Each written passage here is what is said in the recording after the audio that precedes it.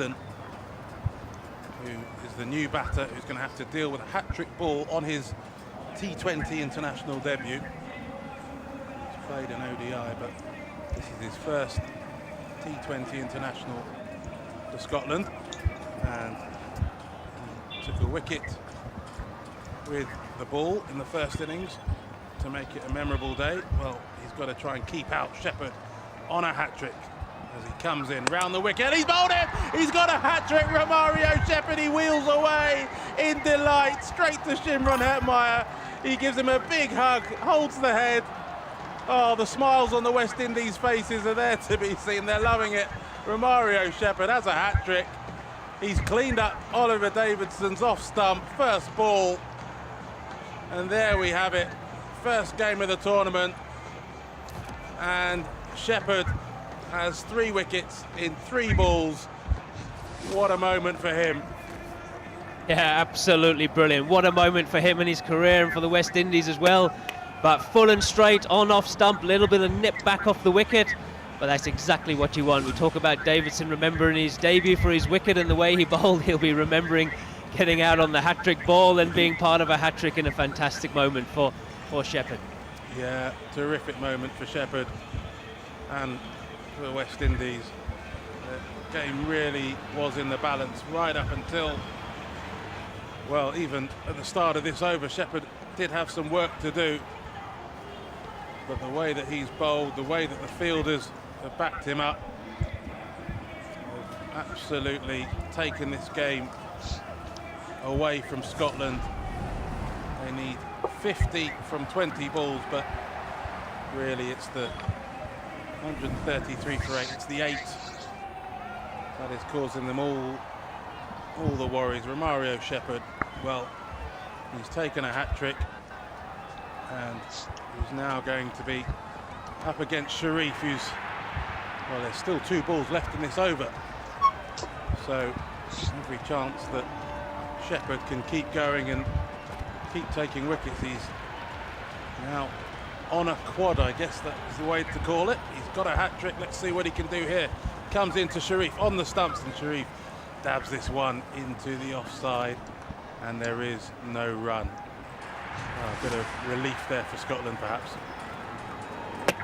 Yeah, and once again, unbelievable achievement from Shepherd there to get a hat-trick. But you know, I guess the question for Scotland is now is do they try and bat these 20 balls out to get as many runs as they can and as close to this total if they feel like this game isn't there to be won?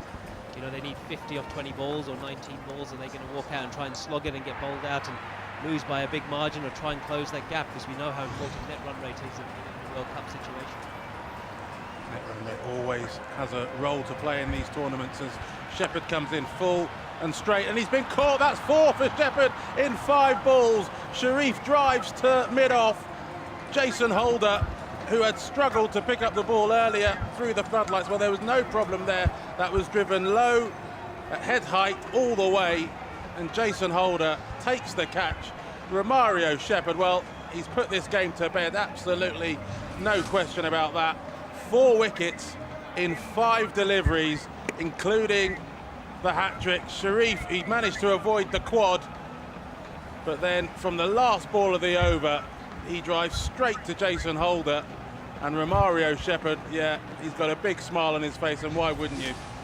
West Indies in total control. Scotland 133 for 9. And walks away with 5 for 20 in his spell as well. What an achievement, and what a spell. He can be incredibly proud of himself. Hopefully he doesn't have to bowl another over, considering Scotland are 9 down. But yeah, it's sort of a tame end to the way this game has gone. Scotland were really pushing the West Indies at 114 for 3 off 13 overs, and to suddenly be 133 for 9 4-5 overs later is disappointing from their side. But all credit to the West Indies for doing as well as they have to sort of win this game back. Yeah, a first T20 5-wicket haul for Shepherd as Joseph comes in from the other end, round the wicket to Watt, who just opens the face and guides this one down to third man. And maybe a change of plan, as Dawid Malan was suggesting, that apart from trying to win the game, the next thought might just be on trying to do what you can for your net run rate. This is the first game of the tournament, so a long way to go. Certainly lots still to play for both teams, and Scotland, who late replacement for Bangladesh, were right in this game up until the start of the 16th over. Mario Shepherd, 4 wickets in 5 balls, has changed all that. 134 for 9. The target 183, and it's Mark Watt and Brad Curry facing up to Joseph, and he just defends into the leg side, and there's no run.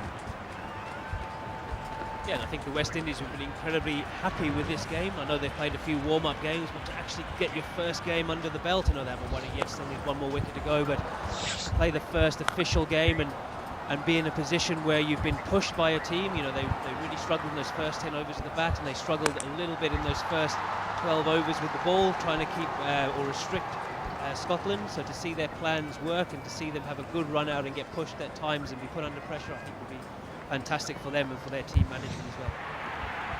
Joseph comes in over the wicket, and this one driven up towards long on for a single.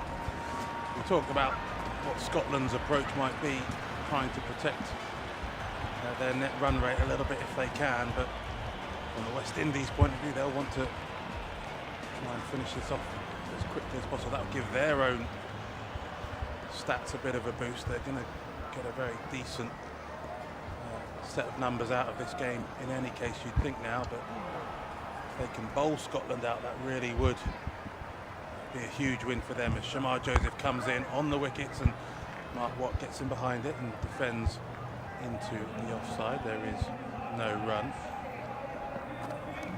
Yeah, it would. We've seen, we saw in the last World Cup, England sort of had an incredibly good net run rate, which pushed Scotland out in their group stages, and I can see that happening again at some point in this World Cup. So you can play that net run rate well, it puts you in good stead. I guess it keeps games alive for longer as well, and as you can see, Mark Watt so far has played that long game here. Joseph comes in round the wicket, the Yorker to Watt, who digs that out, and there is no run. It's been a terrific performance from the West Indies. First, Shimron Hetmyer with the bat, scored 64, looked in rude health with the bat. He then took a stunning catch, one-handed diving catch out in the deep to really get West Indies going in the field. Get rid of Jones. Get rid of Jones. And now it's Mario Shepherd who's done the business with 4 and 5. As Joseph again into Watt, who just guides this down to third man to end the over. That's the end of Shamar Joseph's bowling in this game. 4 overs, 1 for 26. And a few more thoughts from Dawid Malan before the end of this one. Yeah, really good spell from Joseph there, considering his last 2 overs went for 10 runs. He nailed his Yorkers there as well, which is a great sign for the West Indies. Death bowling in this World Cup in India on the smaller grounds and flat wickets are going to be so vitally important. So the run out that he's got here and the fact that he's been able to do that under pressure is a great sign for him and for the West Indies. 2 overs to go then in this one. Scotland 136 for 9. They've done incredibly well at short notice to get themselves in position here as Jason Holder comes in round the wicket, and Mark Watt tries to slap this one high back over his head. A couple of bounces and it hits the boundary boards for 4. So Mark Watt trying to do what he can to boost this Scottish total, and Kirsty Gordon, it's not been a great 10 minutes or so for the side, but Mark Watt still trying to think about what's left in this tournament for Scotland. Yeah, that's the Scot in him. You know, you don't give up without a fight, and despite the fact that, you know, the game is now gone, it's important to keep fighting, and as David spoke about, the run rate is important as well in the back end of these tournaments. Jason Holder in, and another strong shot from Watt again back down the ground straight, and he's beaten the two fielders. There was a change in the field, long on and long off, set back, but that was hit really straight by Mark Watt, and they couldn't converge quickly enough to stop it from going for 4 again. Slower ball from Jason Holder, and Mark Watt clearing that front leg. Another 4 runs, they all add up. Might be hoping for promotion after this game as well. Holder then comes in round the wicket, and this one tried to be hoiked away by Watt. He can't beat Shepherd at short fine leg. It looked like it might even have been a chance for a catch, but I think the ball just bounced into Shepherd's hands. Got himself into a funny position. Watt, he got inside the line and didn't quite make the most of it. Looked like it came off the glove. Short ball from Holder. The ball, bouncing well short of Shepherd. Short fine leg. So just the single. 145 for 9. The target 183. So nominally 38 required from 9 balls. Technically still possible, but let's see how Jason Holder goes. Over the wicket, this one down the leg side, and the umpire signals wide, so I'll take one off the target. Still 9 deliveries to come.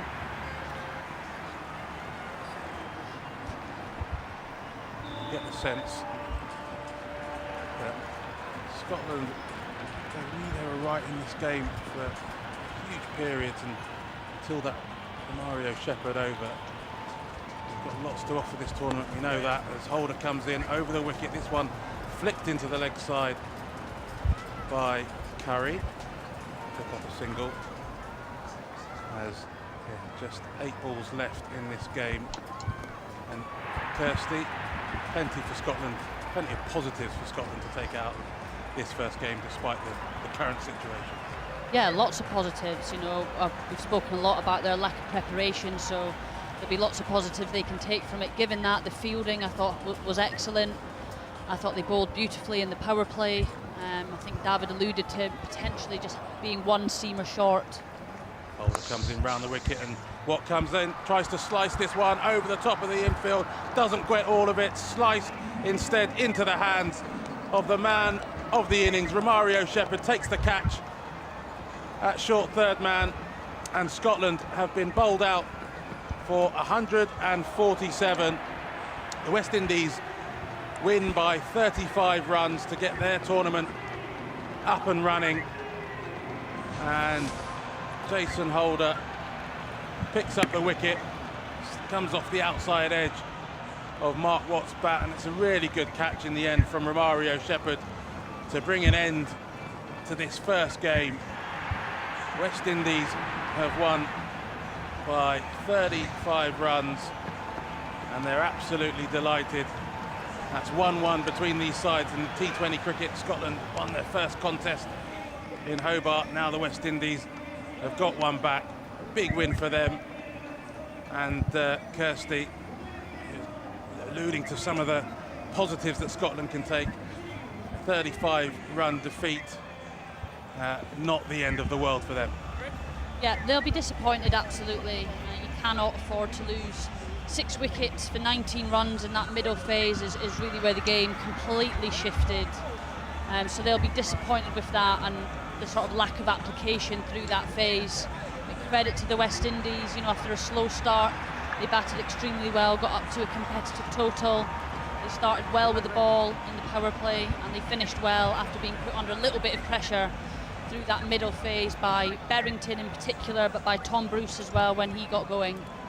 Like you said, there are lots of positives for Scotland. Their fielding, power play bowling, the way they brought it back at the death, that middle phase with the bat, but hopefully they can put a full performance together at least once or twice through this tournament. And you never know, England on Valentine's Day, you never know. Yes, Scotland will take on England in the same group as England, Italy, Nepal and West Indies. So there's plenty of cricket to come for Scotland, but coming into this tournament, it's an unexpected T20 World Cup for Scotland. They failed to qualify last summer, but with the late withdrawal of Bangladesh, giving them a chance to come and perform on the world stage, and good value for it. Ranked 14th side in the world, and they gave a good account of themselves here, despite the defeat by 35 runs. I think David Milan is with us as well. David, I know you're a top order batter, but when you see the bowler Romario Shepherd there with a hat-trick, 4 wickets in 5 balls, there's not a lot the opposition can do about that. And just as with the bat, sometimes someone has a day out with the bat. Bowlers are allowed to have a day out too, unfortunately. That's the batter chatting in myself. But yeah, look, he had a fantastic day. He bowled 1 in the power play. He ended up coming back at the death and bowling 2 fantastic overs and changed the game, but all by himself. We spoke earlier about how in T20 cricket 1 player can change the game. He changed the game there with the ball by himself. 5 for 20. What a day out for him, and he can be incredibly proud of what he's achieved there. Yeah, absolutely. A first 5-wicket haul for Romario Shepherd in T20 cricket. And as David Milan says, you can have in T20 cricket, you can have a day out. 1 player can make a huge difference, either with bat or with ball. And for the West Indies, they had 2 players really that did the bulk of the work. Shimron Hetmyer with the bat, 64 from him. He found the boundary pretty comfortably, 6 sixes and 2 fours in his innings with the bat, and then with the ball it was Romario Shepherd with a hat-trick. Fastest half-century by West Indian batsman. Now doing a bit of a presentation to History the player of the match. There's a couple of clear opportunities there. Shimron Hetmyer gets the nod, and let's hear a little bit from him. I would say the catch, to be fair. Well, Carlos, maybe you'd first hand over the medal and then I can let you go. Just receiving the player of the match medal, Shimron Hetmyer. He's going to be asked. We'll try again. What gave you more pleasure, the batting or the catch? I think the catch, because I think I've been doing quite some work on my fielding for the past while, and I haven't really gotten the opportunity to take any catches, especially in the last series that we played. So I'm happy to be able to contribute in that vein. Was that a career best catch, best one that you've taken or not? I don't think so, but it's up there. It's up there. Let's talk about the innings then, an important innings. You had an interesting backdrop to this game because you were still in South Africa yesterday. Yeah, I guess everything happens for a reason, like my wife said, so I'm not really complaining. I'm just thanks to the Almighty for giving me the strength and helping me to get here. And from there, I guess when I got here, it was just to focus in and just to put that behind, and just to make sure that when I come out here today, to just focus on the game ahead and focus on my batting and making sure that I give the team either a good give the bowler a good chance or a good score, or chase it down. Let's talk about the number 3 position then, which you've been pushed up to. You're normally seen a bit further down the order. First of all, do you like batting at number 3? Yeah, it's fun. It's something that I used to do in the beginning, but I guess playing more T20s, I guess finishing also is fun for me. But if I have to choose, I'll stay up top. And how differently will you have to approach your batting then? It's obviously a different role in the team for you.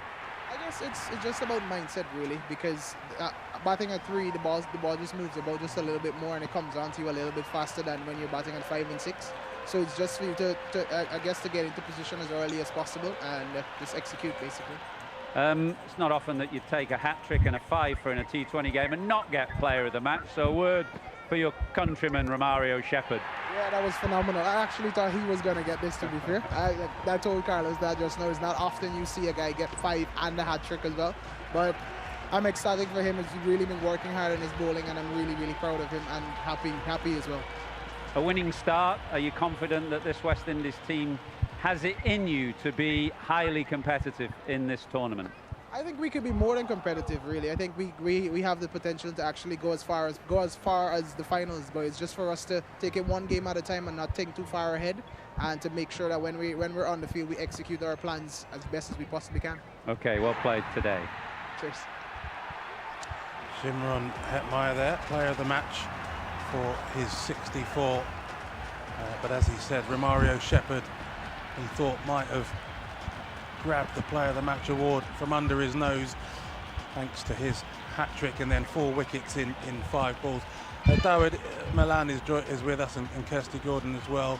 David, if I come to you, for West Indies, who are double winners of this tournament before, they've got Darren Sammy, a former World Cup winning player, captain, and now as coach. Just what will this do for them to start the tournament at such a positive success like this? Yeah, I think it's amazing. You know, I've spoken on air previously about how good a run out this would have been for them. You can play all the warm-up games you want, you can play all the franchise cricket you want, but to actually come and be put under pressure and to see how you hold up under that, I think they will walk away from this incredibly happy. You're right, they've got a lot of experience, a lot of guys that have played World Cups, that have played franchise cricket, that have played finals, that have won World Cups. Their coaching staff has got all those players. They've got a lot of experience to lean on. They've got a lot of players that have played a lot of cricket in India in the IPL. So I think they're actually in really good stead. If they can get their bowling right and they can get their death bowling and their combinations right, I think they're an incredibly dangerous team. Their batting is a scary thing if they get going, as showed today. You know, they were 30 after the power play and managed to still get to 180. And it would have been scary to see what they would have done if they got 50 or 60 off that power play, where they would have ended up. And Kirsty, from a Scotland team point of view, we have talked about the late nature of their call-up, and it's a bit of a free hit for them really to play in this tournament and give it a go. Yes, they'll be disappointed with the loss, but yeah, still a lot more cricket for them to play. Yeah, absolutely, and it's obviously a difficult game. First up, I actually was hoping that this game would be one further down the line, because I felt like Scotland have a chance, and if they'd sort of warmed up to the tournament, it could have been a good opportunity for them. So they'll be disappointed, but West Indies were undoubtedly the better team today. And obviously they have Italy up next and then England. So, you know, they'll be hoping to make sure they redeem themselves from that loss in the qualifiers to Italy next. Well, there we have it. The first game of the tournament for Scotland and the West Indies has been done. West Indies have won by 35 runs to get themselves up and running. Pakistan won the first game and West Indies have won the second. There is another game to come, but we'll say goodbye from here. From myself, Dean Wilson, and from David Milan, Kirsty Gordon and Simon Mann, thank you for joining us, and we'll hand over to Mumbai, where India are about to take on the USA, and Henry Moran can bring us the latest. Thank you very much indeed, Dean Wilson, and the team covering that game between Scotland and the West Indies. Welcome to Mumbai, the Wankhede Stadium, for this, the third match already of this T20 World Cup. And it's the defending champions and tournament co-hosts beginning their campaign against the United States. No side has successfully defended the T20 World Cup. No host has ever won it.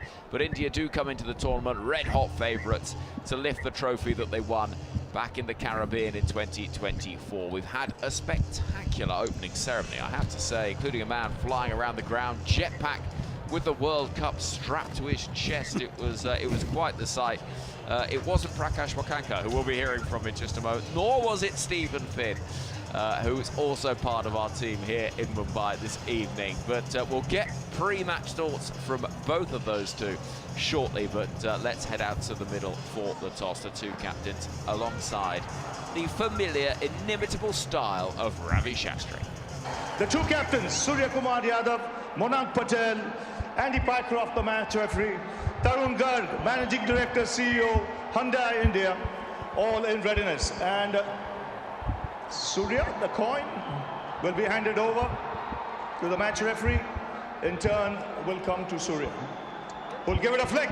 And it's the call as it goes for a roll. And Andy after it.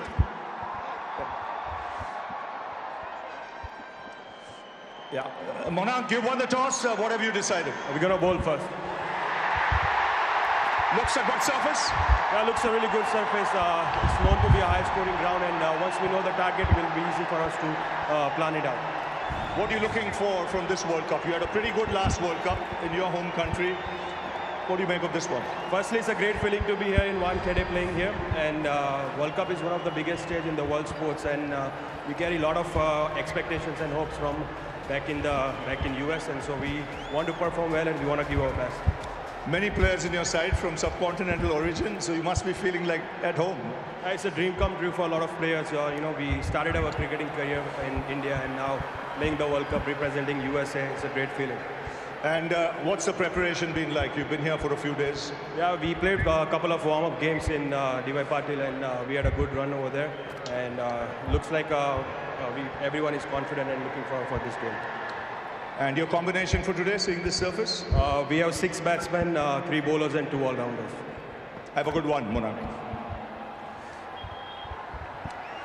Surya, batting or fielding?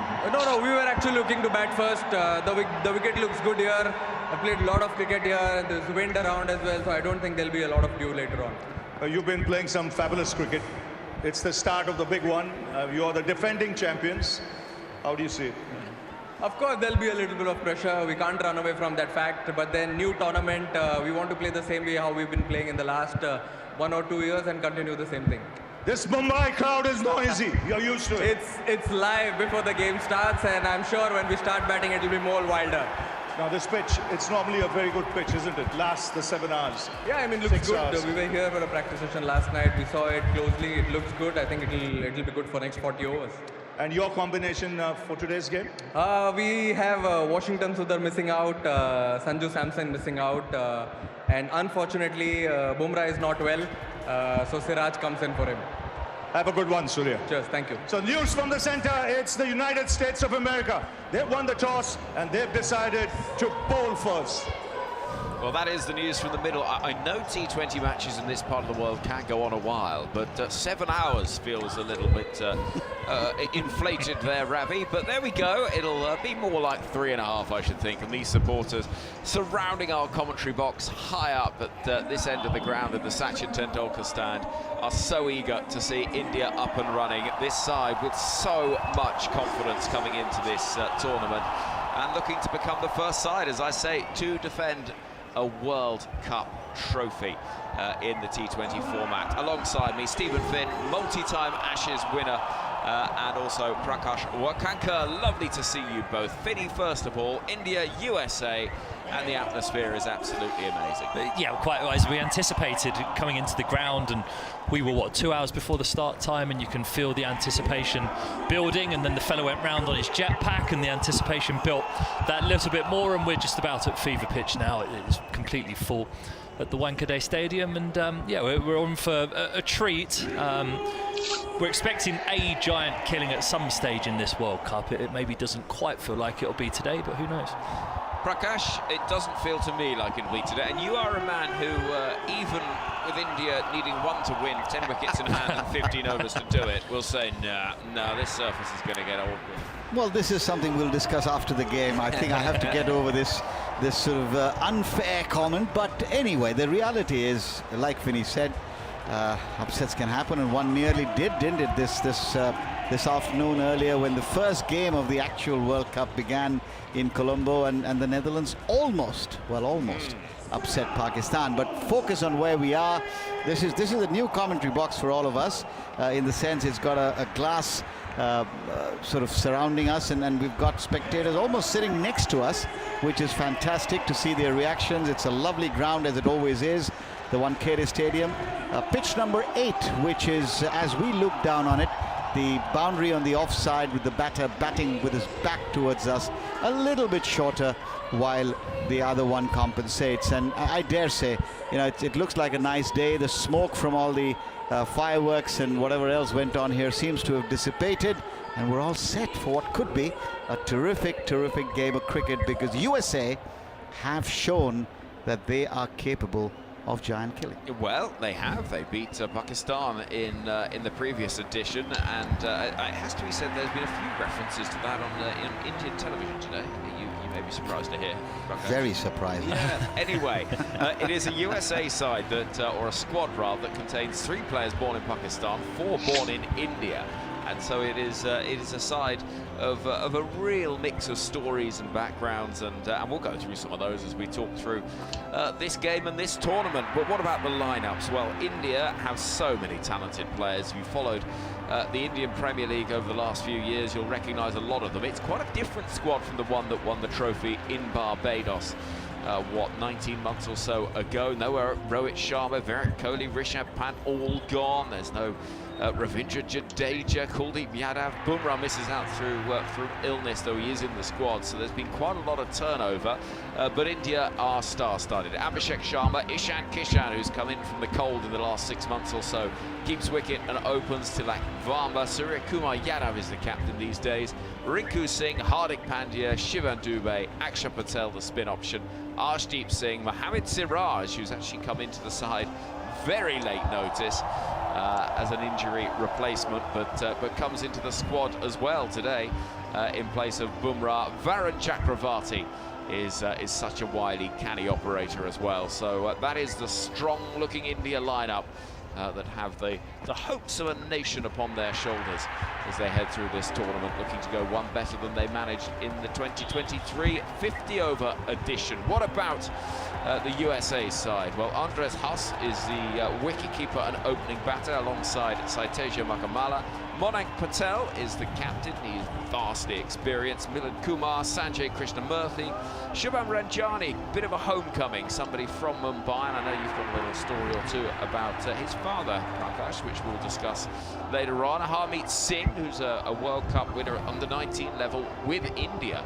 In fact, Mohammed Mohsin Shadli van Schalkwijk, who you might have guessed is of South African heritage, Ali Khan, and Sarab Netravalka. So that is the USA side. Some slightly less familiar names, I think it's fair to say, but plenty of talent there, no doubt. The huge flags that are very familiar these days in ICC events are being stretched out. Not used to seeing the stars and the stripes quite so often, but very used to seeing the orange, the white and the green of India. And as the two sides head to the middle between the sparklers, almost anthem time, and a nation expects, Prakash, as ever. Always. I mean, look, the pressure of being an Indian team playing at home is incredible. And we'll just have to wait and see how this team copes with it. The last time there was a World Cup here, they did pretty well till the very end. Well, it's all well and good doing that. But right then, time for the national anthems of the two sides, standing out there in the middle at the far end of the ground in front of the President's box there and the pavilion with Marine Drive in the distance beyond it.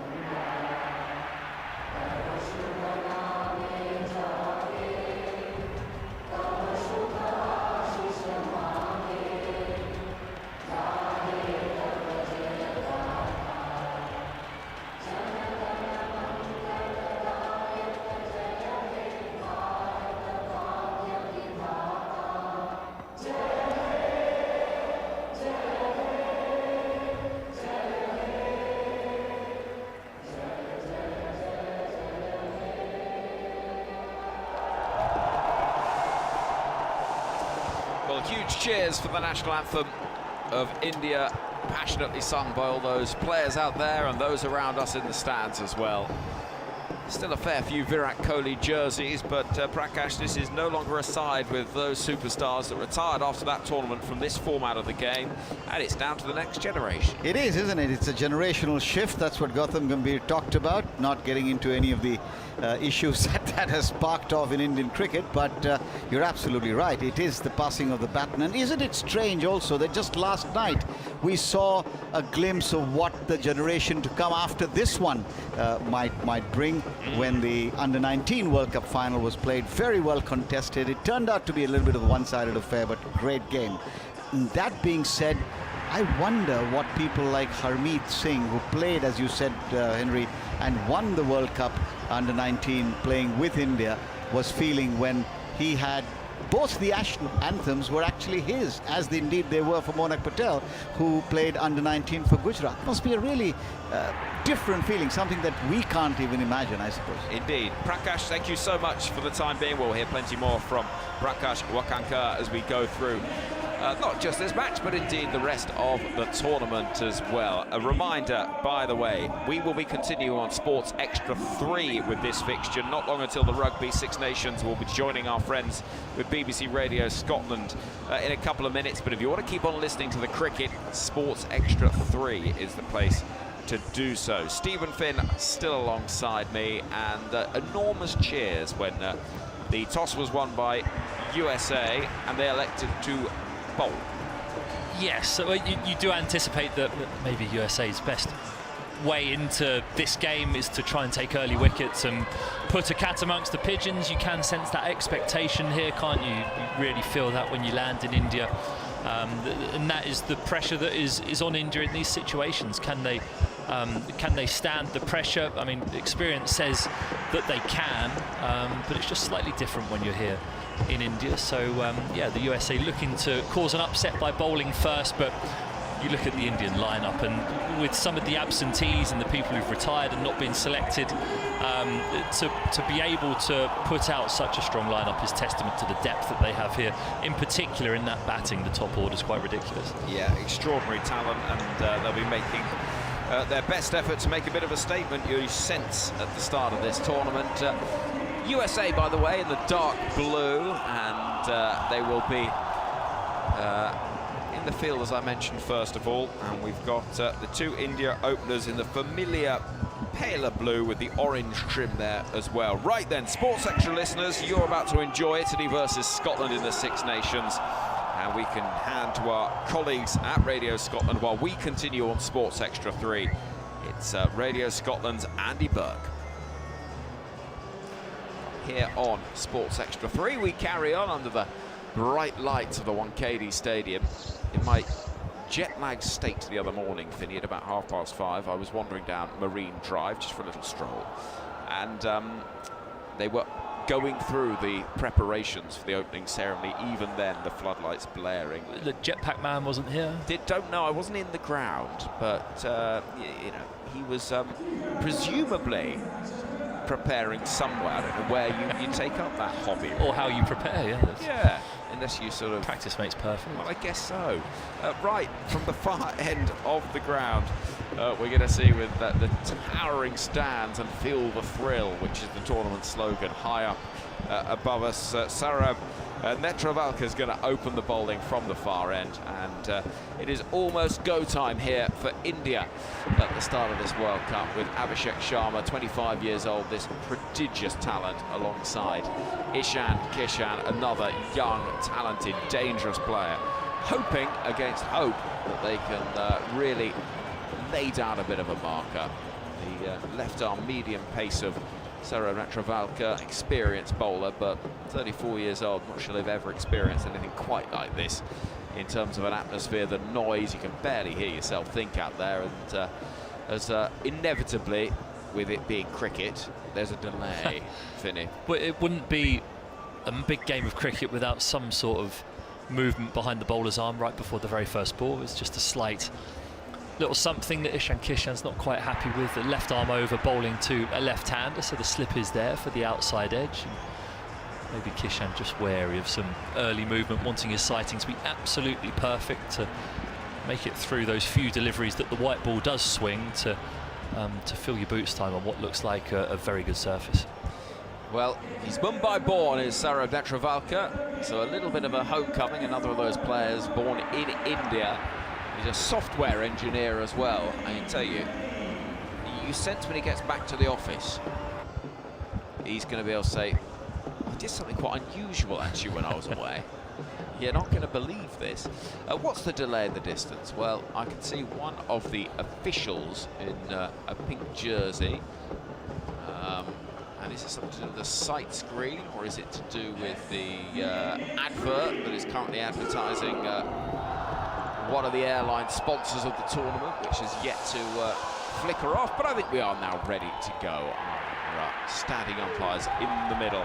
Paul Rifle and Rod Tucker of Australia. And here we go. One slip in place. We're ready for action. It's Ishan Kishan on strike. Netravalkar running in for the far end over the wicket, and first ball driven, brilliantly stopped at backward point. And there'll be no run. That is a really athletic bit of fielding, and high fives all round for the efforts of Shubham Ranjani. Yeah, that was excellent. It was a nice delivery, swinging away, and well timed. And that shows how good this surface is going to be, that you can punch the ball like that off the front foot with an open face, and it raced so quickly. But excellent diving stop, stops any runs off the first ball. A nice marker as a team when someone does something like that very first ball. Second delivery of the game in both of these sides' tournaments. So Netravalkar runs in once more, and that's a ball that rather cuts him in half. And there's an appeal for LBW, which feels ambitious to me, Finney, because I heard a bit of a woody sound. It didn't look like it was doing an awful lot right. And it pitched halfway down as well, I think. So yeah. The height wouldn't have been on his side either. It looked as though it just cramped Varma for room, so whether it was a wobble seam or an in-swinger, Varma shaping up as if that was going to move away, and the bowler maybe in thinking that he'd outfoxed the batter. Yeah, scrambled seam, so tactically well bowled, just very high when it struck the inside thigh. Kishan on strike. Netravalkar with the grey flecks in the beard runs in, arms pumping from the far end. And next delivery again sees half an appeal for LBW. That one was a little fuller, and again Ishan Kishan gets in a bit of a tangle, but a bit of inside edge will prevent any more enthusiasm than just a few arms raised around the outfield. Down to our right, lots of spectators enjoying watching on from high up here in the Sachin Tendulkar stand. Good noise. Hello to you, sir, in the red t-shirt. Netravalkar, 3 dot balls to start. That first boundary is struck, and I doubt it won't be too far away. There's going to be some noise around this place. Netravalkar is in, bowls, and there's an enormous swipe across the line. It goes towards mid-wicket, where a tumbling save from Sanjay Krishnamurthy will prevent the run. Another dot ball.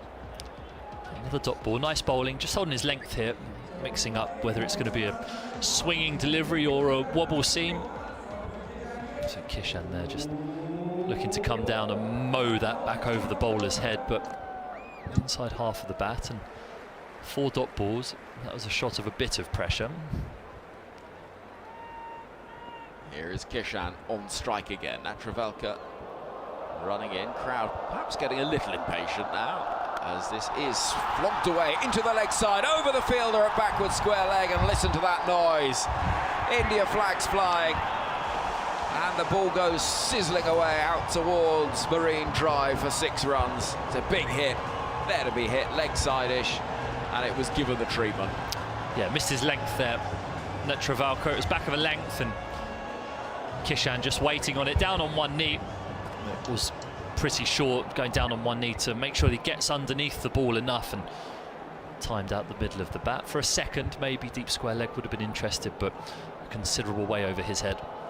6 without loss. Netravalkar to finish the over. He's in now, bowls, and gets a little unlucky there because an inside edge sees the ball drop not a million miles away from that leg stump. 7 from the first over. Kishan will keep strike. And we're up and running here in Mumbai. Seen 2 matches already today. A real thriller between Pakistan and the Netherlands. It looked like it was going to go the way of the Netherlands before some late hitting rescued Pakistan. And that in Colombo before in Kolkata. Scotland gave it a good go, but as Kirsty Gordon was saying, Scotland spin bowler on commentary, it was just one of those where had they played them maybe a little later in the tournament, a bit more warmed up, it might have been a bit of a different story. But Scotland, who got such a late call up to this tournament, well, perhaps inevitably looking a little bit rusty. So wins so far for Pakistan and for West Indies, 2 former winners of this title. As we see Ali Khan running in, hair tied up in a top knot, and he bowls a ball which Kishan will run down towards deep third for a single, and we'll get Abhishek Sharma on strike for the first time. Many people's pick to be the leading run scorer of this competition. Yeah, he would have been mine if I hadn't known that everyone else had picked him, and our writer colleague Matt Henry said please pick someone else because he's in ridiculous form, isn't he? That strike rate up towards 200, his ability to face as many balls as possible, batting at the very top of the order as well. It feels like that leading run scorer will be an opening batter, so great opportunity here to open his account and prove people right. Ali Khan, one of 3 players in the squad born in Pakistan, runs in, and this is smashed away through the offside, but there's a fielder and the catch is taken. He's gone first ball, Abhishek Sharma, and celebrations for the USA. Disconsolate India fans all around us with hands on heads as a good catch is taken out there in the deep. I think it's Sanjay Krishnamurthy running round. It came off the bat quickly, but that fielder got there. Well, it's the shot of someone who almost didn't realise there was a fielder at deep cover. He's hit that so firmly in front of square with such confidence, and Ali Khan giving it the Mario Balotelli "why always me" celebration as he silences the crowd here, and the Golden Boy's gone. Abhishek Sharma tipped to have a huge tournament, no doubt he will. Has gone very first ball, and for the first time this evening, Mumbai is silenced. Well, only briefly, because the DJ will be quickly in business to make sure that that doesn't last too long. But he, known for these hostile spells, Ali Khan, he's getting it down pretty sharp. Yeah, I thought there's a little stat that comes up when each player is introduced into the attack. It gives them a speed rating, a skill rating, and a variation rating, and his speed rating was 66, which I felt was harsh. I agree. Given the way he bustles to the crease and the way that he sent those first 2 deliveries down, I think he might want to go and have it out with the person who picked those scores. Yeah, I'm with you. We've got Tilak Varma coming to the middle. In at 3. The 4th in the T20 international rankings, another left-hander. 23 years old. Just everywhere you look in Indian cricket, there are so many highly talented players. Somebody that knows these surroundings well as well, with Mumbai Indians, his IPL side. Ali Khan is going to have another go, see if he can pick up another wicket. We've seen a hat-trick already today from Shepherd of the West Indies. This is well bowled, absolutely on the money, defended into the offside by Tilak, and there is no run. Yeah, nice start by USA this. He bowled the ball with intent, Ali Khan in particular bowling it into the pitch firmly, which you have to do here in Mumbai. Over the top of the stumps, challenged the batters to play across the line, and has been rewarded with a wicket, and a big one at that. Abhishek Sharma didn't nail that though to deep cover. Yeah. Middle of his bat took a pasting, but straight to the fielder. He couldn't believe it as well. Highlights on the BBC Sport website and app. Ali Khan running in and defended once more, and then he threatens to shy at the stumps, and that gets a big roar from the India spectators. I've seen some USA fans outside the ground, not many. That's a man in a full USA suit out there and top hat. He was having it out, having a debate with someone in full Suryakumar Yadav body paint. What was the debate about? Couldn't tell. Okay. US politics? Yeah, possibly, most likely. Ali Khan moving in once more. His shirt untucked, short sleeves, 23 on his back, and in past umpire Paul Rifle.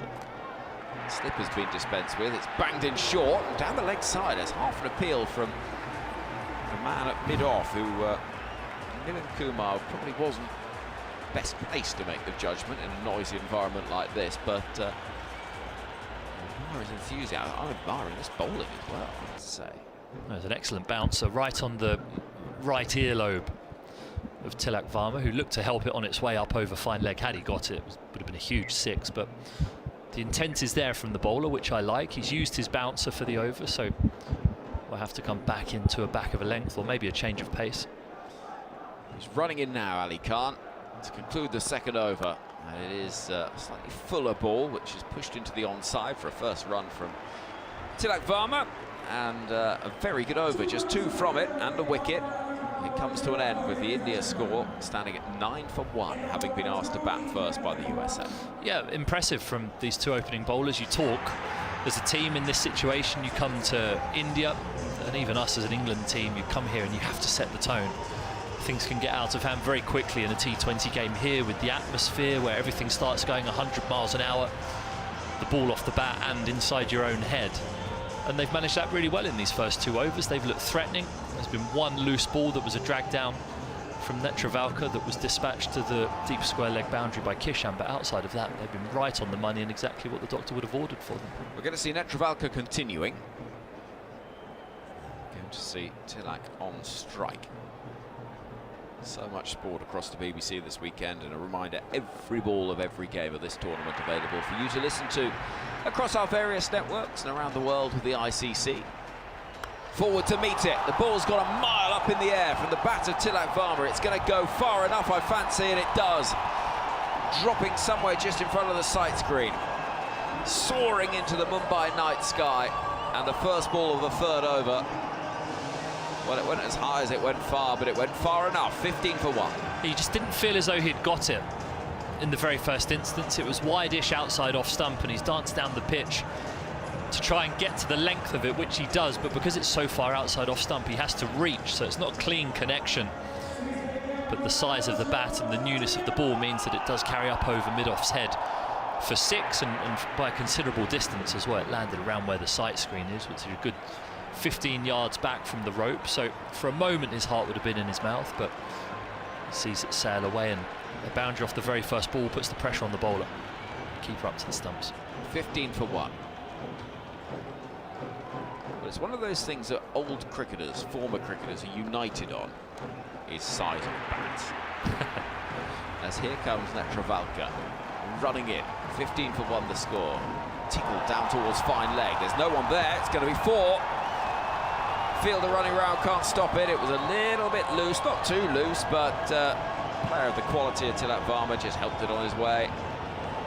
And 19 for 1. Suddenly the noise ratchets up a touch here at the Wankhede Stadium. But that 6 previously, I mean, it was on one leg. It came off the toe end of the bat. And if you're a former bowler, you'd say, well, glad I'm not playing anymore. Glad I'm not playing anymore. It's absolutely outrageous how far they can hit it. If you're a former batter, you'll say, well, it's absolutely disgraceful that you get players that can get away with a shot like that and get 6 for it. 19 for 1 for us. Sitting watching on, well, you want a good battle, but you do, particularly this format. There is the thrill of seeing the 6s. Netravalka running in from the far end of the ground, dropped into the offside for an easy single. 20 for 1 the score. Crowd as appreciative for that little drop into the offside, or maybe not quite as appreciative, but perfectly so for that single taken. Well, I always look at it as though if I were to bat with one of those bats, I was never afforded the luxury of using one of these absolute weapons that the players use now, but I'd have averaged at least 25 in Test cricket, I think, with one of those bats. At least? At least.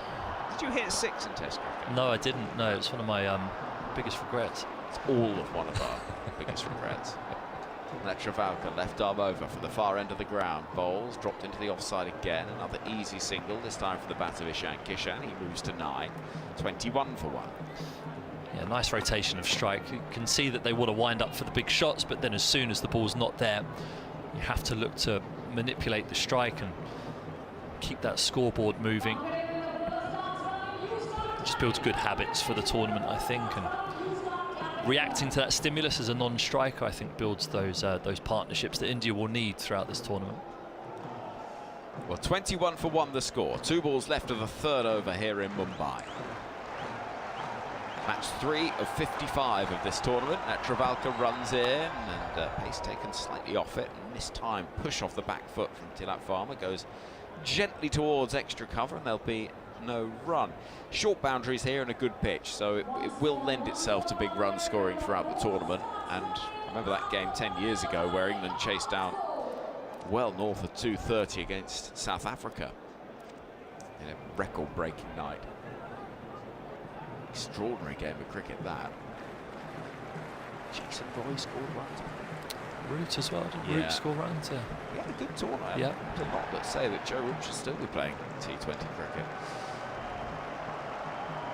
Travalka from the far end. This is punched aerially. Oh, not far over the head of the field, awaiting mid-on, but it is far enough. And with the power play restrictions in place, if you clear the infield, you're going to get runs. And so the over comes to an end with 16 from it. And India beginning to look menacing. 25 for 1. Yeah, no real timing there. The bat turns in his hand as it comes off the inside half, but it was a nice swing. Just a punch, really, through the line of the ball up over mid-on. And for a second, everyone in the stadium was silent as it looped towards the mid-on fielder, but then as it went over his head and raced away for 4, the whole place breathed a sigh of relief, unless you're an American fan or player. Or neutral commentator. Well, indeed. I wonder how many in America are watching this. I know the US ambassador to India is here. Not sure how much of a cricket lover he is, but he was having photos with the players just before the start of play. That doesn't necessarily mean an awful lot. No. But visible. Yes. Van Schalkwijk is going to come in with the keeper standing up to the stumps, right arm over. Shadley Van Schalkwijk is one of a clutch of marvellous names in this tournament.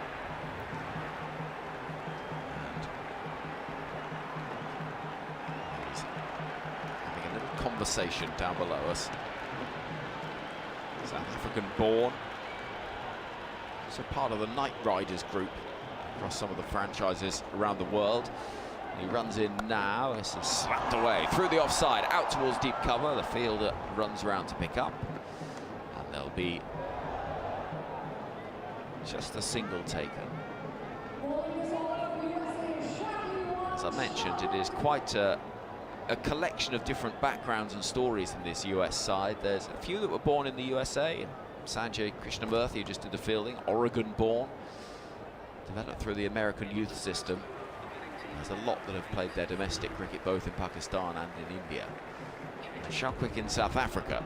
He will bowl the ball, which is whipped into the leg side, and though the timing isn't perfect, it will bring 4 runs, I fancy. Yeah, just about. Good effort from the opener, Saiteja Makamala, but he couldn't quite get there at deep mid-wicket, and it is a boundary, 30 for 1.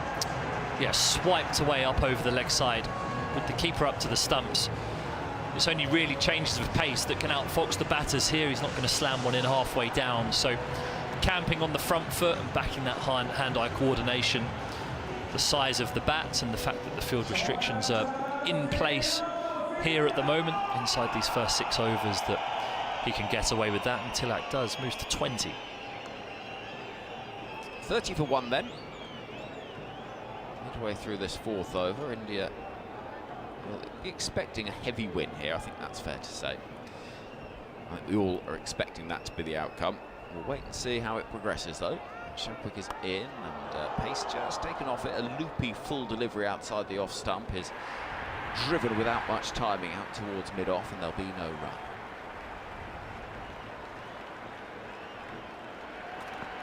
Who thinks par on a ground like this? 2 on? Well, what has become par, or what is par, is changing all the time, isn't it? It's, or what is acceptable to say is par. It still feels outlandish to say 200, but from what we're seeing, good pitch, small boundaries, the length of batting lineup that India have, you'd think they'd want at least 200 here. You be outlandish, Vinny, I say. driven into the offside. Fielder moving to his right at mid-off, could only half stop it, so it'll be a couple of runs. But then Kumar will be annoyed about that because he made up the ground, but he couldn't get there. Yeah, but Akshar Patel coming in at 8. He batted in that 50-over World Cup, or even the T20 World Cup that we watched in the Caribbean. He was coming in at 3 or 4 sometimes, and he's carded to come in at number 8 today. So the depth is just crazy that India have, and it just means the players at the top of the order can bat with absolute freedom. So it moves that marker with what you think par is up that little bit higher. So yeah, I'd want a few more overs before I made an educated guess, but India will be aiming for at least 200. Well, they're 32 for 1 with the ball left of the 4th over on this muggy, steamy Mumbai night. I will say someone is scoring 300 in this tournament, I think. You're going for that? Yeah, I think they will. And Shalquick bowls, hit back towards him. It's a drop catch. I mean, that feels harsh to call it that, because it's been slapped back towards the tall figure of the fast bowler, and he takes his cap from the umpire, and will probably feel, on one hand, fortunate not having seen the catch stick, on the other, quite relieved it didn't do a bit more damage, because that was nasty. It was rising as it went back to him as well, wasn't it? It looks like it's got him on the forearm. I mean, the only thing you can think there is right dot ball. That was a dot ball, but he's worn it on the forearm. There was a nervous look as well, almost expecting something to be poking out of somewhere. Because when you get hit initially, you don't feel the pain straight away, and you're kind of looking down thinking, is everything where it should be? All fingers were pointing the wrong way, which is a good start. And then, yeah, it looks like he's hit his wristband. He's got one of those health monitors on his wrist, or a watch of some sort, and it's hit that and maybe broken the clasp, which he's fiddling around with now. Well, the score stands 33 for 1 after 4 overs. Out first ball, Abhishek Sharma. What do you think about the 300? I think I think it's highly feasible this tournament. With the 20 teams, there will be some big mismatches. 55 matches as well. There's a lot of opportunities. Some very good surfaces. Here comes Ali Khan for the far end. This is driven elegantly. A very high elbow from Tilak, but only as far as mid-on. A little fumble will allow the single. 34 for 1. Who'd you back for it? The India, to be honest. But there are a number of teams that are capable, but England, you think, are capable. I think they've picked an excellent team. I think it's their best team that they've picked. I'm sure we'll discuss when it gets to their game tomorrow, but I think that is their strongest 11 of the players that they've brought over here. I think they're capable of it, but just India, with the atmosphere and the way that as a fielding team in those kinds of situations, everything can get on top of you. England against Nepal is match 2 tomorrow, by the way. It's a good slower ball from Ali Khan, which beats Kishan, who nods his appreciation of a well-delivered ball. But, just outfoxed the batter. Because he's quite slingy, Ali Khan. He's Malinga-like, isn't he, in the way that he delivers the ball. It means that off-cutter that Malinga used to bowl really well, where his wrist cuts underneath the ball as opposed to down the side when you bowl a conventional off-spinner. The angle of his arm means it cuts from underneath, so it's a lot harder to spot, and that was evident there. So 9:30 start tomorrow morning for England against Nepal. Here in Mumbai. It's UK time. Driven away. Oh, is that a drop catch? It was.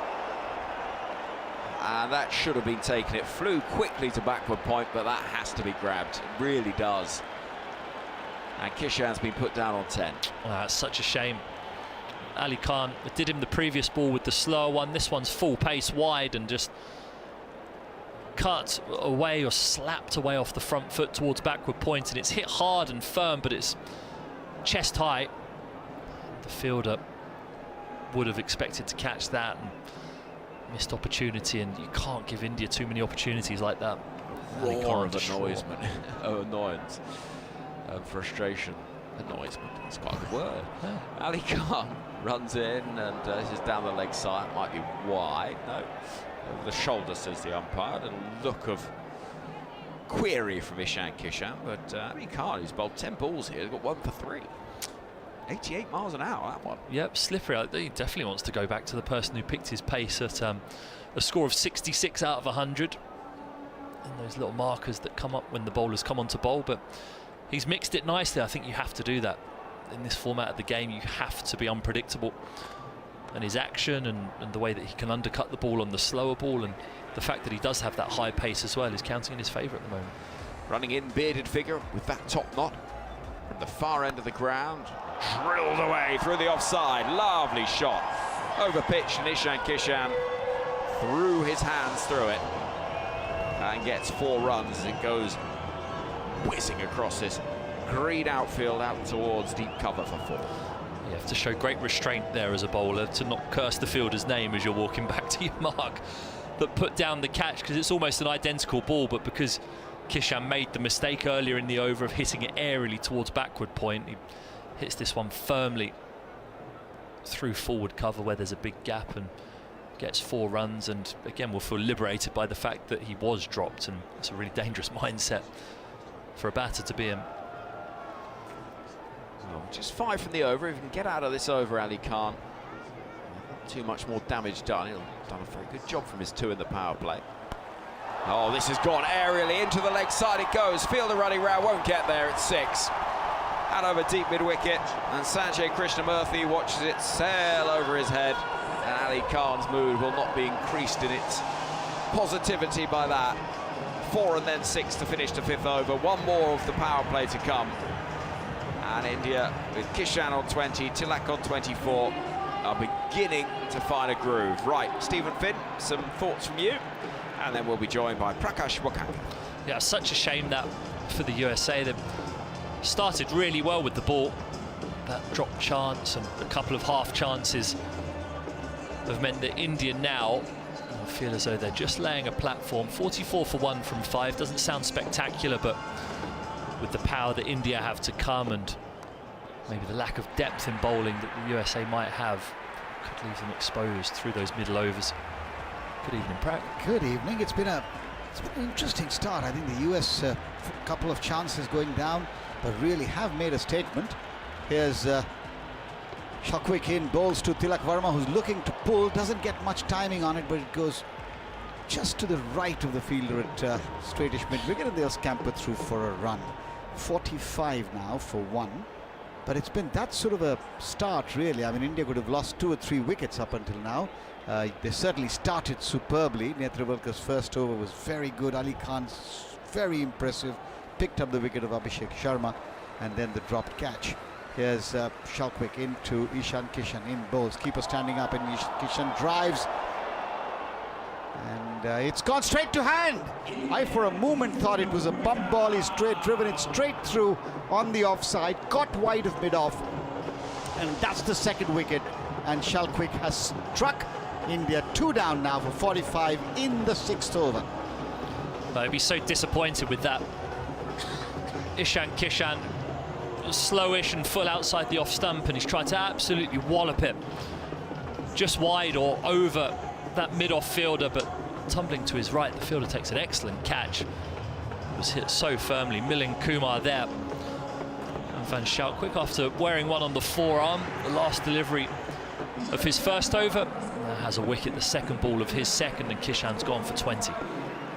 And it's remarkable here in Indian grounds in particular, isn't it, Finney? We've been together, we've seen this happen so often. Almost by judging, standing outside the ground, you can make out when a wicket's fallen, because it's pin drop silence. And there hasn't been the kind of cheer I expected when Suryakumar Yadav walked in, I'll be honest. Local boy, one would have expected that there would be a much bigger cheer, but I think they were just dealing with the loss of Ishan Kishan, probably. Yeah, a couple of early ones. The crowd wouldn't have expected that. They'll expect, especially in a game like this, such dominance. Looks like drinks are on the field. Seems a little early, but maybe it's just very humid. Umpires have decided. There's certainly all the players gathered around in two groups, really. The US team altogether, and the 3 umpires as well. Having a quick drink. It can be very humid. Back in the day when this Wankhede stadium was old, I don't know if you saw it before it was reconstructed, there used to be big gaps which allowed the sea breeze to flow through, and while it did things from a bowling perspective, it certainly allowed a lot more air to circulate. Now you're getting these little tunnels, and if there isn't a breeze coming off the ocean, it gets quite sticky and muggy, which of course Mumbai always is, like any other coastal city. 45 for 2. the two games that have been played in the tournament so far. The opening one was a close shave, Pakistan scraping through by 3 wickets against the Dutch, and of course the West Indies by 35 runs against Scotland. So those two games going to script. What do we have in store here? One just gets the feeling that the pressure of playing at home, how India will cope with it over the course of the tournament, really may well determine how they play and how they go along. But for the moment, the Indian captain is out in the middle now. Suryakumar Yadav has had a long run of indifferent form from where he was. Just came back into some form towards the end of the New Zealand T20 series. Got a couple of 50s, both unbeaten, and he will be wanting to make sure that he can set the tone for himself and indeed for his team. Yeah, the captain, you want to start the tournament well, don't you? It quietens down any noise about you or your place or your authority in the dressing room. So he'll be determined here to get himself off and running. He might give himself a little bit of time in the knowledge that he can explode later on. He sometimes plays like that, doesn't he, as well? He does. So 5 men in a ring inside, as you'd expect, with the power play still on, and the 2 men in the deep then at deep backward square and square leg right on the fence. 2 men straight field on the onside, again inside the ring as they're required to be at mid-on and mid-wicket. Here's Shalquick, fresh with a wicket under his belt, goes into bowl to Suryakumar Yadav, in bowled, and Surya up on his toes, plays it away quietly on the onside, no run. Suryakumar Yadav has been guilty often of playing too many shots too quickly in his innings in recent times, looking for that sort of 360-degree angle which he made his own. Bowlers, of course, have gotten wise to it, and he's struggled a little bit from time to time. Yeah, and this field suggests that they have quite a clear plan to bowl really tight to him. Deep square leg, deep backward square leg and a fine leg. Here's Shalquick in again bowled, and this time played straight back along the ground. Will it be cut off? It is sufficient to not let more than a single be taken. It was good fielding. It's Milind Kumar again sliding away in front of us just at the edge of the circle. Keeps the scoring down to 1. 46 for 2. You have to say USA would be pleased with the way this innings has gone so far. I mean, 46 just coming up to be the end of the power play. Well, they'd have talked about early wickets and trying to get in. Then they've got those 2. They'd say try and get them 3 down at the end of the power play. That would be the absolute dream scenario. They still have 2 deliveries to try and do that. Shalquick past the umpire, up bowled, shot, pulled in the air, could be out, and Stephen Finn predicted this, and this is the fall of Tilak Varma, and the USA are cock-a-hoop as India lose their 3rd within the power play. 46 for 3. Well, good bowling again. Van Schalkwyk varying his pace, varying his length. That was pace on, slammed into the pitch, and Tilak maybe just anticipating another slower ball. It rushed him, really, hits the splice of the bat and just balloons towards mid-wicket, who stood just inside the inner ring, and takes a very, very simple catch. The skipper puts himself there, and Tilak Varma has gone for just 25 from 16, and India 3 down inside the power play, and the stadium's a touch quiet out there. Well, you would expect that. I mean, this is a terrific performance by the USA. They showed that in the tournament in the United States and Caribbean, where the way they played, they had India in trouble even when they played them in New York, with Netravalkar snaring the wickets of his 2 childhood heroes, Kohli and Sharma, on that occasion. But here, different day, different place, different game, and the US are showing that they are not to be underestimated, and if you choose to do so, you do so at your own peril. Shivam Dube is into bat. Big hitting, tall all-rounder, will be used from time to time with the seam-up stuff, but right now he's got a job to do with the bat. I think the US have also bowled to a plan, haven't they? They really haven't given anything easy in terms of length or in terms of bowling on the pads. They've been fairly disciplined. They've been outstanding. They set the tone well. There's Shalquick. Last ball of the power play, and his over goes in bowls. And Dube has played this in the air. Could this be out? Yes, it is! This is a dream for the USA, and India rattled. 46 for 4. First ball duck for Shivam Dube. Well, these celebrations are amazing. from the USA. You can just see as it ballooned up, the short fine leg was tottering back. He didn't look comfortable underneath it. And it just looked for a second as though it might carry over his head. It was a really slow ball, dug into the surface, and Dube's way through the shot before the ball gets to him. It hits the top edge and just loops up towards that fine leg fielder who, as I said, tottering back as though he's on tiptoes, leaning back, and takes the catch. And India 4 down inside the first 6 overs. This game's taken a twist, and the giant killing that I said probably wouldn't be on today, that you were slightly wary of, Prakash, is it's on the cards. It certainly is, Finney. It's been a terrific effort by the US, and now I think is really where the test is going to come, because now Monank Patel has to decide where and how he marshals his resources, where he places his field. He's got a little more flexibility. Will he allow the Indian batters to now pick singles and rotate the strike, or will he keep them tight? He's already dispatched fielders out into the deep. Rinku Singh is the man who's come in to bat, and he would not have expected certainly to be coming in the 7th over. Netravalkar taking the catch, by the way, so he'll be on a hat-trick, will Shalquick, when he comes back to bowl. Mohammad Mohsin now with the ball, and he will bowl to Suryakumar Yadav. Bowls, and Yadav drives, won't get a run, short extra cover, fields, skipper Monank Patel. Give you the field, there's a short third, there's a man at backward point in the ring, man deep on the sweeper cover boundary, there's an extra cover, a long off. That's the offside field, as Mohammad Mohsin, the bearded figure of Mohammad Mohsin, comes in bowls, and this one's worked away on the onside for a single down towards the fielder coming off the long on fence. 47 for 4. Yes, you're hearing it right. If you're just joining us, India have been jolted not once, not twice, not thrice, but 4 times. And the last 2 wickets fall into consecutive balls off the last over off the power play. 47 for 4 India, with Suryakumar Yadav now at the crease along with Rinku Singh. Just brought a, as you would expect, a real spring in the step of the US. A slip in place now. It's a good move, isn't it? Yep, wickets. Wickets are the order of the day for the USA.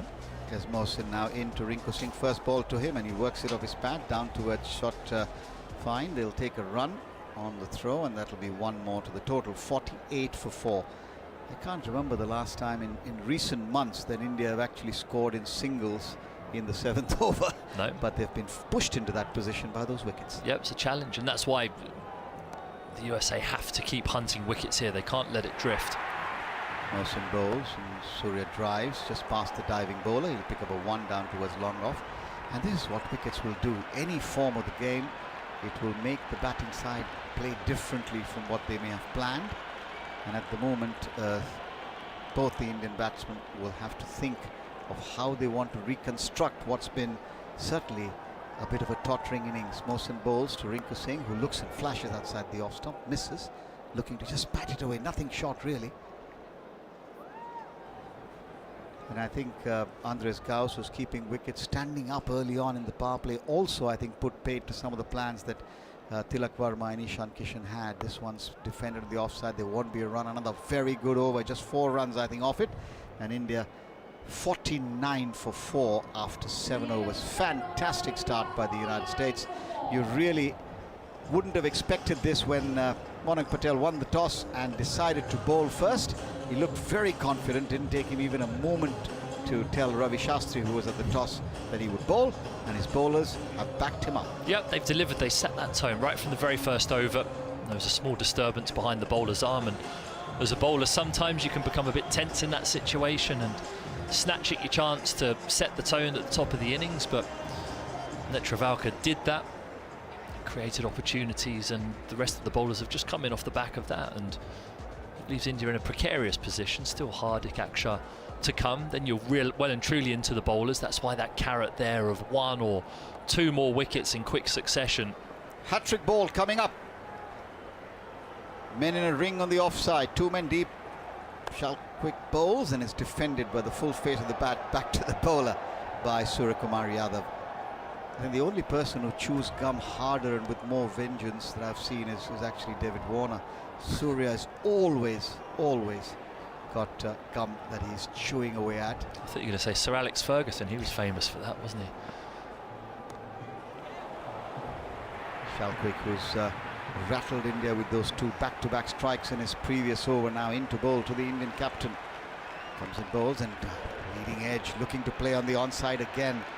Suryakumar, and gets a leading edge. Luckily for him, it doesn't go to hand. Monak Patel does the fielding. This is fantastic. 4 men in the ring on the offside. We have a man down at the sweeper cover boundary, and then 4 men on the boundary on the onside, knowing Suryakumar's sort of interest and penchant towards playing through that onside in the air.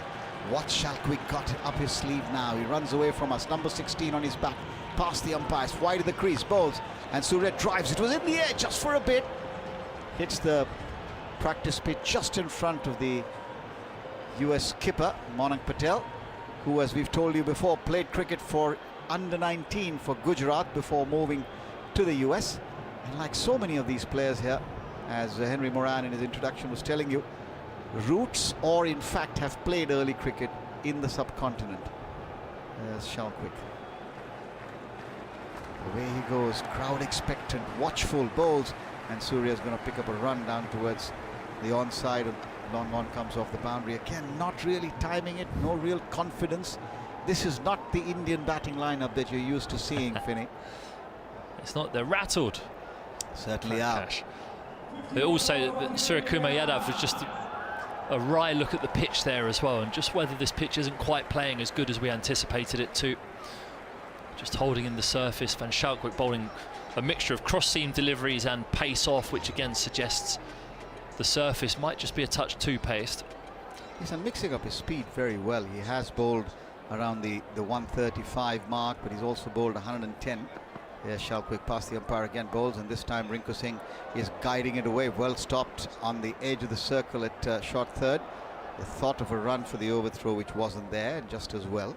50 comes up, 51 for 4 now India in the 8th over. 1 ball of the 8th over in fact to come. Current run rate just 6.5 runs. This is, but we've seen the first 2 games. Of course, they were played in very different places. One up in Colombo, the other in Kolkata. They haven't been big scoring games. Well, I made a bold shout that someone will score 300 in this World Cup to Henry when we were on before. I might have to redact that. Well, if it happens, it'll happen here. It maybe feels later in the tournament. Crowd getting behind the Indian batters, and Shalquick bowls, and this time Suryakumar plays one of his trademark shots, but he'll get just the single because it's again very good fielding. Running in as number 27 there, chasing that ball down, and very quickly Sanjay Krishnamurthy gets it back into the air to make sure that the second run was not going to happen. 52 for 4, 8 overs gone. Suryakumar Yadav is on 5, Rinku Singh is batting on 2, and India, as we've said before, rattled with 4 early wickets by the United States, and really it's been Shalquick with 2, and Ali Khan got things going with the wicket of Abhishek Sharma in the very first over, and that has been the trend. India on the back foot, firmly on the back foot, I'd say, as Mohsin comes into bowl, and the first ball is driven on the offside, not for runs. And time for me to welcome Matt Henry, who's coming alongside me here in the comm box. Matt, not the start you expected. It's not the start anyone expected. Like Finney was just saying, all the talk's been about will a team and probably India score 300 in this World Cup. Mohsin bowled, and Surya pushes it up the ground towards the long on area. They'll take 1 comfortable. It's 53 for 4. Maybe just something in the wicket that Suryakumar's spotted. It is of course his home ground. He knows this ground well, or maybe he's just biding his time, Matt. I think so. I think there is a little bit there, isn't it? It's a bit stoppy. Mohsin bowls short, and Rinku can't get hold of it. Another night he would have dispatched that into the stands, but that's what happens when you lose early wickets and have to think on your feet, as it were. Recompute, recalculate, recalibrate, all of that must be going on in the minds of these two at the moment. 53 for 4 in the 9th over. The USA very much in control. Bowls to Rinku, and Rinku cuts, but will not beat a backward point diving fielder there. And once again, the US showing application in the field. Yes, they did put down 1 catch. It didn't prove too expensive because Ishan Kishan didn't last too long, and they certainly are on top. Motion bowls, and Rinku again unable to get it away. This is frustrating from an Indian point of view and great from a US perspective as they rake up the dots, line them up and put pressure on the batsman, drawing him to possibly try and do something which could end up being a wicket. Last ball of the over coming in from Mohammad Mohsin bowls, and reverse hit attempted, misses it completely. Does Rinku right idea? Wrong execution. 10 overs now looming with 9 completed. 53 for 4 India, and the run rate, as you can imagine, is below a run a ball in 9 overs. Yeah, incredible. I mean, you can sense it, can't you? You can sense the atmosphere here. We're in this sort of glass screened commentary box right at the side of the line of them, and you can see all the people sat down beside us rather than up out of their seats, dancing, shouting, cheering as they normally are at a stadium like this when India are playing. We've got a big flag waving in front of us, but there's just tension around. You can feel it. You could feel it early on because India took a little while. There was that 6 early on from Ishan Kishan, wasn't there? But they still took a little while to get going, even at the very start before the wickets fell, and now the wickets have fallen. You can just feel it. You can feel something in the air. Bit of nervousness around. Yep, change in bowling then at the end from where we're broadcasting. Shubham Ranjane, and I have a bit of a story to tell you about him and his father both. Shubham Ranjane grew up in my hometown. We'll talk about that as he starts his spell. The first ball of the evening for him, nice and full, and Surya drives, and again very good fielding by I think it's Kumar, yes, Milind Kumar, moving quickly to his right this time and making sure that not more than a run has been scored. So even when the batters have struck the ball, Matt, it doesn't seem like they've struck it cleanly.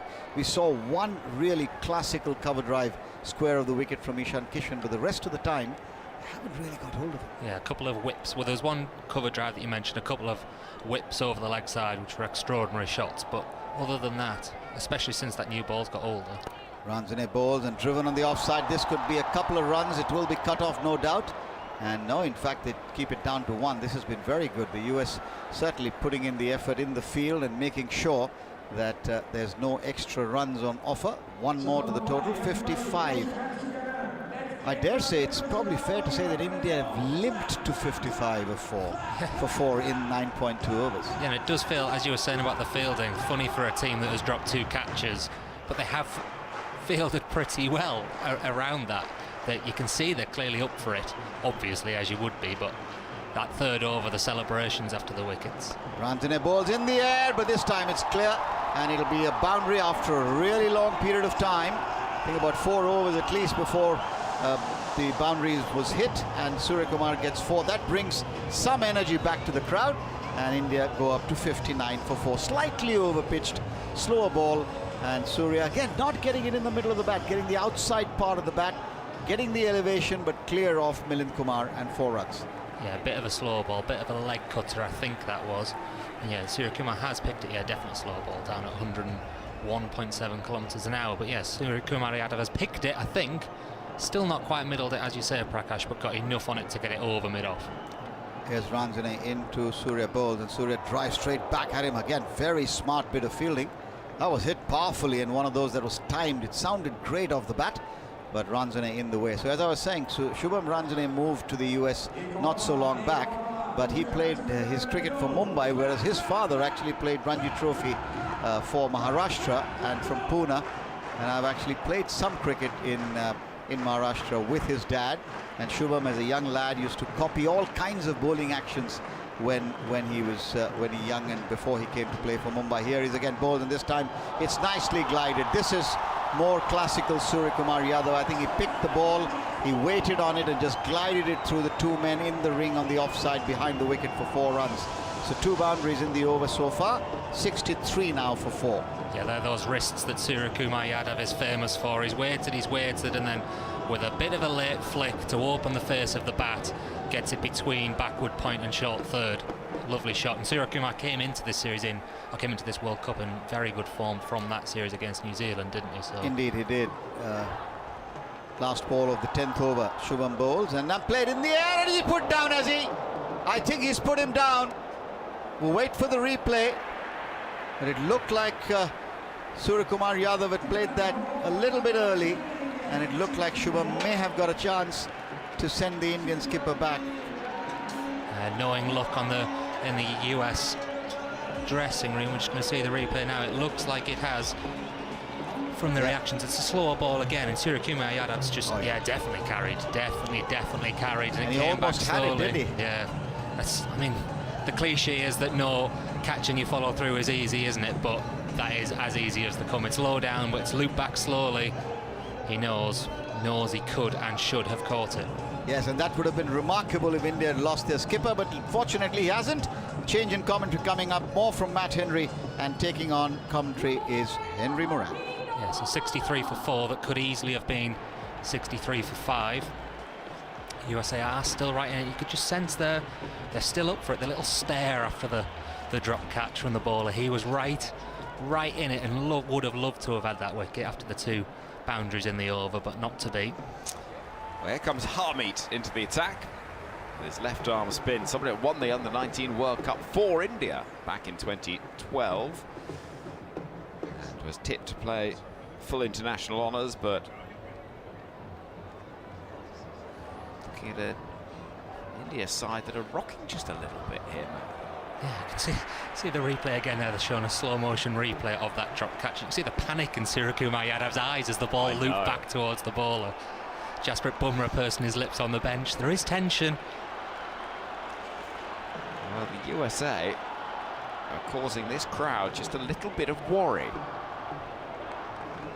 Harmeet from the far end of the ground, the blue boots. USA fielders all around this venue. You can just see there's a buzz, there's an energy. Around the wicket, interesting action this. It's run off the face of the bat. They're going to have to be quick. Throw comes in. It's a little bit wayward. Good running from the far end of the ground from Rinku Singh will prevent anything more worrying from an Indian point of view from occurring. How would you describe this action, Matt? Sort of wrong-footed. It's like a penalty with a stop-start run-up, isn't it? Where it starts slowly, seems to stop, and then he goes. Oh, it's a full toss, which has not been timed. Probably should have been put away by Rinku Singh.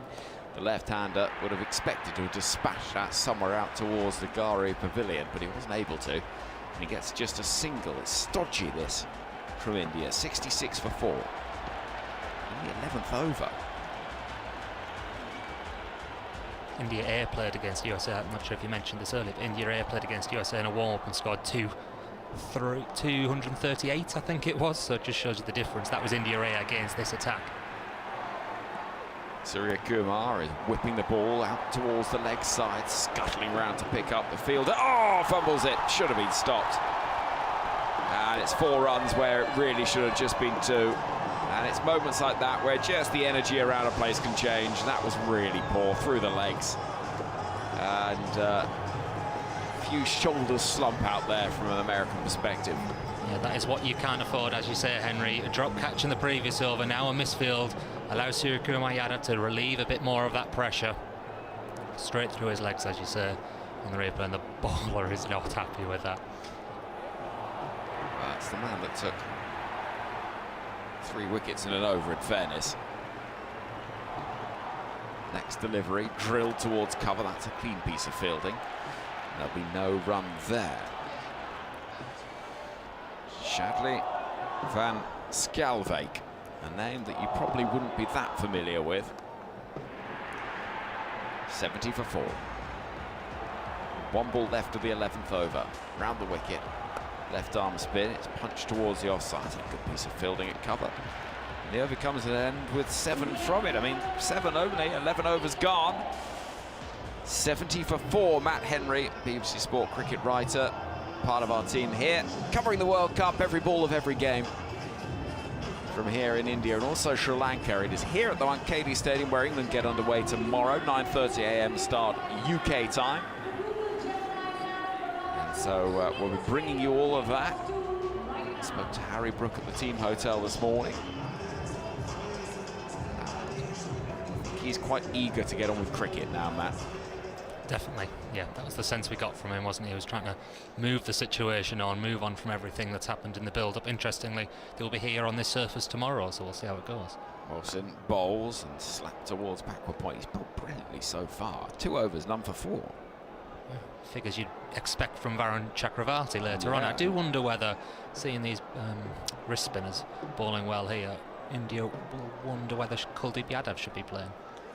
Watson bowls, spanked away to deep cover for one from the left-handed Rinku Singh. Watson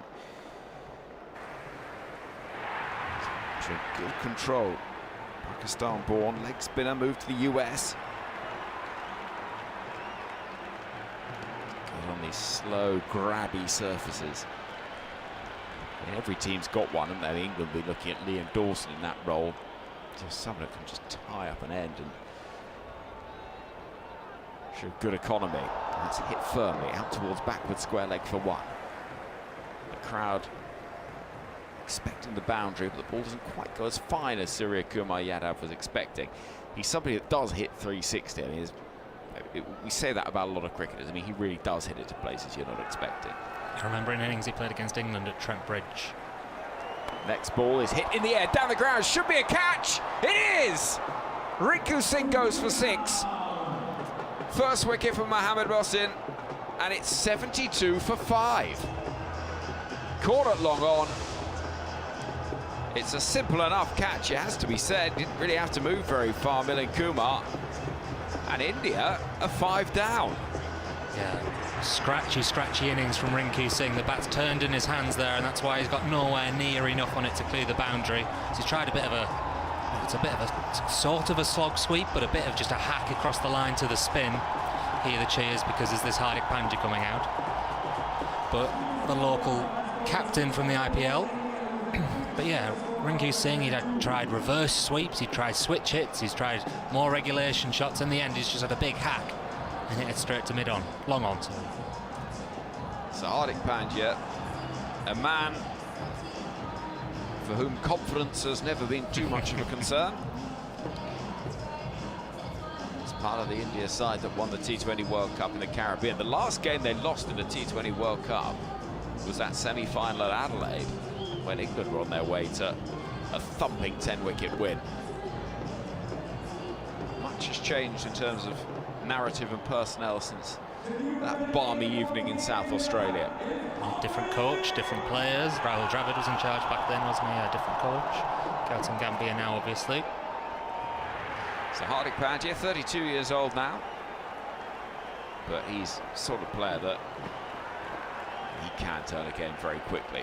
In the 12th over, 72 for 5, slip in place. He's going to push gently towards the offside, and the score remains at 72 for 5. Into a third over here, Mohammad Mohsin. He's got 1 for 6, with just 1 ball left with that third over.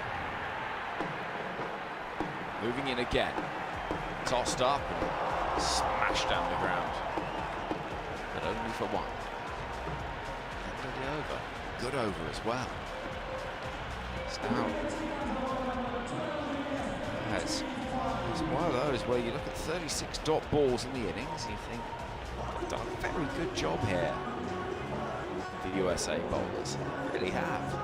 Definitely, they've bowled well. The sort of intent has been there, which should be a given on an occasion like this, but you never know. And they've just looked up for it. They've been up for the fight, and they've bowled accurately and they've bowled cleverly because they've recognised that this pitch isn't the road that many people thought it might be coming here, that it often is in the IPL, often is in international cricket. He was Abhishek Sharma smash 100 against England here last year. It was another really good batting pitch, but this hasn't been that. So they've got the spin on early, they've got the bowlers bowling slow balls, as we saw for that over with 3 wickets in it earlier on, the 6th over. Hamid from the far end, left arm spin. Quicker ball first up, defended by Hardik Pandya, dropping the ball into the offside. Lots of tattoos and swagger from a real superstar cricketer. Army begins this stuttering approach, and this is driven away through the offside. Could bring 4 runs, I think it will, and it does find that gap through the covers.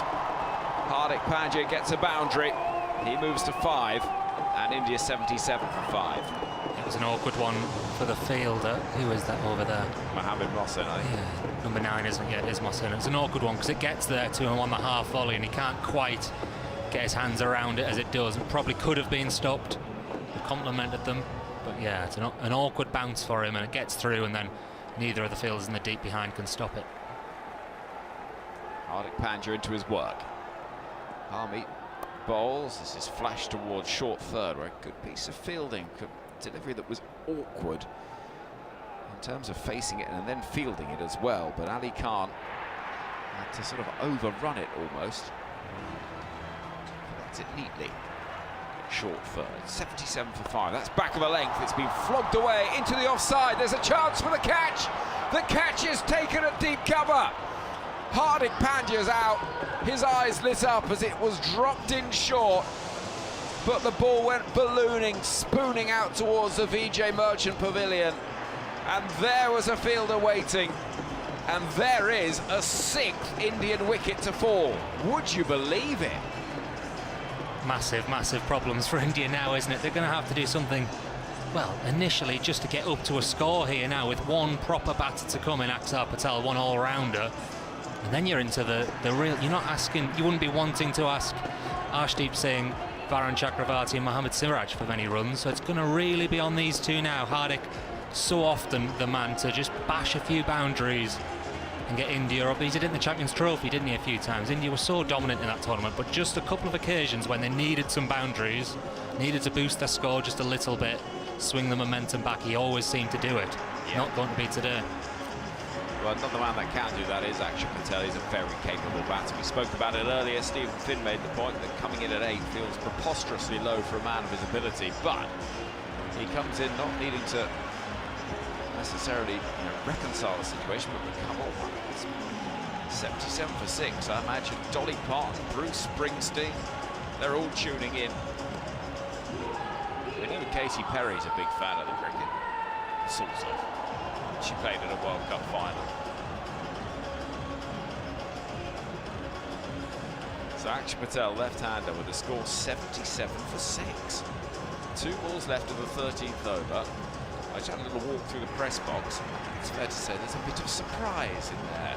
Yeah, I was in there for that 6th over when the 3 wickets, and yeah, just gasps it was from obviously a predominantly Indian press box. So Harmeet strikes. He's going to bowl over the wicket with his left arm spin to the left-handed Axar Patel, who is jabbing the ball down towards mid-wicket, and there'll be no run.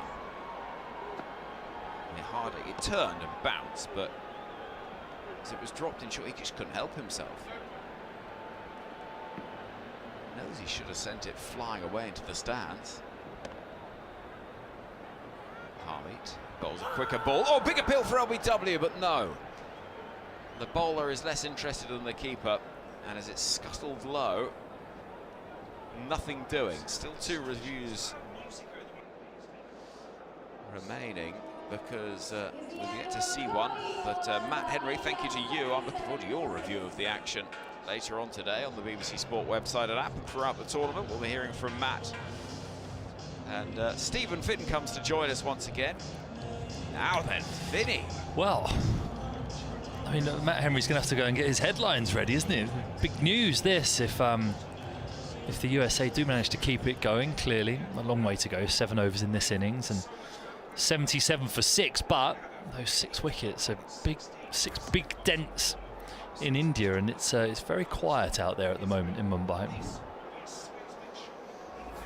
Mohsin bowls, sweepers attempted, nicely played as well. Out towards deep backward square leg, very well fielded though out in the deep, and there'll be just 2 runs. They've fielded really, I mean, there's been some drop catches, I know, but ground fielding's been a real strong point from the USA. Yeah, right from that very first ball.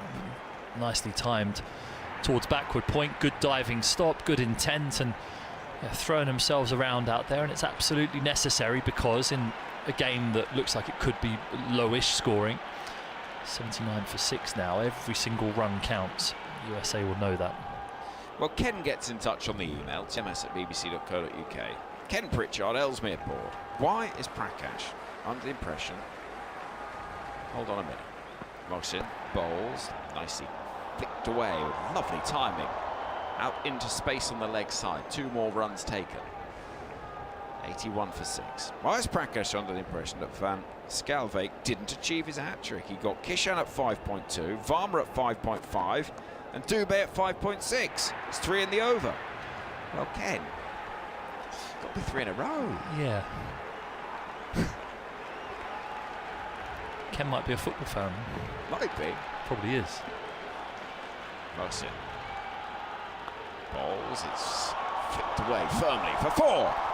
Suryakumar Yadav down on one knee and sweeping brutally out towards the boundary for a really punishing stroke, it must be said. 85 for 6.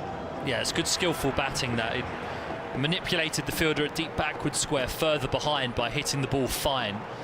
And then as soon as it was looped up slightly more outside the off stump, it gives him the freedom to be able to whack it firmly from that sweep position in front of square. It gives the bowler a lot of food for thought about how he's going to stop that boundary option. But if I was the bowler here, I'd be bowling it straight, encouraging Suryakumar to try and play that shot, because if he does miss it, it's 7 down.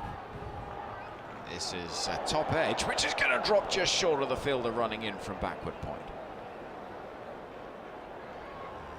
It's a moment of alarm for Suryakumar. I actually wonder if that's come off somewhere rather painful on his right hand, because he's taken that glove off and he's shaking it out.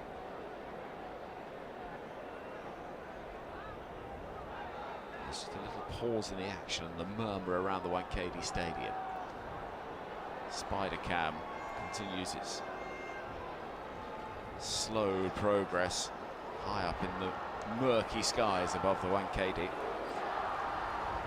Crowd trying to roar their heroes on. 85 for 6. Mohsin bowling. Backward point called into action again. There'll be no run. 8 from the over. India 85 for 6. For 6. A score none of us expected.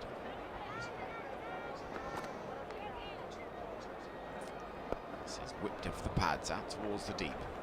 For a single, it'll see Suryakumar keep the strike at the start of the 15th. 86 for 6, 9 from the over. Tomorrow's offerings, after we've seen wins today, almost a shock for Netherlands against Pakistan, but not to be in the end. But that win by 3 wickets over the Netherlands. West Indies comfortable winners against Scotland by 35 runs. Tomorrow, 3 more matches for you. 5:30 in the morning UK time, New Zealand underway against Afghanistan from Chennai.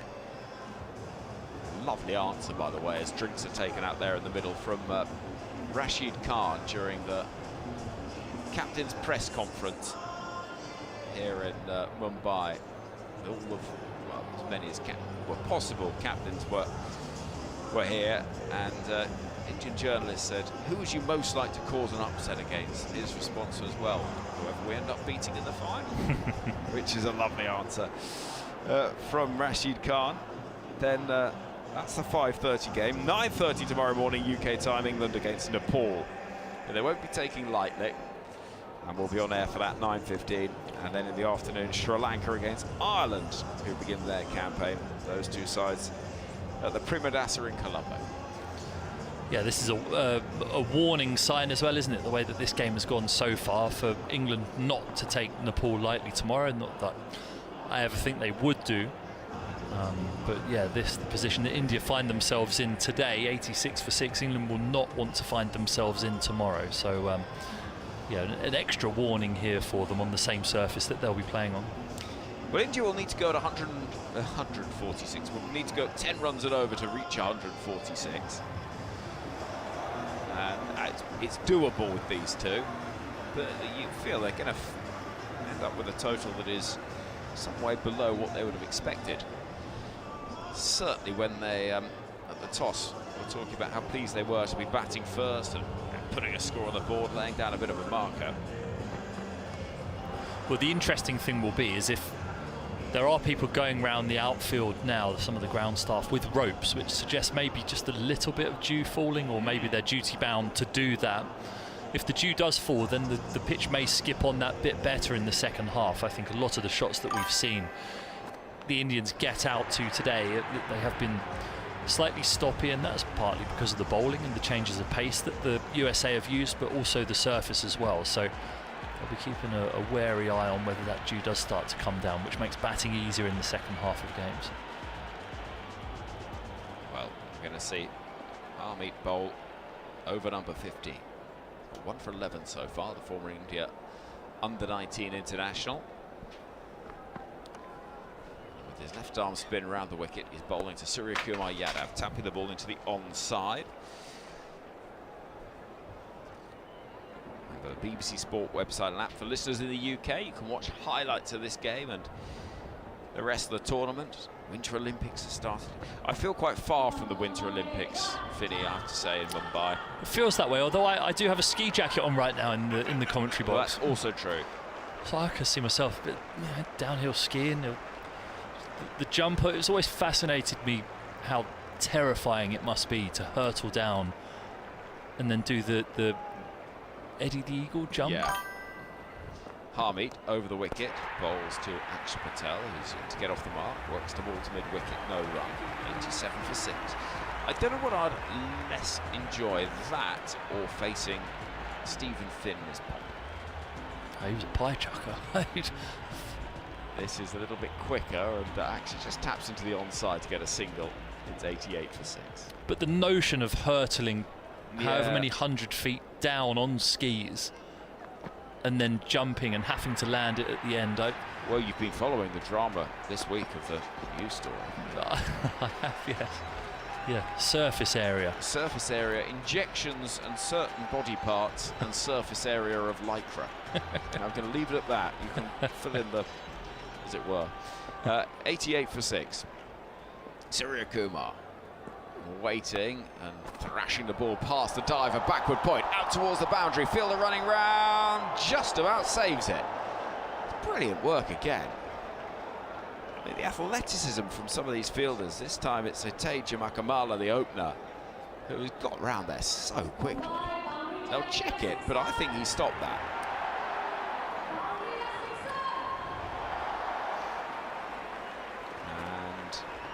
Feet collapse underneath him. Well, that angle won't tell us. It maybe he's just got that left baby toe. I think that's going to be 4.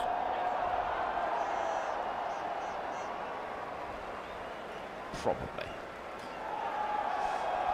The crowd thinks so. And indeed, 4 runs signal. It was a great effort. But still, just 6 from the over so far. 92 for 6 the score. 2 balls left of the 15th. Harmeet is in, and Suryakumar again just biding his time before the inevitable acceleration, but he has to because they haven't got the wickets in hand, India. 1 taken into the leg side. 93 for 6.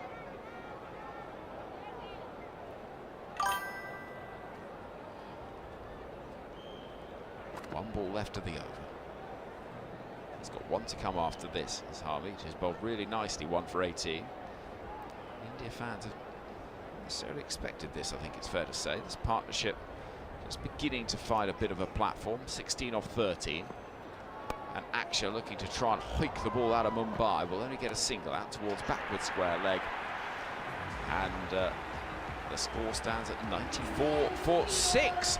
Stephen Finn, some thoughts from you, and then we'll have Prakash Wakanka take you through to the end of this innings. Yeah, well, it's game on. Here in Mumbai, Suryakumar Yadav, it feels as though he's going to have a huge say in what happens. 36 from 31. He's got used to the pace of the pitch. He's lost partners around him, which has meant he hasn't found that free-flowing state that he can do, but at his home ground, in front of his home crowd, when his country needs him, boy, do they need him right now, he's going to have to deliver. 94 for 6. I think India would be very happy to make it to clearly 150 would be the target from here. Another 56 runs if they can do that. That puts them ahead of the game. But the USA will just be thinking we're 1 wicket away from 3 bowlers here. Absolutely right, and I think with Netrawalkar now back into the attack and Akshar Patel on strike. Here's Netrawalkar, left arm over the wicket, balls, and he's been slapped away backward a point. He'll get 4 runs, will he? Yes, he does. Just beats the fielder running away to his right. Pace on that occasion, and Akshar gets it where he wants it. So 4 welcome runs. India inch towards the 100, and you can just watch Monak Patel walking across to Saurabh Netrawalkar and sort of gesturing to not let the occasion get to him. Yeah, and no width. The message from the captain will be absolutely no width short third is up inside the circle. All the fielders are out on the leg side, deep square, long on, deep mid-wicket. Has to keep the line straight over the top of the stumps. Netrawalkar in again to Akshar. Akshar this time glides it away fine. He'll get 4 runs to third, deep third. Played it fine. Once again, a little bit of width available, but more importantly, back of a length gave Akshar the time to just tap it on his head, and 2 back-to-back boundaries. Just getting a bit of momentum into the innings here. Yeah, outside off again, and Akshar, all he has to do is just tap it on its head. It beats the fielder at short third, so good batting, very risk-free from a high-quality batter. India have lower down the order in this scenario, batting at number 8. It's the responsibility. He's gone 2 fours in a row. He's in double figures now, Akshar, as Netrawalkar goes close to the stumps and bowls, and once again he plays a very cheeky shot. He might not get all the way. Terrific effort there by Ali Khan, diving away as he chased the ball, and that'll limit the scoring to 2.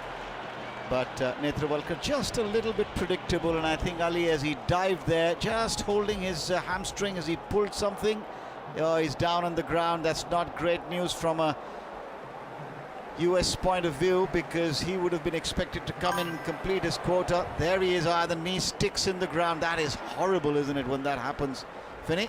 Yeah, his left knee, as he's dived there, he's gone quite vertical as he's hit the ground, and it means that your knee plugs.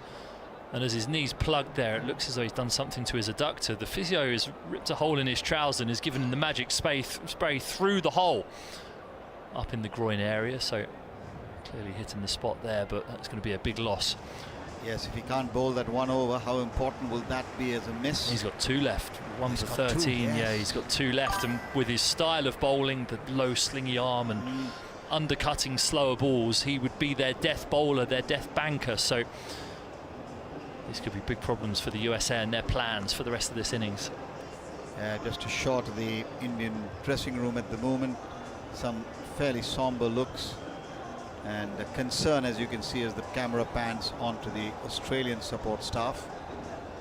Worry writ across their faces. Will not know how bad that injury is. We will get an early indication, but that could just be the spray, isn't it, Finney? I mean, the adrenaline is flowing. You put that out of your mind, but what long-term damage? Well, yes, and when you do an adductor, I've had adductor surgery actually, and it's painful, and you can't get through your action. You feel as though you're really restricted. I mean, clearly the situation as it is now, it's going to be absolutely paramount that he does try and fight his way through this. This is a huge World Cup game, and there is a huge World Cup shock on the cards here if they can close this, or they give themselves a chance of a huge World Cup shock if they can close these last 4.5 overs out, and he is going to be a big part of that. Yeah, well, he's got 2 to bowl, as you said, if all stays well. I think he's done. I think he's tried to hobble around back into his fielding position there, but he can't do it, and over the ropes, and that looks like it's the end of Ali Khan's evening, which is such a shame. Which is a shame for where the game might go, and certainly a big miss for the US. A little bit of fortune for India, one has to say, as Ali Khan walks up the stairs, clearly in pain. But for the moment, Netrawalkar has a job to do and try and keep it tight here. He's gone for 10 so far, first 3 balls of this over. He's in to bowl to Akshar again. He's in, he bowls, and Akshar works it away nicely on the onside. He'll pick up a run to Milind Kumar, who comes in from the long on boundary on the bounce to the keeper. 105 for 6 now in 15.4 overs. The run rate just a tad over 6.5. And you have to say, don't you, Finney, that low-scoring T20 games sometimes are a lot more exciting than when 230 is playing 220 or whatever it is. You're singing my tune there, Prakash. As a former bowler, it's nice to see the batters challenged to have to construct an innings. Clearly the razzmatazz of sixes and the ball flying everywhere is entertainment, but every now and again it's nice to see the bowlers have their day out, and that's happening so far today. It certainly has been that sort of a day so far. Here's Netrawalkar now to the Indian captain, Suryakumar Yadav, and you just think from a US perspective what might have been had that cotton bowl chance of Suryakumar Yadav stayed in the hands of the bowler. Netrawalkar bowls, and this time he whips it away, Surya, from way outside the off stump, and he'll get 4 runs. Becoming just a bit predictable there, Netrawalkar. Once again, I think a slower ball, and He picked it up and had all the time. Once he got it over the ring, it was 4 all the way. The expensive over from Saurabh Netravalkar, and those wrists coming into play. Surya now getting, I think, a measure of the pace of the pitch here. Yeah, off cutter, looking to run it across Suryakumar Yadav, and actually it was miles outside the off stump, and the fact that he's managed to hit it so square on the leg side from so far outside off, I think shows, one, how slow the delivery was, and two, the strength of his wrist to be able to whip it through that region. The field doesn't change. Last ball of the over from Netravalkar to Suryakumar, who's gone up and over, and he's hit that cleanly. That was Suryakumar of old, and he gets up a boundary, over the boundary rather, gets a 6, and that'll take India to 115 for 6. That's woken up this crowd, and add to that now, Stephen Finn, the fact that Ali Khan seems to be done for the evening at least. It does put the US in a spot of bother, or a bit more than that. It does, but they're 1 wicket away from the bowlers. They have to retain that belief, that hope, but that was a dismissive shot from Suryakumar Yadav, as you say, the Suryakumar that you've become accustomed to watching, especially when he burst onto the scene, those strong wrists, whipping the ball out towards deep mid-wicket, but 15-20 yards in front, perfectly split the gap between deep mid-wicket and long on, and yeah, woken the crowd up, hasn't he? And it certainly has. This partnership's now worth 38 of 20 balls, and you look in your mind's eye, cast an eye over the way the wickets have fallen, and it really has been a question of India continuing to go hard and losing wickets, then a bit of a rebuilding effort, and here's now Harmeet with an effort to try and break this partnership, and as Stephen Finn says, if they can, then they're into the 3 bowlers that follow. Harmeet, left arm over to the left-handed Akshar, keeper up to the stumps, as you'd expect. Harmeet bowls, hop and a stip, and once again just chopped down, but not real pace on it, so Netravalkar comes across at shot third and limits it to a single. 116 now for 6. We're in the 17th over, and the 17th, they say, is always a pivotal over towards the end of the innings. Harmeet has been very animated on the field. He's also been involved with moving the field around. In fact, a couple of times he might even have overruled his captain unwittingly. But he's obviously very passionate, and when you've played cricket in this country, won a World Cup, albeit the under-19 one, and now in different colours, you want to go out there and give your best, and he is certainly trying that. Now bowling round the wicket to the right-handed Suryakumar Yadav. Bowls, and he beats him with one that turns and grips. It's a great ball. Beautiful delivery. Just that touch slower as well, so it loops up out of the hand. Really nice revolutions on the ball, and that significant turn and bounce from the left-arm spinner past the outside edge of Suryakumar Yadav's bat is something that will encourage the Indian spinners for the second half of the game. I would think so. Varun Chakravarti watching in must be quite pleased. Akshar would have made a note of that. And this is the second one. The wicket that got Hardik Pandya, the ball that got Hardik Pandya also spun sharply, which resulted in the miscue. Harmeet bowled, and this time Surya, with the full face of the bat, punches it towards the extra cover area. He'll pick up 1. And that'll take the total up to 117 for 6 in the 17th. Floodlights taking full effect. A fairly quiet Wankhede Stadium crowd here. There's hardly any support in that sense for the US. There are a few fans that you can see. Haven't spotted a US flag anywhere yet. Certainly a few fair faces with the US flag painted on the cheeks, as has become the norm. This one's down the leg side, will be called wide, and it is. Expected, I think, Akshar to go for a big one there, did Harmeet. Fired it in, missed his direction. One more to the total, 118 for 6 here in the third and final game of the first day of this men's ICC T20 World Cup. Harmeet bowls, and Akshar goes up in the air. This could be out. It's gone straight to hand. Yes, it is. And that silences the crowd. Harmeet punches the air, and Akshar Patel falls prey. Couldn't hold himself back. He's agitated at something, but he should be agitated only about himself. And that is the 7th Indian wicket down for 118, and the US are continuing to strike and chip away at the wickets. Yep, that's that important 7th one that brings a bowler to the crease. Certainly the USA here will want to try and close this out with the tail enders now facing as much of the bowling as is possible with Suryakumar Yadav at the other end. And as that ball looped out towards deep mid-wicket, you could see Suryakumar with his hand on his hip, watching it as if to say, well, he's not done it again, has he? We've not done it again for the 7th time this innings. Gifted the USA a wicket, so 118 for 7. 3.2 overs to go, and Ali Khan is back on the pitch, it looks like, as well. That's fantastic if he is from the US perspective, because now you've got Arshdeep, Chakravarti and Siraj, and I don't think even they themselves would sort of rate themselves very high. No, all bowlers rate themselves highly as batters. Sorry, Finney. Yeah, yeah. Everyone else in the dressing room would not be rating them, but no, you walk out there with absolute conviction that you're going to slap the ball over the rope. That's not what's needed in this situation. No, from the first job for Arshdeep Singh is to play out the next 2 deliveries and not try anything fancy. And let Suryakumar do the scoring if at all there has to be some bowls. And he has a bit of a swing though on the ground to mid-wicket, no run. I don't know what that shot was from Arshdeep Singh.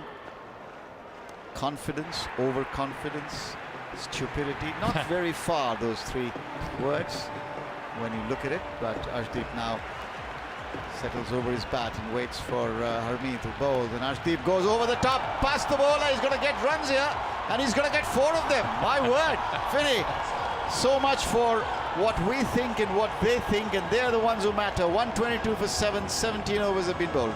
That's a confident shot. It was agricultural, I think, and it wouldn't be put in the MCC laws of coaching how to play a straight drive down the ground, but it was effective out the middle of the bat, and really nice timing. He's a tall guy, Arshdeep, with long arms, so his reach is big outside that off stump and hammers it down the ground. Suryakumar Yadav retains the strike for the following over. Job done. Yes, and I think the other sensible thing he did was hit it in the place where it's probably the safest to hit, straight past over the yes. bowler and just beat the fielder. Ali Khan, who walked off the field with that rather nasty looking fall, is back on the field, and kudos to him and to the support staff. Let's hope there's nothing seriously wrong, unless he's just going through the ball through the pain, which is what he may well be doing. We'll only find out over the next few days. Ali Khan with 2 overs to bowl, so he's going to bowl the 18th and the 20th if he can make that happen into Suryakumar Yadav. Oh, he's pulled up. Oh no, I think that was more. He's clutching that area again. Bro. You know about these things a lot more than I do. Yeah, he's struggling. English commentary really struggling. He's tried the run up, and as soon as he's got into his stride and looked to just maintain his pace towards the crease, pulled up, and clearly the groin can't handle that force going through it. So unfortunate for him, he's now hobbling off. Probably the end of his World Cup if it's as bad as we anticipate. May well be. Well, full points for him to come back on and try, but he's walking back. He'll be dejected and disappointed. And really, this is where technique comes in, as you said, live on commentary, that he went vertically down with that knee more than a slide, which is probably what ended up getting it stuck. And I remember another horrible injury like this back in the again, it was a World Cup. It was in Calcutta, India against Sri Lanka, when India lost. No,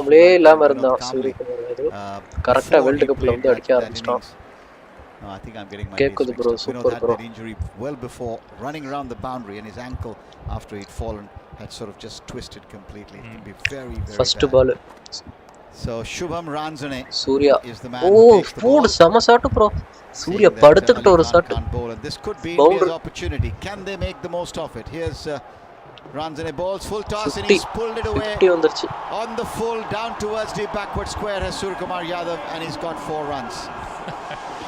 That's a crazy piece of cricket. So the bowler's around the wicket, right arm round, and he's looking to bowl towards, that's 50 for Suryakumar Yadav, by the way, and that carnage, 51 from 36. He raises his bat, and the crowd are going nuts for him, and it's been a good innings, a measured innings, a balanced innings. And he takes the applause, rightly so, but the right arm bowler bowling round the wicket towards the wide line on the offside, trying to force Suryakumar to hit that ball through the offside.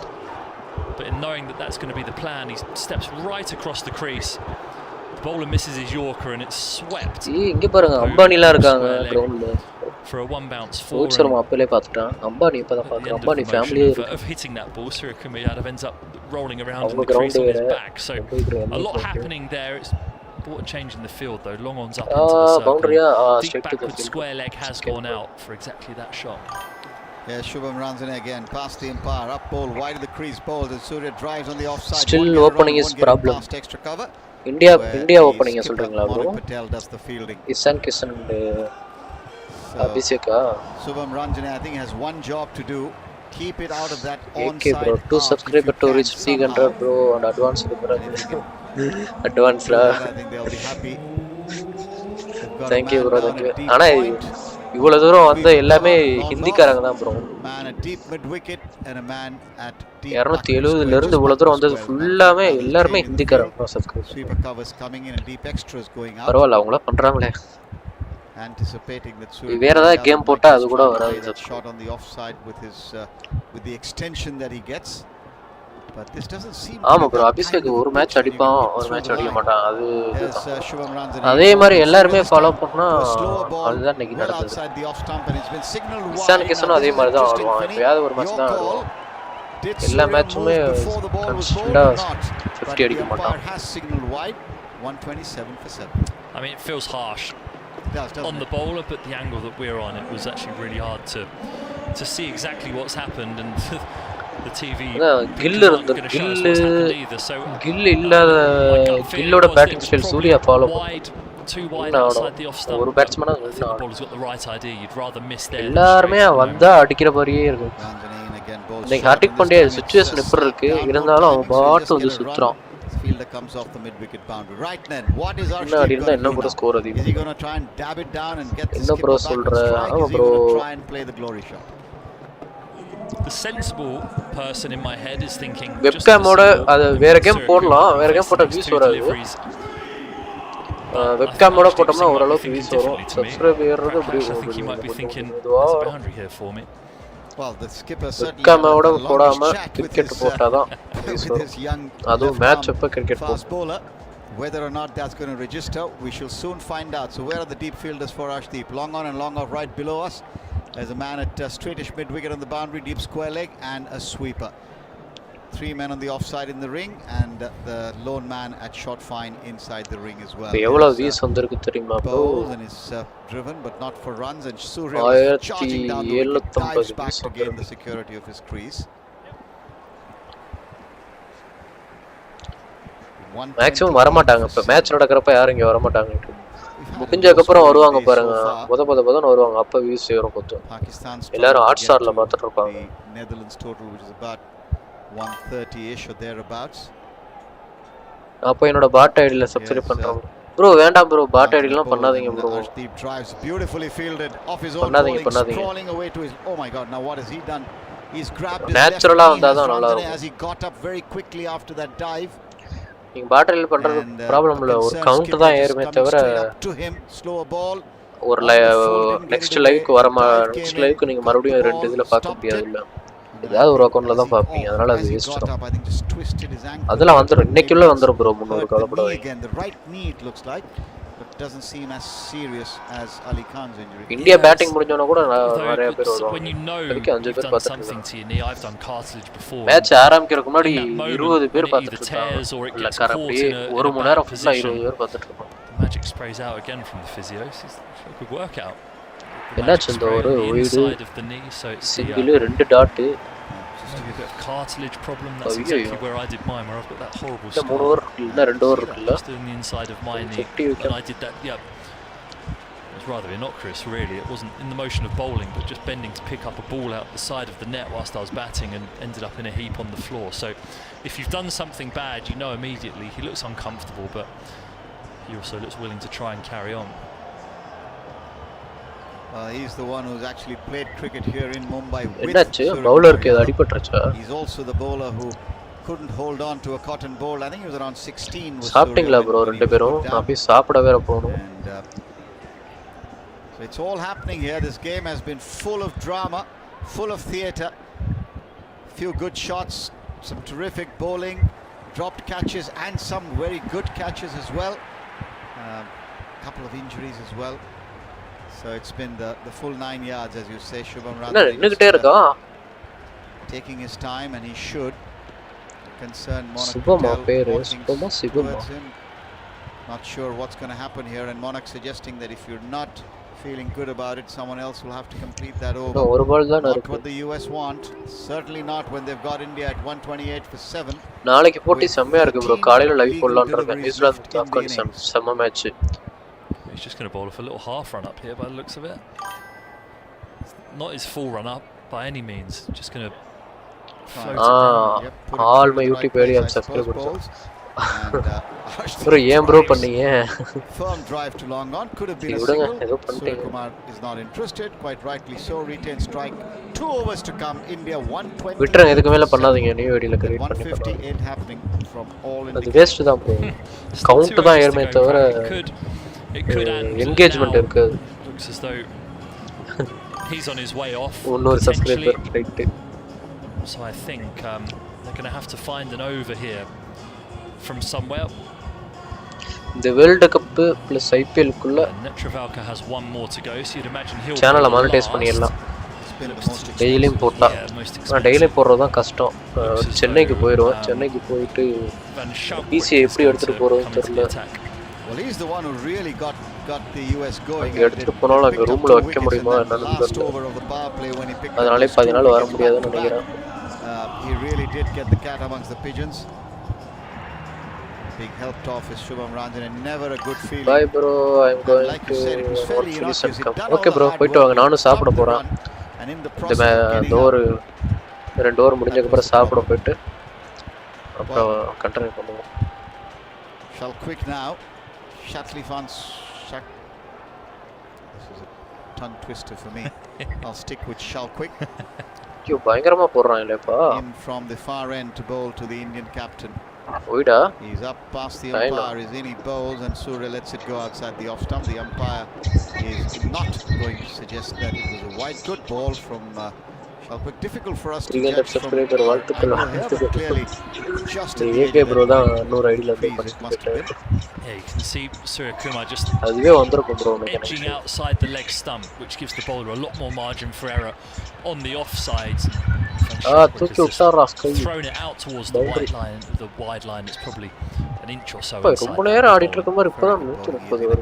Surya, and Surya this time lofts over mid-off, just gets it over the top. He'll get 4 runs. That was a good shot. And it just shows, isn't it, that it doesn't matter what format of the game. If you're willing to stay there and just get the feel of the pace and the bounce of the pitch, then you can adjust. And Surya is certainly showing that now. Yeah, leg cutter from the bowler here, but back of a length, and Suryakumar just stands tall and waits for it. Hits with a straight bat up over a wide mid-off. The fielder's up inside the circle, so no chance of catching it. Really nice shot that. 132 for 7 now. 4 balls, the 19th to come. Here's Shalquick in, bowls, and Surya has got no timing on it and therefore decides against the run. Might have been another slower ball, getting the very toe end of the bat. Surya looking to go over long on, straight field, and is looking at the toe of his bat. This replay just showing us no timing whatsoever, and deciding against the run, quite rightly and understandably so. 132 for 7 India. And playing a bit of a miserable batting innings really from what the expectations are, and this is what you mean when you say expectations and the weight of those expectations and how you go out there and execute. This first half of the innings has clearly been USA's so far. One would have to say round the wicket now. Shalquick bowls, and Surya's connected this one beautifully. This is Suryakumar Yadav with those magic wrists deep over the backward square leg boundary for 6. That's such a good shot. It's not a bad ball from the bowler, maybe slightly towards length as opposed to being a Yorker, but the way Suryakumar Yadav gets down, the angle's round the wicket as well, outside the off stump, but the way he gets down level with the ground and sweeps up on that delivery to hit it for 6 is outstanding skill, and why he's one of the world's best. Shalquick's close-up of the expression on his face is almost like, well, nothing more I could have done. just stand in awe sometimes and applaud. 138 for 7. What does Shalquick do now? He comes in over the wicket and he bowls, and Suryakumar chops it down towards the square third area. He'll pick up 1, and with 1 ball to come, Arshdeep's job now is I think we need to change that. I think I should say either block it or hit it for 4. I think 6. He has to just try and hit it for 6. If it gets out, it really doesn't matter now at the end of the 19th over, so he has an absolute license here to try and hit this 150 metres out of the ground, and I'm sure he's going to oblige and try and do that. Well, the left-handed young Sikh from Punjab, I suspect he's standing on off stump, is he? Yeah, I mean, because he knows he's got an absolute license here, he's going to try and hit it too hard. Shalquick bowls, and it's wide of the off stump, and it is a wide, so another ball. Shalquick just trying to do a bit too much there, I think. Yeah, because Arshdeep has stood so far across his crease here. He started outside off stump and then moved even further. The bowler is trying to keep it away from that big swinging arc that he's trying to hoik it towards the leg side. The field's changing now. Deep point is coming up, and deep backwards square leg is going out to try and mitigate the risk of it ballooning out in that area and it just dribbling towards the boundary. So Arshdeep again trying to hit this for 6. Yeah, in a similar stance as the previous ball. And he swung it. Now it's going to hand. I think it will, and it does. Taken at long off, but he at least didn't finish his innings wondering what might have been. You were absolutely right, Finney, as you often are. 19 overs gone, 140 for 8. Well, it's just a license. The dot ball's no good to anyone. Suryakumar Yadav isn't going to run to get Arshdeep on strike for the next over, so all he can do there is try and boom it for 6, and he did, to be fair, and a toe end and dribbles, or loops rather, as opposed to dribbled out towards the long off fielder Milland, who takes the catch, and that's Van Schalkwyk's 4th. He's had a good evening, 4 for 25 from his 4 overs, and he was the one who put the cat amongst the pigeons inside those first 6 overs, taking 3 wickets and putting India completely on the back foot, who've been rescued somewhat by a brilliant innings so far from Suryakumar Yadav, with damage to do in these last 6 deliveries. Absolutely, and Netravalkar, who came here with the reputation of having got Kohli and Rohit Sharma in the previous edition, has proven to be so far the most expensive of the bowlers. None for 44 of his 3. Now he'll desperately want to finish well. Varun Chakravarti has come to the crease, but he's on striker's end, and Suryakumar Yadav will obviously try and get as much, if not all, of the strike. With 6 balls to come, India 140 for 8. How much can they get? Netravalkar, left arm over the wicket, comes in bowls, and he's threaded the needle there on the offside. 3 men inside the ring, and Suryakumar gets it on the half volley and opens his wrists and gets 4 runs to deep point. 144 for 8. Something has happened there that I've never seen happen in cricket before. Can you tell me what you think it might be? I don't think you're going to get it. No. Left arm over bowler. The batter, the non-striker, Chakravarti, is stood on the same side of the crease as the bowler. So he's just stood really wide at where a short mid-on would be. But I've never seen the batter stand on the same side of the wicket as the bowler is bowling. Unless the umpire's just not clocked it. Well, he actually told the umpire, I remember Varun Chakravarti pointing out that he's going to stand here. I think he wants to run on the grassier side as opposed to the more drier side on the other side. But here it is, Netravalkar again, and this time Surya comes inside the line and he's lofted it down towards fine leg for 6. The Indian captain's putting on a show finally, and that's the 150 now comes up, and Suryakumar Yadav goes up to 73. Well, there are finally smiles on the Indian fans' faces in the crowd next to us here in the second tier. It's been glum. There's not been that emotion or expression up until this point, but I think 150 was the number where the Indian fans would start to feel safe, and Suryakumar Yadav ends up on his back as he plays that sweep shot, tumbling towards the offside again, and Netravalkar's evening's getting no better. 54 he's conceded and still has 4 to bowl. Yep, 4 balls to go, And Monak Patel must be now thinking, where does he place his field? Still got 2 men deep on the offside. Netrawalkar in full toss, and Surya's gone straight field. He's going to be 6 more over long off. So the innings beginning to come to an end, quite the opposite of the way it began. Started with a whimper, and it looks like it might end in a roar. 156 for 8. Yeah, completely dismissive from Suryakumar, looking for the wide Yorker. Netrawalkar, it ends up a thigh-high full toss right in Suryakumar's swinging arc, and he doesn't even try and hit it for 6, really just times it up over long off for a big 6. He really is a special talent, and Netrawalkar 4-6-6, conceded 60 off his 3.3 overs now, and Suryakumar's in the mood. Yep, 79 now of 46 balls, change in the field. Harmeet comes into the ring at backward point. He's now got long off, sweeper cover, long on, deep mid-wicket and deep backward square. The 5 fielders riding the boundary. Where does Netrawalkar bowl to? The Indian captain bowls, and he's gone over, fine leg. He's going to get 4 more. This is turning out to be the over that defines this innings. 4 more to the total, 160 for 8, which looked like a distant dream when India was 77 for 6. Yeah, he deserves this over, Suryakumar Yadav, as well, for the way that he bided his time, the way he stayed calm when he was losing partners at the other end, and that sweep shot really is a profitable shot for him in these conditions. He's 1 step ahead of the bowler. Netrawalkar at the moment has no answers whatsoever, and India at 160 will be feeling comfortable now, I think. Well, they should be feeling a lot more comfortable than they were some time ago, that's for sure. 2 more balls to come. Here's Netrawalkar in to bowl to Suryakumar Yadav. Over the wicket he stays, goes in bowls, and Surya once again, this time struck on the body as he tries to get inside the line. I wonder where it's hit him. He's on his knees, but he looks to be all right. He's up on his feet again.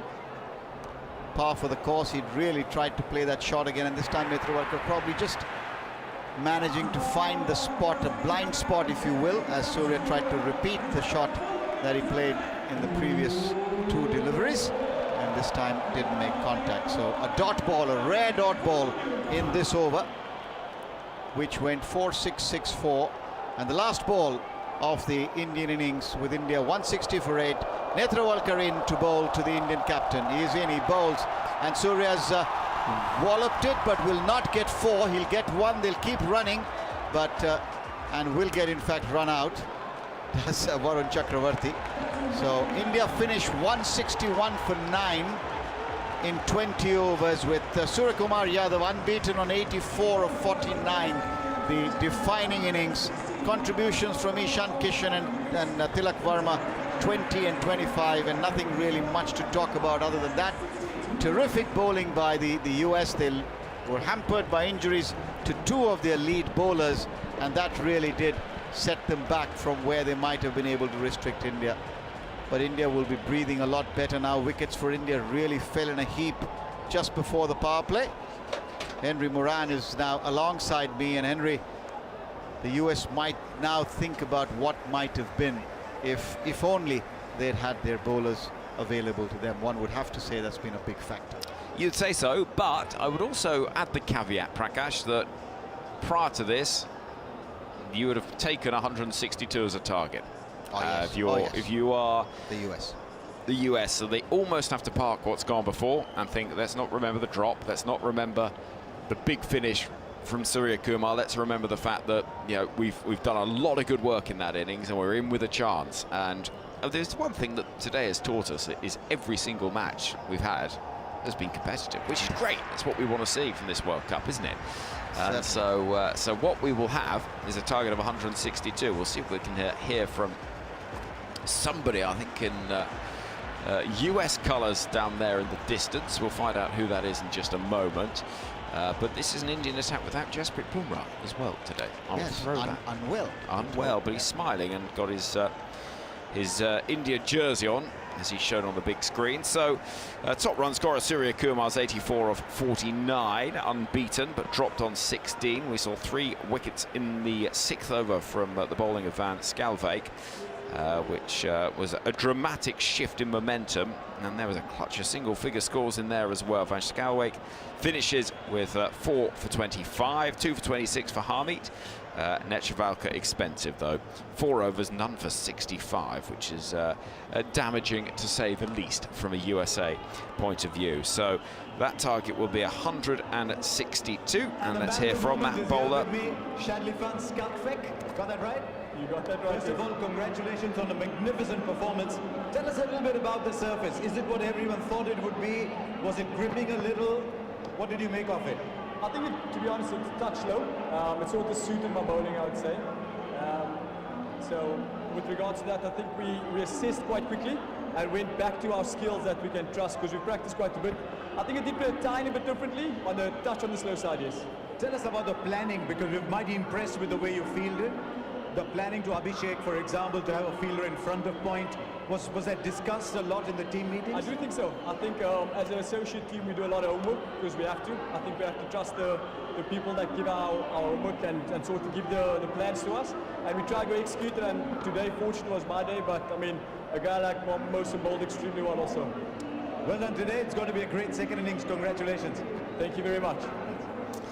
Thoughts there of the fast bowler Van Schalkwijk, who finished with 4 for 25, including 3 in an over, and that total for India 161 for 9, thanks to Suryakumar's 84 of 49 deliveries. Right then, England begin their T20 World Cup campaign here tomorrow against Nepal, on air on Sports Extra from 9:15. It's been, I think, fair to say, a challenging few weeks for the captain Harry Brook, following revelations of events at a nightclub in Wellington prior to England's Ashes tour on that trip to New Zealand. But he and the team inevitably keen to move on, and I caught up with Harry Brook earlier on today here in Mumbai.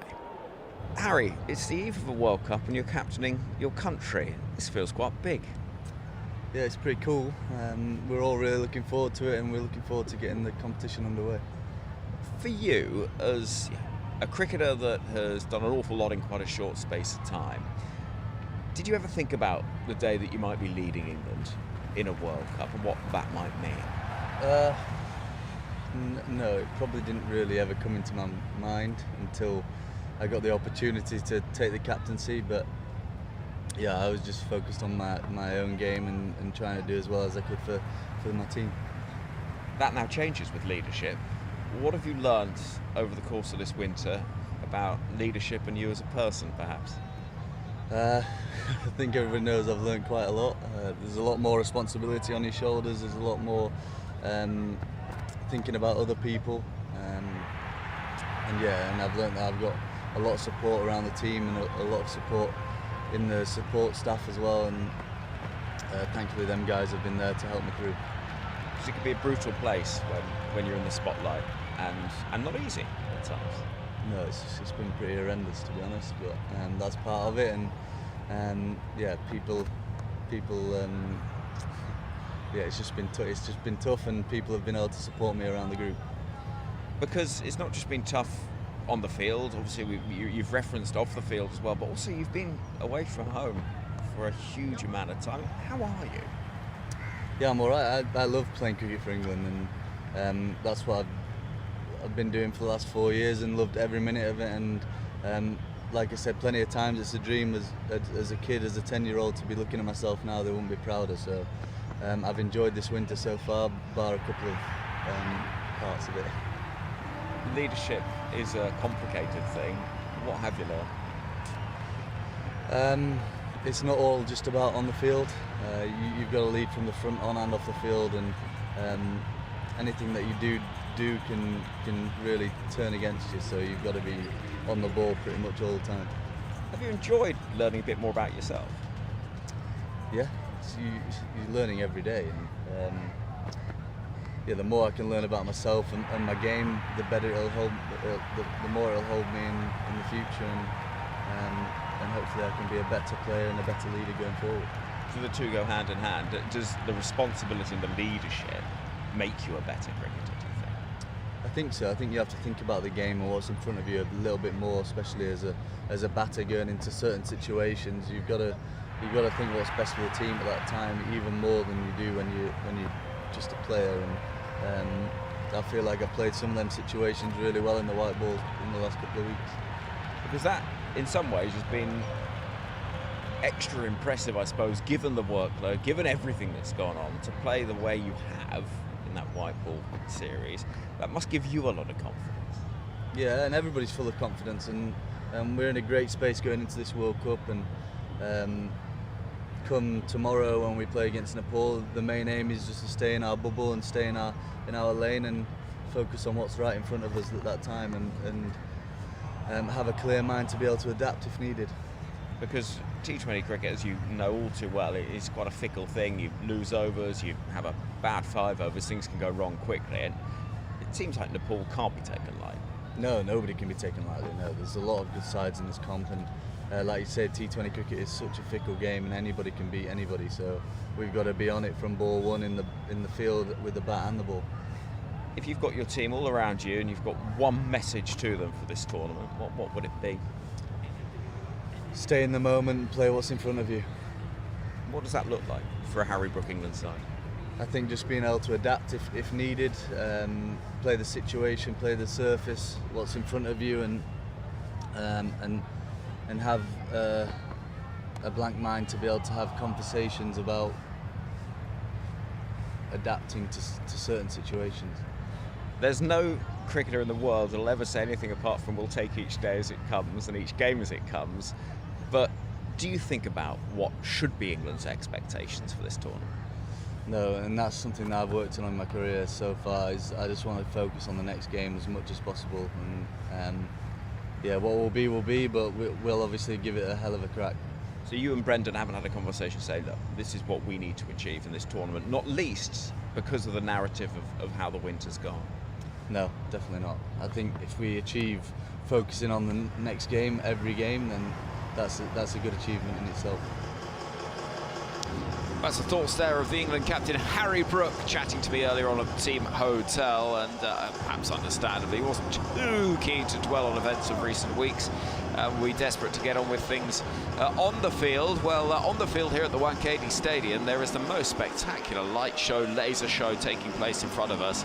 How you go through a warm-up as a fast bowler, goodness only knows, because there is an awful lot going on, and these lights beaming into the sky and various visions of the trophy and the tournament logo being projected down from laser spots all over the roof of this ground. It is quite the scene in front of us, booming sounds as well. It was meant to be a restart at 9 o'clock. Well, that's less than a minute away, so I'm not sure we're going to see that local time. That is, might be 9 o'clock UK time, the way things are going, but it's I think heavily invested project this, and they're going to make the most of it. And why not? Because the crowd are loving it, and they loved the efforts of Suryakumar Yadav as well. 84 of 49 balls, unbeaten, 161 for 9 India. They were wobbling in a big way, and it looked as though at one stage with the score at 77 for 6 and then 118 for 7, it was real trouble. But Suryakumar Yadav, who was dropped on 16, has rather rescued India from a perilous situation on a day where we've not been too far away from some upsets in a few places, not least the game took place in Colombo between Pakistan and the Netherlands. Netherlands managed to fight back quite brilliantly, but in the end Pakistan getting over the line, and there was a relief, I think, that would have spread right across Pakistan in having got over the line in that one, because it was not necessarily all straightforward for them. And of course we know what the situation is off the field, but on the field as well. It was a tough old time of it for Pakistan, who eventually won by 3 wickets in the 20th over, thanks in the end to 29 off 11 from Fahim. So that was the score in Colombo. Second game of the day took place between West Indies and Scotland in Group C. That one played in Calcutta, with West Indies in the end quite comfortable winners, 182 for 5. Scotland all out for 147. We saw a hat-trick in there as well, which is the first of the tournament, coming from Romario Shepherd, who got 5 for 20.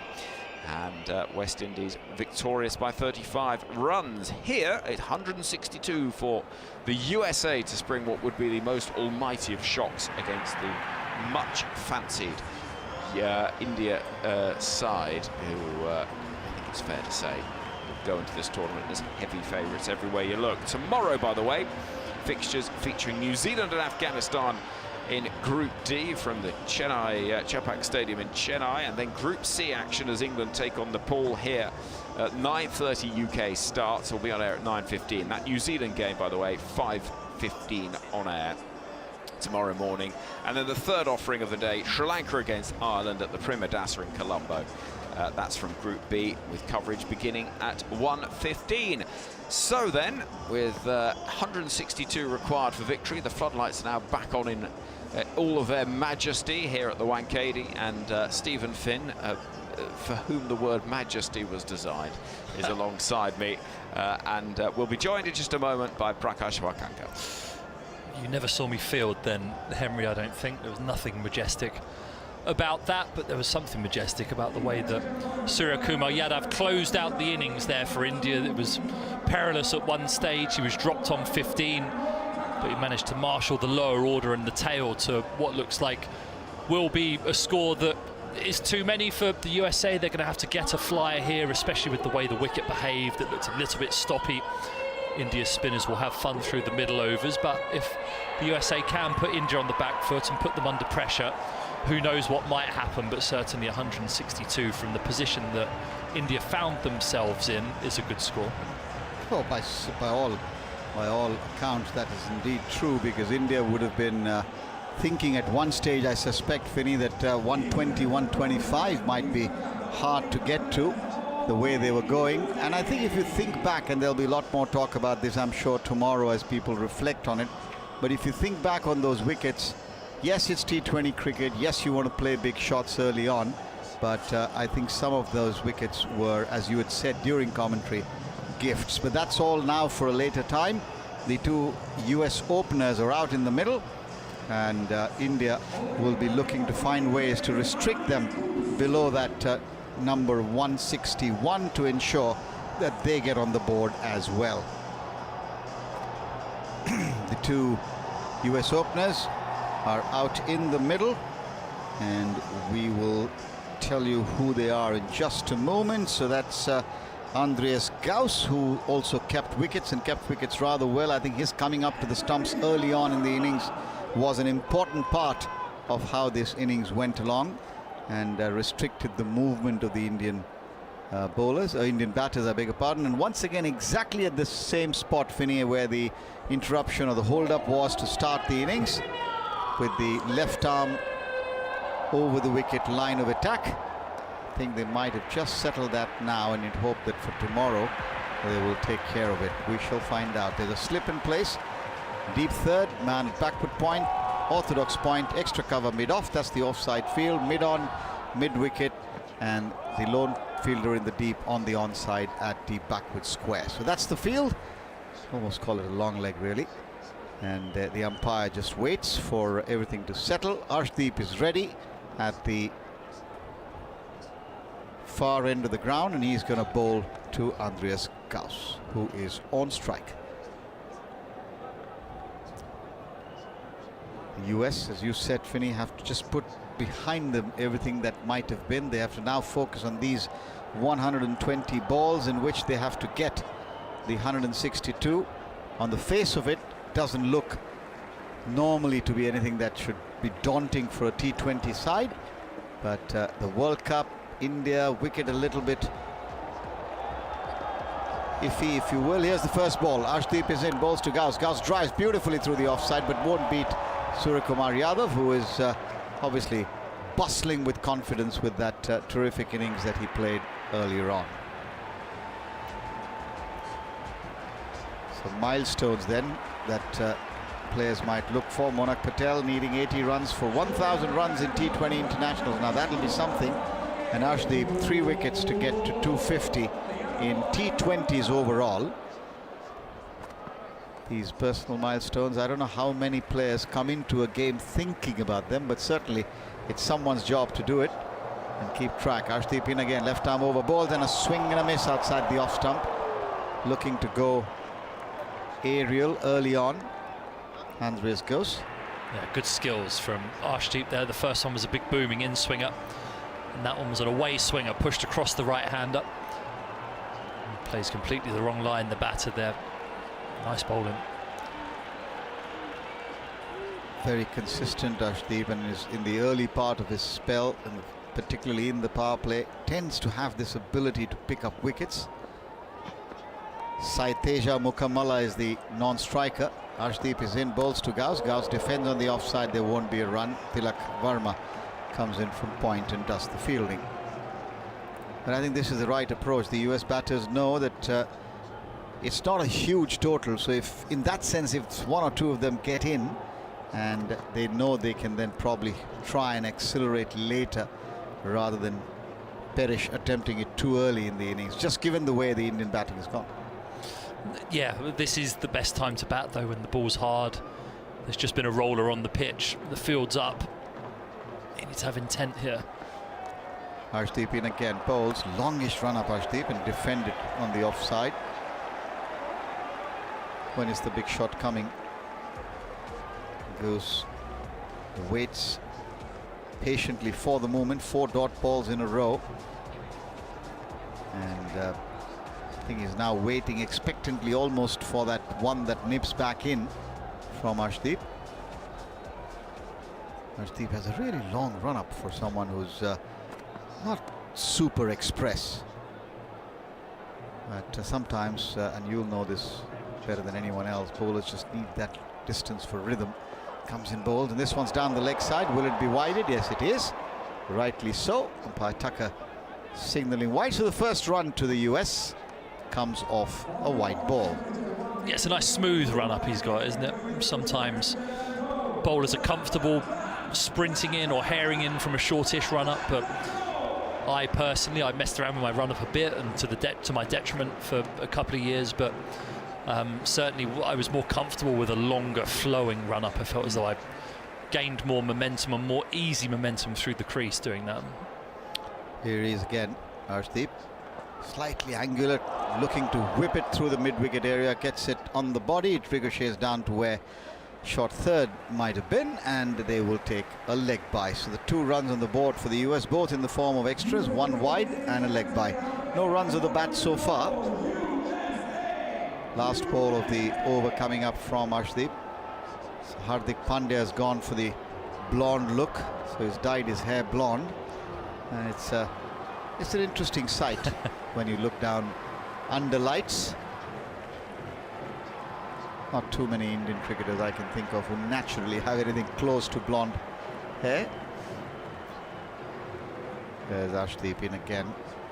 Last ball of his over, and nicely played by Mukammal. Down towards shot mid with the end of a good over, then just 2 runs off it, and the total now is 2, which means they need 160 to win off 19 overs with all wickets in hand. Yeah, just trying to get a sense of the conditions there. It feels these 2 batters.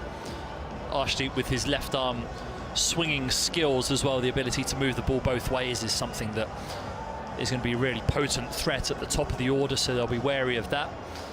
We're going to have Mohammad Siraj bowling from the other end, who a late call up into this squad will feel as though he has a point to prove with the ball in hand.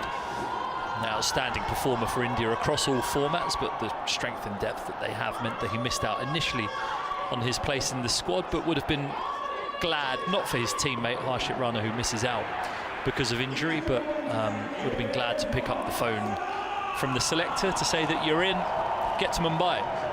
Yeah, absolutely, and this is fate, isn't it? This is where Lady Luck plays a part. But Siraj now with the ball into bowl to Andreas Gauss, full and wide outside the off stump.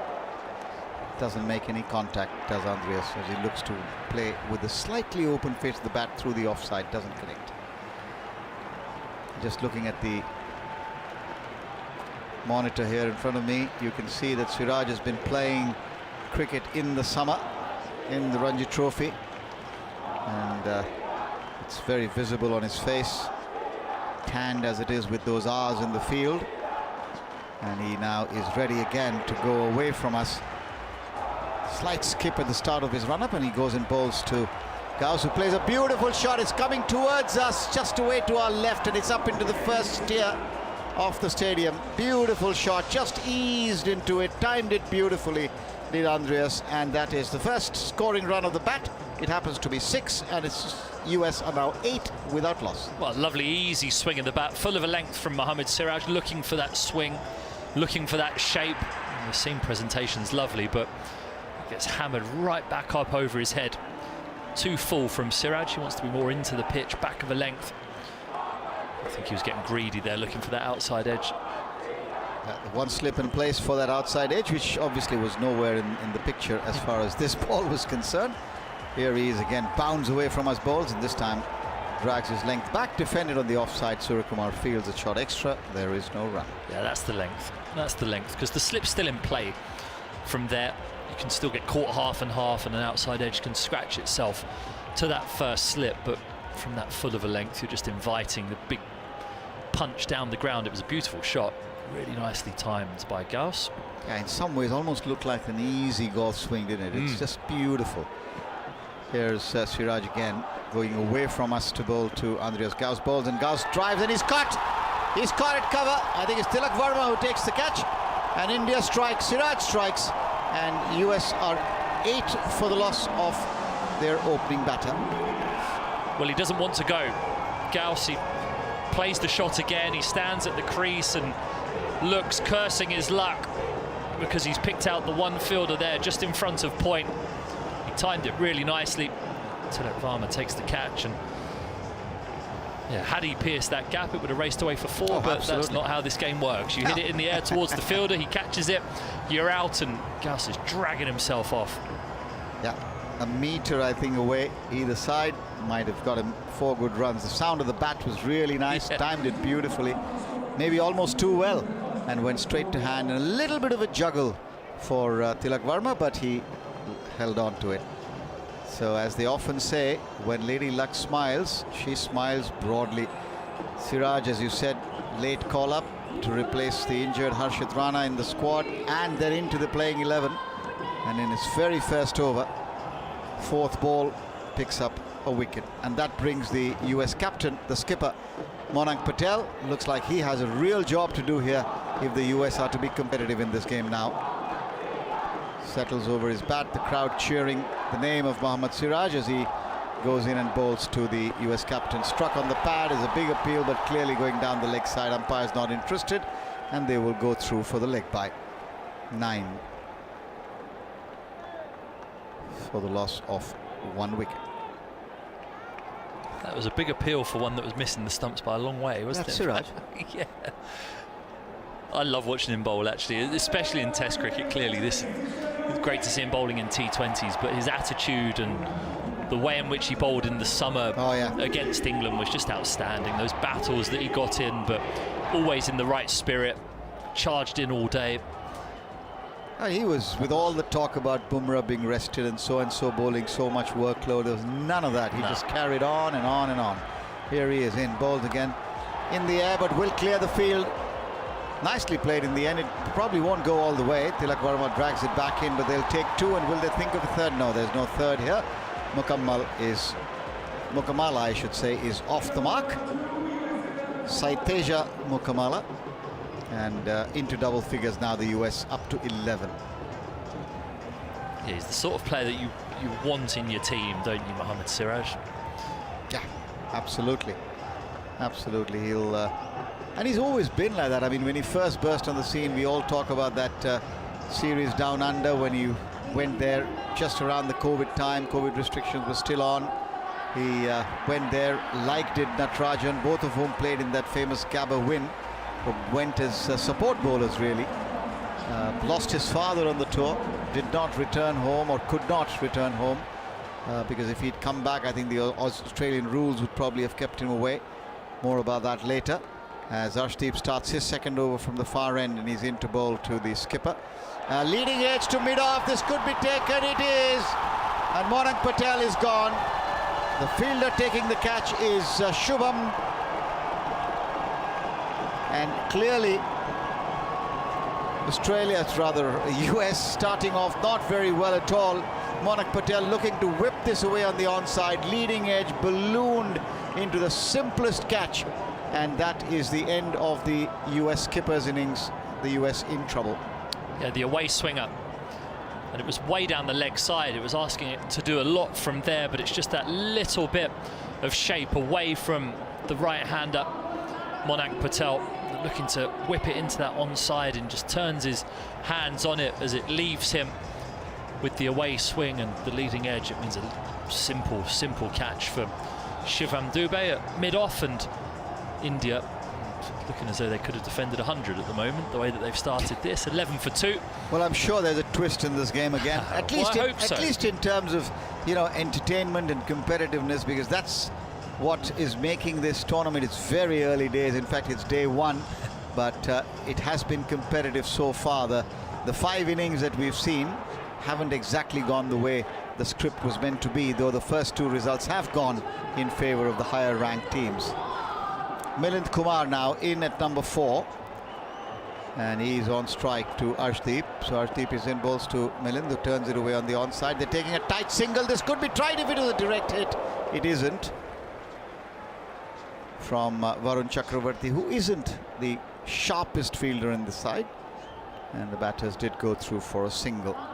12 now for 2. The 2 men out are Andreas Gauss, who drove one very firmly straight to Tilak Varma off the bowling of Siraj, and then just a moment ago the US skipper Monank Patel looking to flick one away, leading edge caught at mid-off by Shivam Dube. Arshdeep in again, into bowl, he's up, he bowls, and a flash and a miss outside the off stump from Mukamala. No movement of the feet, didn't quite get to where the ball was, nor did he look to play it with soft hands away on the offside. There's wide gaps in this early part of the innings, as we know in the power play. Just 2 fielders allowed outside the inner circle, but not able to pierce that.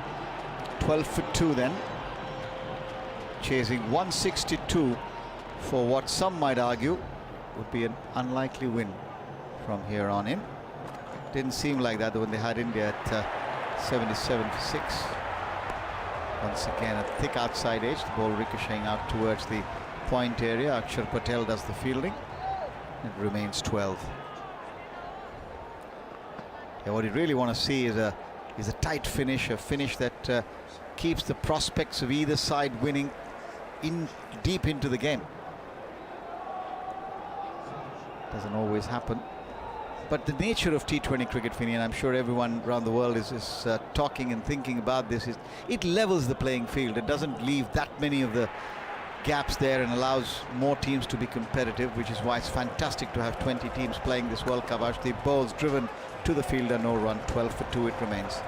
Well, it's also one person needs to have a day out, don't they? We've seen it a number of times when the supposed or the smaller teams have won. It's been because someone has had an absolute day out against the opposition. And in T20 cricket, because it is so short and sharp, if you do get on a roll and you keep going with it, it can just be your day. So it's going to have to be someone's day here for the USA to chase down these runs. They feel a long way off at the moment, but like you say, there can be twists, and there could be twists.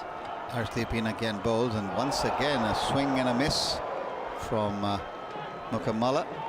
And this is where you tend, then the gulf starts becoming visible. The experience, the amount of cricket played. Many of the associate countries, their cricketers still very much the amateurs in a manner of speaking. In some of the countries like the Netherlands and Ireland, people actually holding down regular jobs. They're not professional in the classical sense of the word because the money's simply not there. Yeah, I think Netravalko, I think, is a computer programmer, isn't he? Yes, software programmer. with a leading company, a leading software firm. And he's just opened the bowling against India in the Wankhede Stadium. So that's a picture of what we're dealing with here. And the ability to withstand that pressure was clearly evident with India in that first innings. The way the captain, Suryakumar Yadav, played to drag his team to that total. Siraj to continue the 4th over of the innings. His second goes in bowls and nicely worked away off his pads down towards long leg for a single by Milind, who is Milind Kumar, who's now up to 2, and the US are 13 for 2 in the 3rd over. How a game changes. Well, how a mood in the mood in the crowd changes, because 2 hours ago it certainly wasn't this jubilant in the stands. No. No, certainly wasn't. It was much more subdued. There were tense faces. Which is great. That's why we love cricket. Rightly said. Siraj up again, bowls. And this is in the hands of Varun Chakravarti at short mid-wicket. That's the third US wicket to fall.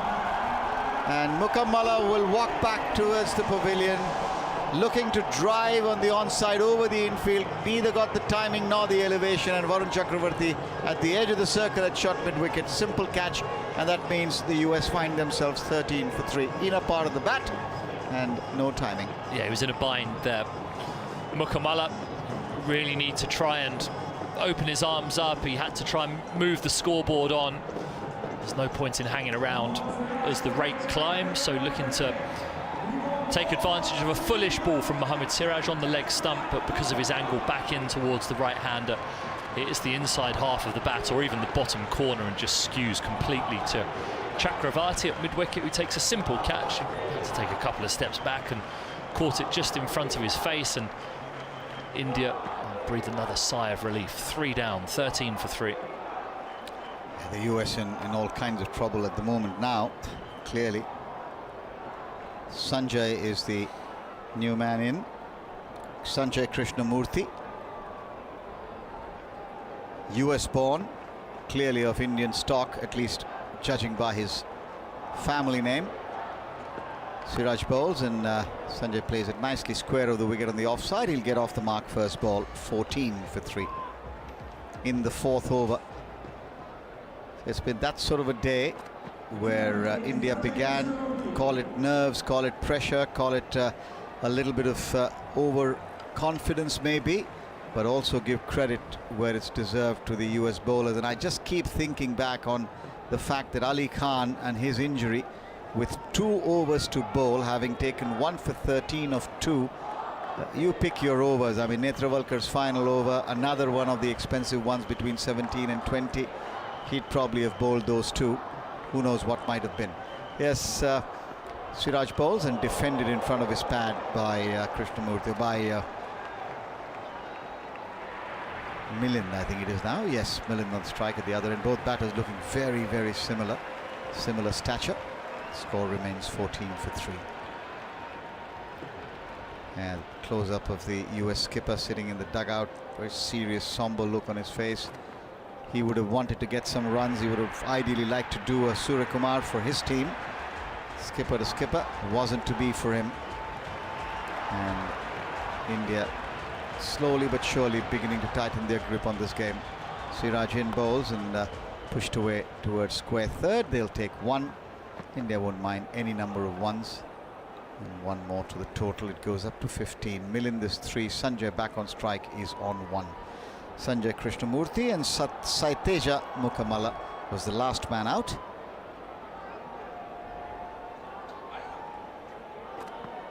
Mohammad Siraj has got 2 wickets. Arshdeep has picked up 1.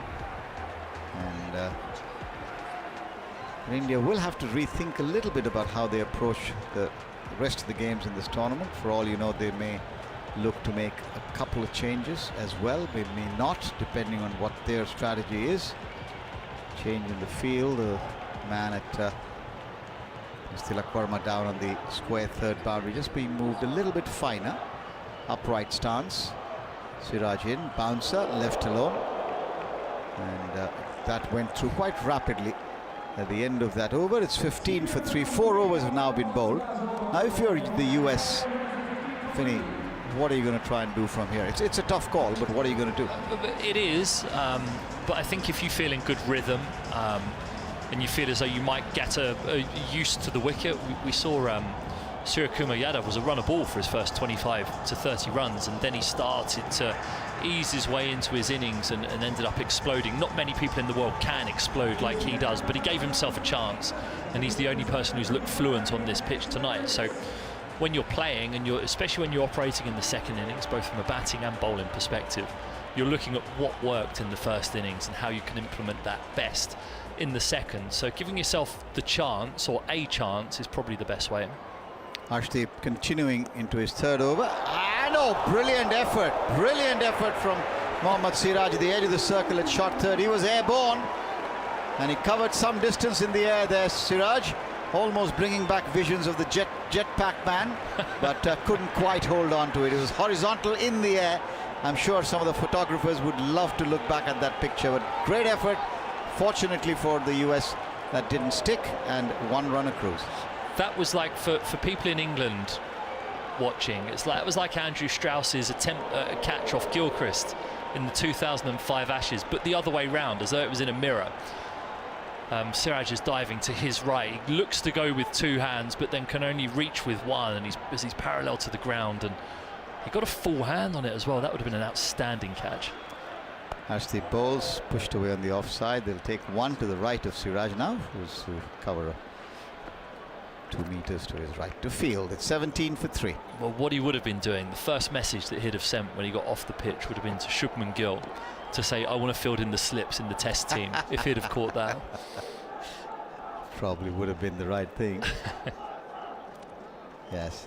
But as we were saying, real trier Siraj. I mean, when he first went into the IPL playing for RCB, Virat Kohli has been his mentor in many ways, inspiration. And Virat's always said, if there's one guy in this team who in absolutely hopeless situation will still come in and give you 100%, it's Mohammad Siraj. Arshdeep in, left arm over, comes in and bowls, and this one's glided straight to Siraj, and he has a chance at the striker's end to throw down the wickets. The batter might still have made it, running through from the non-striker's end. As it turns out, Sanjay Krishnamurthy is safe. 1 more to the total. It's 18 for 3. Yeah, I think it'd have just been home. It was a powerful throw from Siraj, and not just home, he'd have been comfortably home, but you just tell India are on it here. Clearly, the way that they finished their batting innings gives you the momentum into the second innings to be able to start like this, but they look like champions here. They didn't for the first 13 or 14 overs of their batting innings. They looked anything but that. Yeah, they're looking like champions here. Here's Arshdeep in. Once again bowls, and this one's played nicely down towards the backward point for a single again. Total moves up to 19, so nothing really happening in terms of any aggression or intent. The US, one can understand, having lost the top 3 batters already. Run rate of 4, required run rate way up above 9 now, 9.3 if you're statistically minded. And the Mumbai Wankhede crowd realizing that they now can relax a little bit, and as a result the Mexican wave starts going around the ground. How the moods change as Arshdeep in bowls, short bouncer pulled away, and this is going to be clear. I don't think Rinku is going to get there. He makes a brave effort, but not one that is successful, and 4 runs accruing to the US. Welcome 4 runs. Total moves up to 21 now for 3 with that boundary, and Milind goes up to 7. Short bouncer over his left shoulder. He played it well, didn't quite get it, more like helped it round the corner. If he'd got it in the middle of the bat, he might have got a 6 in fact, but placed it well clear of Rinku Singh, who was slightly wider. Milind on 9, Sanjay on 3 at the non-striker's end. Here's Arshdeep waiting at the top of his run. The slip in place, a wide slip. Tilak Varma not too far away to his right. On the edge of the circle is Mohammad Siraj. He bowls. Does Arshdeep pushed away on the offside. More work for Siraj. He doesn't field it cleanly, but no harm done. That is the end of the 5th over, where the US find themselves 24 for 3. More from Stephen Finn on what he thinks the US might do differently, even though it looks like a tall order. And with India in command, after Stephen Finn's thoughts, it will be Henry Moran on commentary. Yeah, one of the great science in cricket, the Wankhede Stadium, when it's bouncing and when India are on top, not necessarily if you're an opposing player. I've been on the receiving end of a couple of pastings inside this stadium, and it's not a pleasant experience, but something as a neutral observer. It certainly is a spectacle to behold, and India, after wobbling and looking dodgy in the first half of the game, or especially the first 3/4 of that first half of the game, they're looking much more like champions now, and a team looking to retain their title. Well, indeed, and often you do see sides face a little bit of adversity during a group stage and a little wobble here and there. Let's not forget England in 2019. India got booted out of their home competition, having been so hotly tipped. Right then, Siraj into the attack. Once again, having taken 2 wickets for 11 from his 2 overs so far. Required rate stands at a rather imposing 9.24. Siraj, whose hair always seems to defy physics. It sort of grows, it's quite upwardly mobile. Mohammad Siraj's hair, from a man who could appreciate such things. I've got follicular envy. I think it's the only way of describing it, Finney. 25 for 3. Final over of the power play. I don't know what the delay is. There's a slip in place. Chanting Siraj's name. I thought they were saying Argentina for a moment. They're not. Here comes Siraj, running in hard. That's a nice looking shot, but it goes straight to the hands of the fielder. Sanjay on strike drove that beautifully on the up, but it goes straight to the hands of the fielder. Well, I thought you'd pick up on Hardik Pandya's hair, which is similar to Will Jacks of England. Maybe one person in every team by ICC rules is obliged to have that haircut. Well, I think that would be a nice feature, a bit like the orange cap in the IPL. Where if you're the leading wicket taker, you have to dye your hair bleach blonde. You've got it. I think that is possibly the innovation the game needs. Siraj, 73 on his back, goes running in and almost plays on. Gets very lucky that he didn't, and Milind from the non-striker's end runs through to ensure that a single can be taken. 26 for 3. Have you ever gone for the bleach blonde look? No, I've gone for the red tips round the back look before.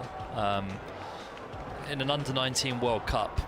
This is at the stage when Kevin Peterson was dyeing his hair different stripes, and James Anderson came into the team and did the red stripe. Freddie Ljungberg. Freddie Ljungberg as well, yeah. I'm not an Arsenal fan though, so he wasn't high up on my list of idols. But yeah, 2008 under-19 World Cup, we did a pre-tour in Sri Lanka, and I had longish hair at the time. Siraj is in. Oh, he's feeling for that, but not quite the edge he was looking for. Siraj, Milind got in all sorts of trouble. Go on. So think like Lego hair with maybe a bit more length at the back. Mullet. Yeah, like a modern mullet.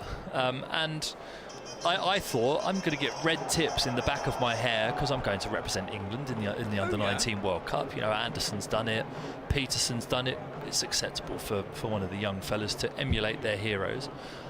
So I went to the barbers in the lower ground floor of the hotel in Colombo and asked for bright red tips at the back of my hair.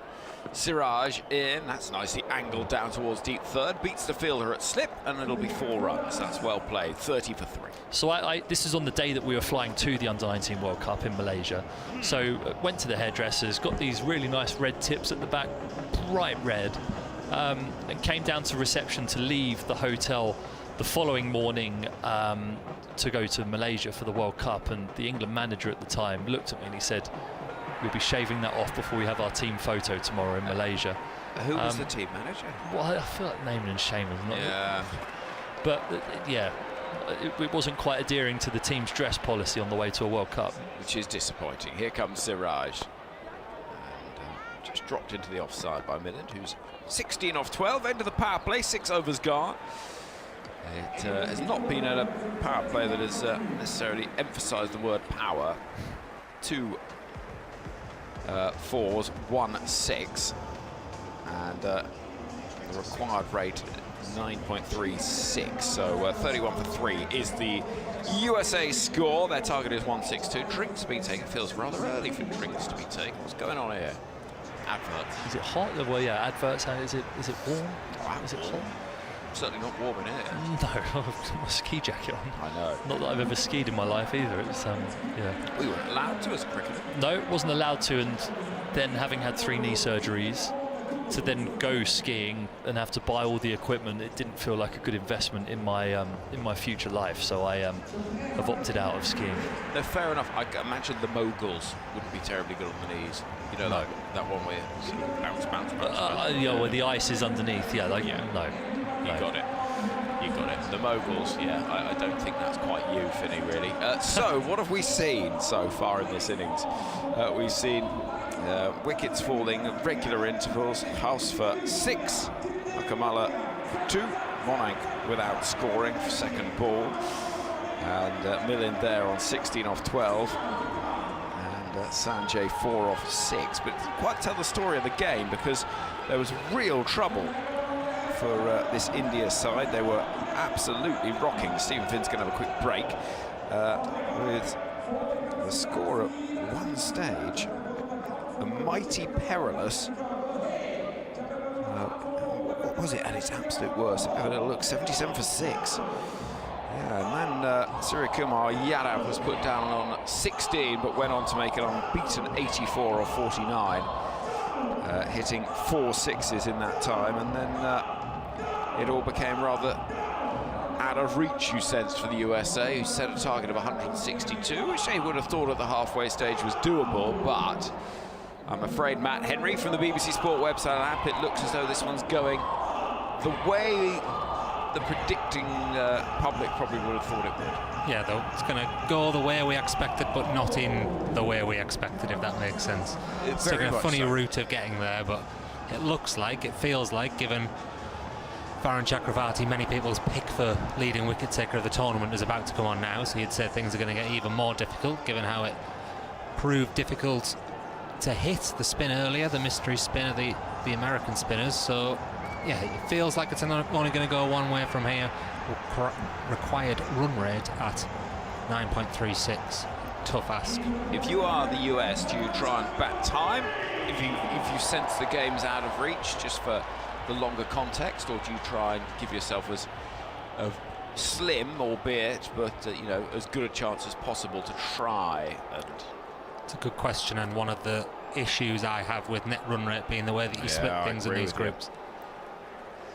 So Varun Chakravarti, it's dropped down towards short third. Hardik Pandya will field, and a loose throw will allow a comfortable enough single. Yeah, I'm with you. I'm not a big fan of it. To me, it feels just a little bit.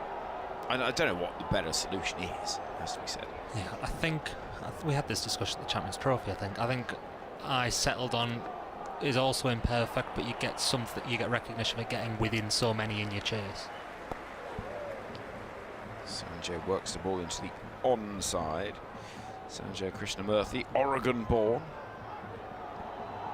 So if you get to, say, 20 runs, rather than protecting your run rate by just dragging out the innings and not getting bowled out, if you get to within 20, that's how you get a losing bonus point, things like that.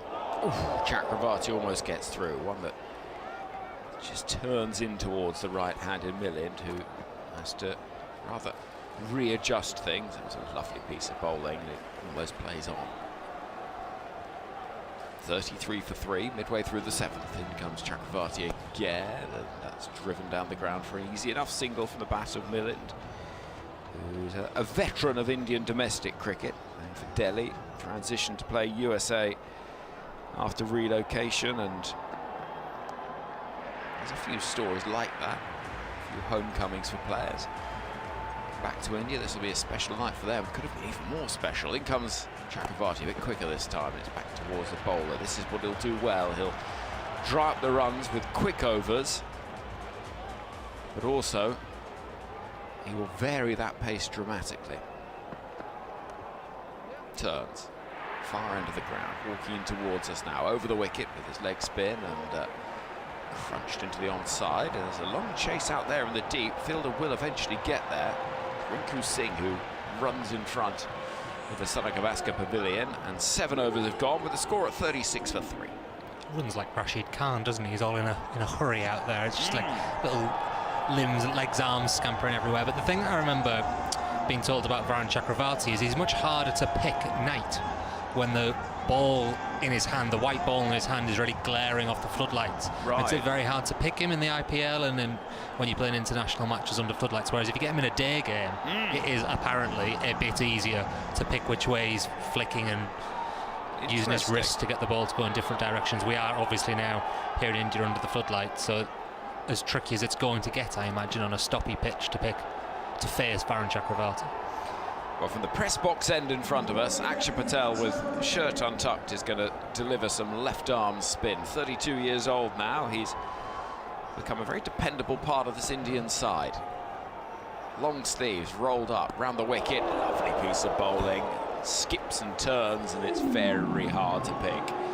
And some are going to go straight on, some are going to turn sharply. It's not going to be easy work for these two out in the middle, and whoever might be following them. I mean, that's turned quite sharply. Oh, we're getting a slip in here, and you wouldn't have thought that was going to happen when India were 77 for 6, yeah.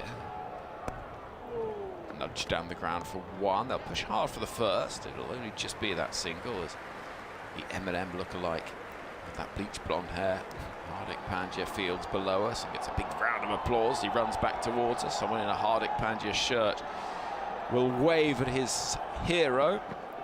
That's down way below us in the stands. A gentleman carrying a pink plastic box is delivering some sort of snacks and confectionery. This is looping up in the air and will be fielded by man running back very energetically. That was a nice piece of work from Tilak Varma. Dependable is the word that you used a couple of balls ago for Akshay Patel, and that is absolutely the right one, isn't it? Whatever the format, whatever the situation, he can always deliver for you. Akshay bowls, dropped into the offside, no run there. So once again Tilak Varma, who is lightning inside the circle, well inside the circle in the offside, gets quickly round to pick up. 38 for 3. The required rate is just nipped above 10 and over. Action, round arm action. Oh, appeal for LBW, which is not as enthusiastic as it would have been had there not been the inside edge. And he makes the universal symbol for that. Cricketers around the world know, which is just sort of flicking one hand off the other. Just a little inside edge on that, and indeed there was. Akshay Patel again, round the wicket.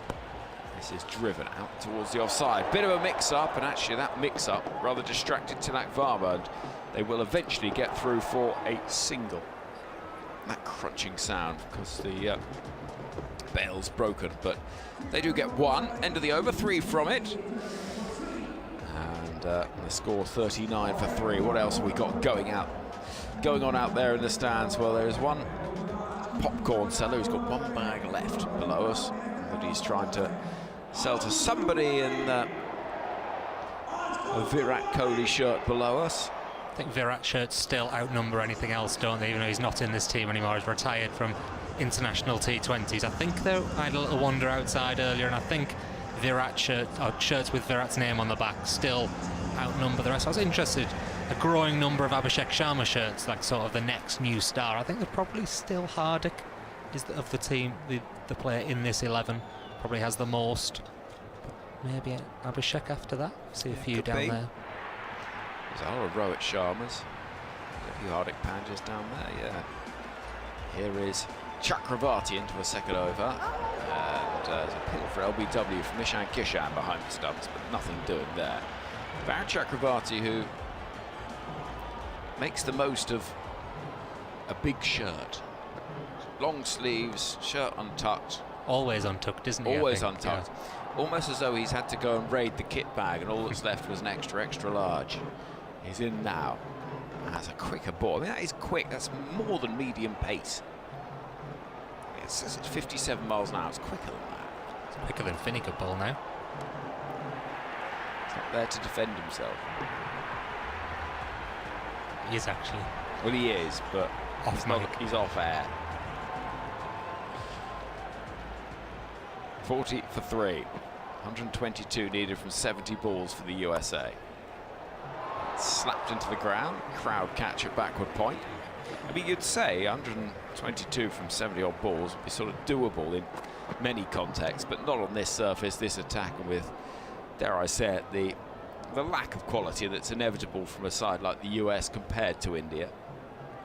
Sanjay's 8 from 11. 40 for 3 the score. And this is hit in the air, down the ground, well short of the man at long on, in front of the MCA Pavilion, which has the words "Feel the Thrill," which is the tournament slogan. Are you feeling the thrill? It's been a good opening day, hasn't it? It has been. Chakravarti bowls, nicely dabbed down to a short third, looking for a quick single, not there, and the throw from Hardik Pandya is not bad. I think he's a little harsh to be blaming the keeper for that not being a run out. He's doing a lot of complaining about Ishan Kishan there. I'm not sure why, because if his throw hadn't been so high. Yeah, it wasn't a great throw. I don't think Hardik can really fault his keeper there, who's done everything he could have done, and also the batter was well home. Hardik Pandya, who's wearing a pair of glasses that, well, they're not sunglasses, but they're presumably sort of anti-reflective for the floodlights. It's a bit like you might be playing poker. Defended into the onside, no run. Chakravarti's second over goes for just 2. He's gone 2 overs, none for 7. It's 41 for 3. USA need 121 from 66.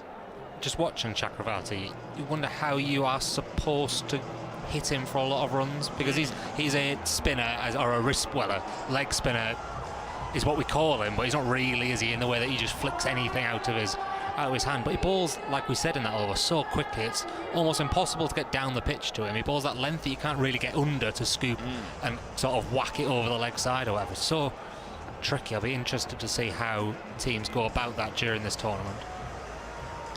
Well, Akshay Patel is doing the laces of Milland at the non-striker's end, which is always nice to see, isn't it?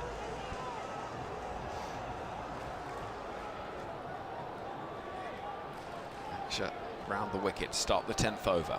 3 coming from his first, and the first ball of the 10th will be a dot, as it's pushed off the back foot into the offside. The game is just, you sense, reaching a little bit of its sort of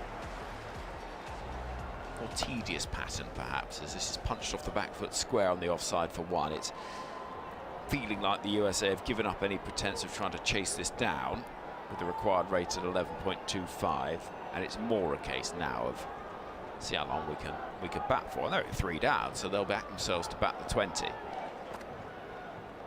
Akshay bowls, bank back towards the bowler, and there'll be no run.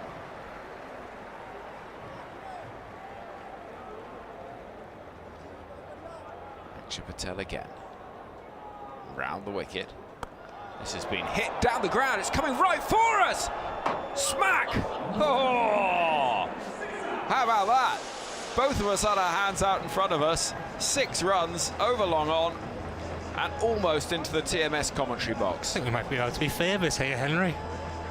TV cameras surely are going to pick us up here, both staring at the windows that clobbered off our window in front of us. I tell you, we were in the game there.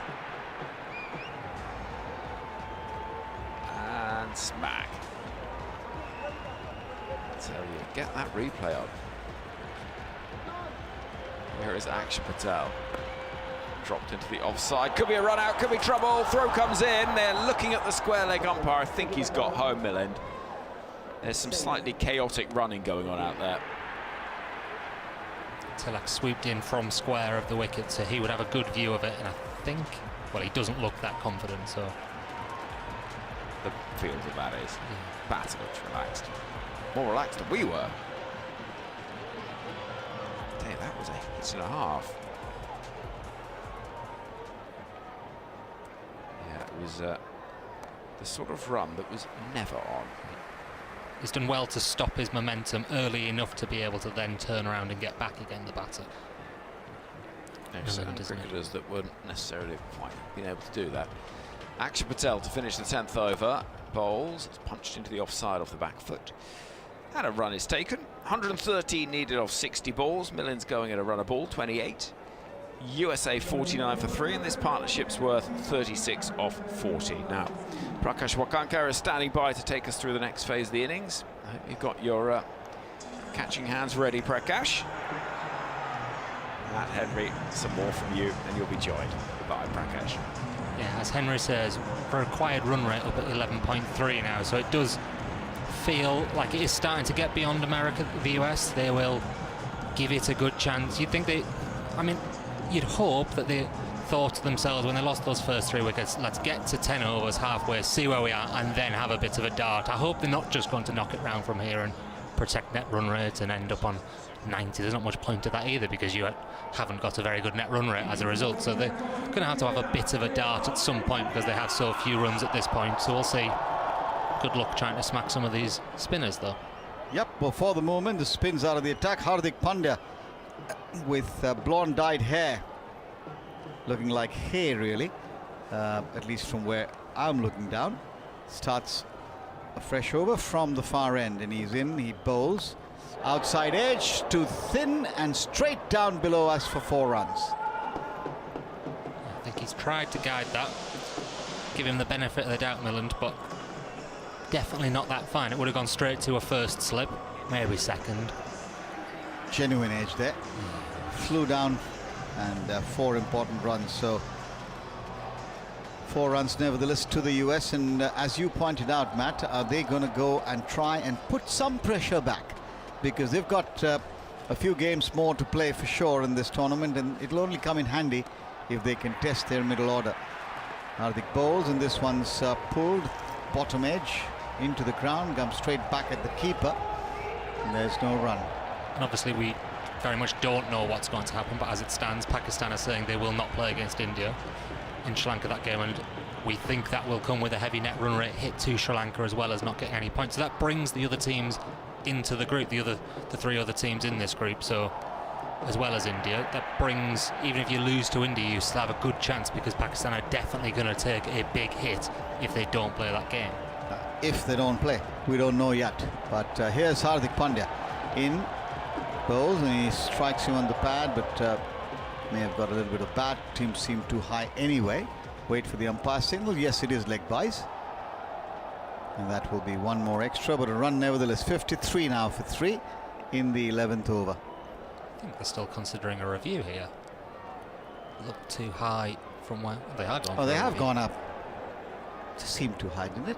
I mean, my first instinct was high. I wasn't particularly interested, but we're at a funny sort of angle here, as a very looking over where a second slip would be rather than straight on. I appreciate that shouldn't impact our judge of height, but didn't feel right.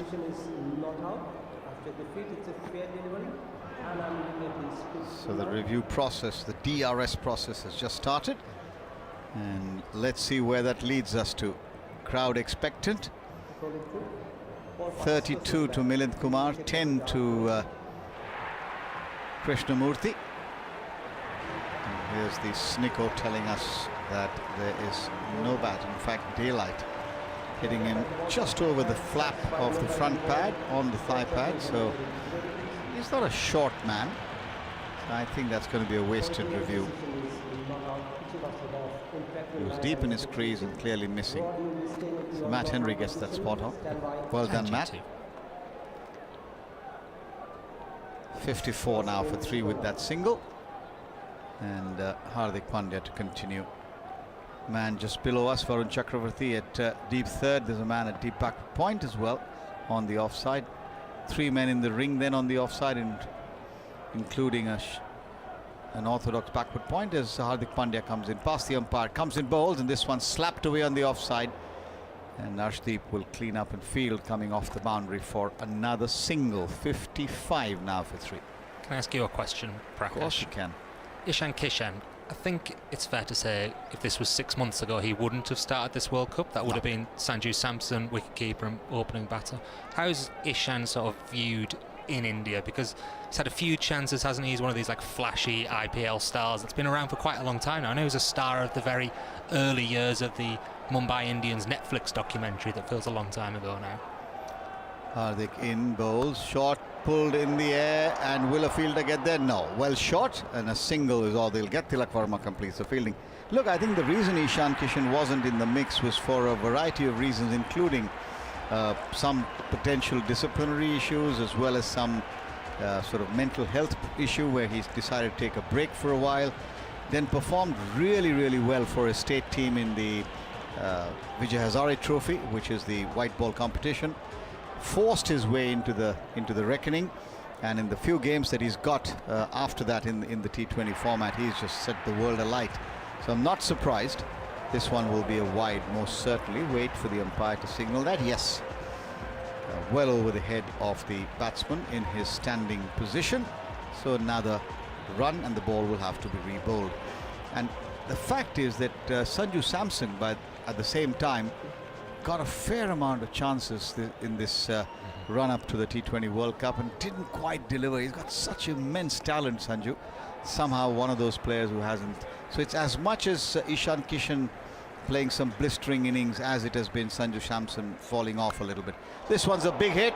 This has gone all the way. And how far? Deep into the ground tier. Lovely shot that from Sanjay. So these lads showing that they can hit a long ball, and the US needs a lot more of that. 11 gone, 63 for 3. I think we might need a new ball here, because that's disappeared down one of the gangways out of the stadium by the looks of the very far side from us. All the spectators there peering to look down the gangway. Oh no, a ball has come back. I assume it's the same one, because that was very I was just thinking that there isn't really a way for the ball to scurry down, having gone as far as it did. But the good thing is that the ball is back in play, at least on the ground, and two US batters getting a quick drink. Maybe some instructions from the dugout as well as to how they should approach the remainder of the 9 overs. They need 99 from 54 balls, which is a very unlikely target.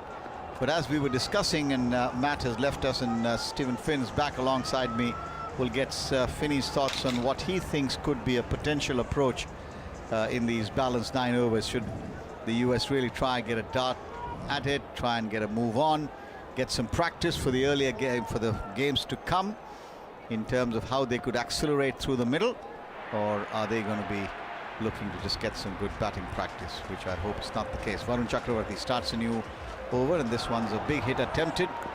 Ooh, there's a really powerful throw from Hardik Pandya at the non-striker's end, and Varun Chakravarti deciding that his bowling hand was far too precious, pulls it out of the way. No damage done. 1 run nevertheless to the US. 64 for 3. Good evening, Finn. Good evening. Yeah, it's looking ominous, isn't it? Chakravarti in again, bowls. Cut away, that'll be 4. Found the gap between the 2 men behind the bat on the offside in the inner ring, and 4 welcome runs to Sanjay. He moves up to 21, Sanjay Krishnamurthy, and the total goes up to 68 for 3. Well, yeah, width here from Chakravarti out towards the wide line, and the pace that he bowls, all you have to do is touch it and beat the fielder behind point. It will run away for 4 on these quick boundaries. And yeah, the USA here, they have built something. This partnership worth 55 from 49 balls. Varun bowls and nicely eased away into the covers. They'll look for the second. They should get it comfortably as Siraj comes in from sweeper cover on the bounce to the keeper.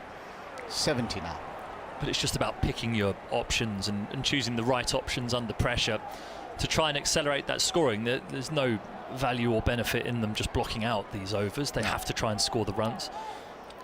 Varun bowls, came back at him sharply, managed to get enough bat on it to keep it out of the stumps.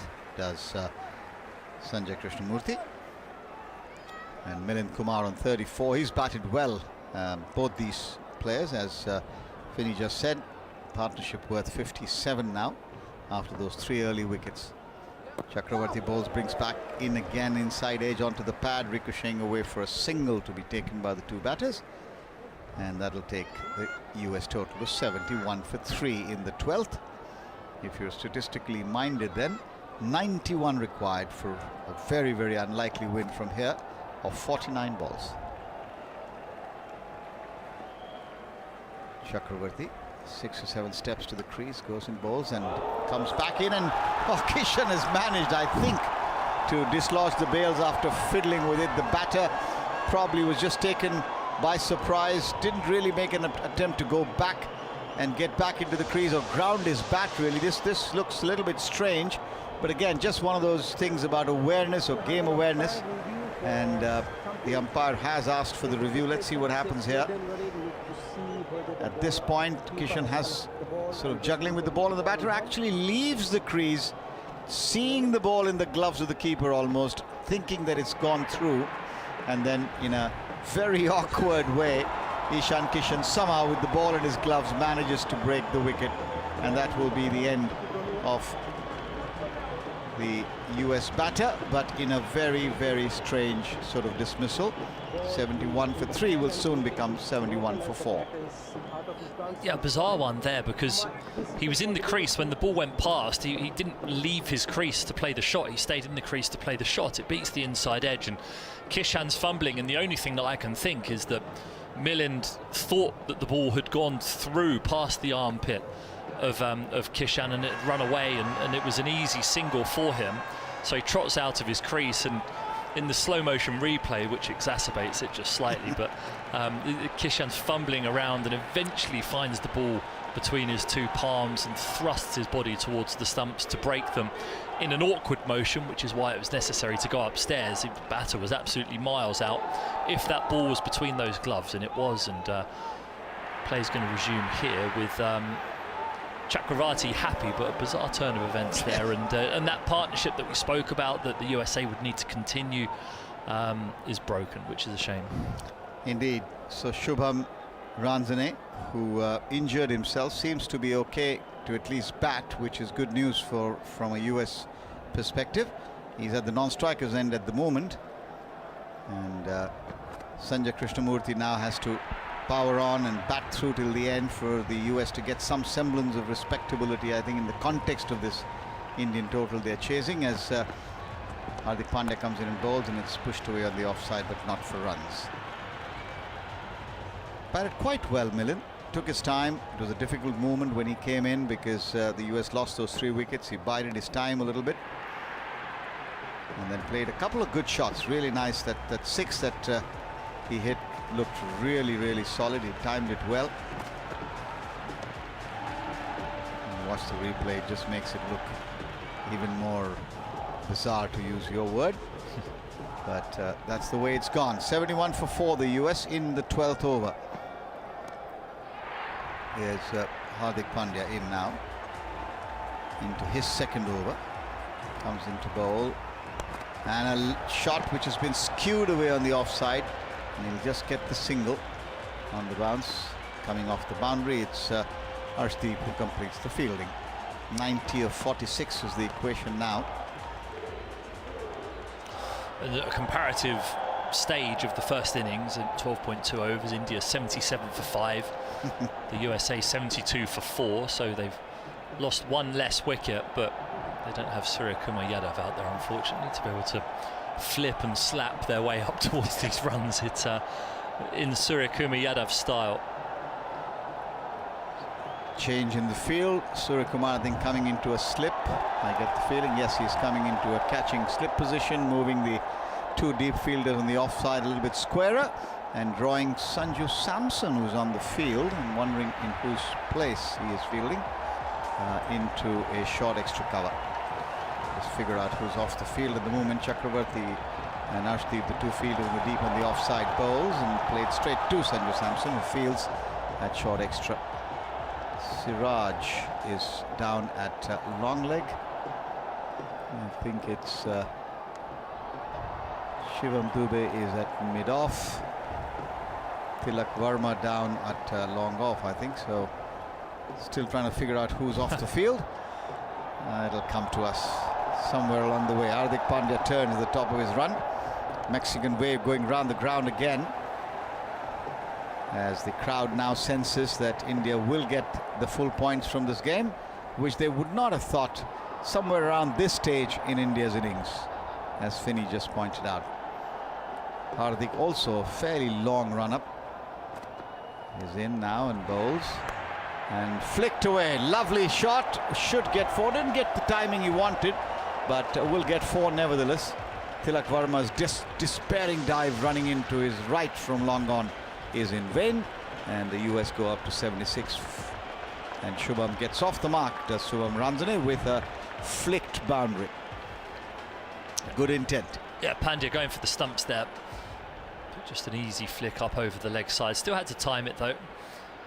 There's a big gap out there between long on and deep square leg.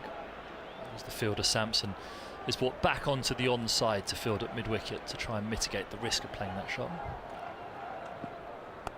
Pulled away this time to another short ball. Will be fielded by Rinku Singh, moving to his left at sort of deep square.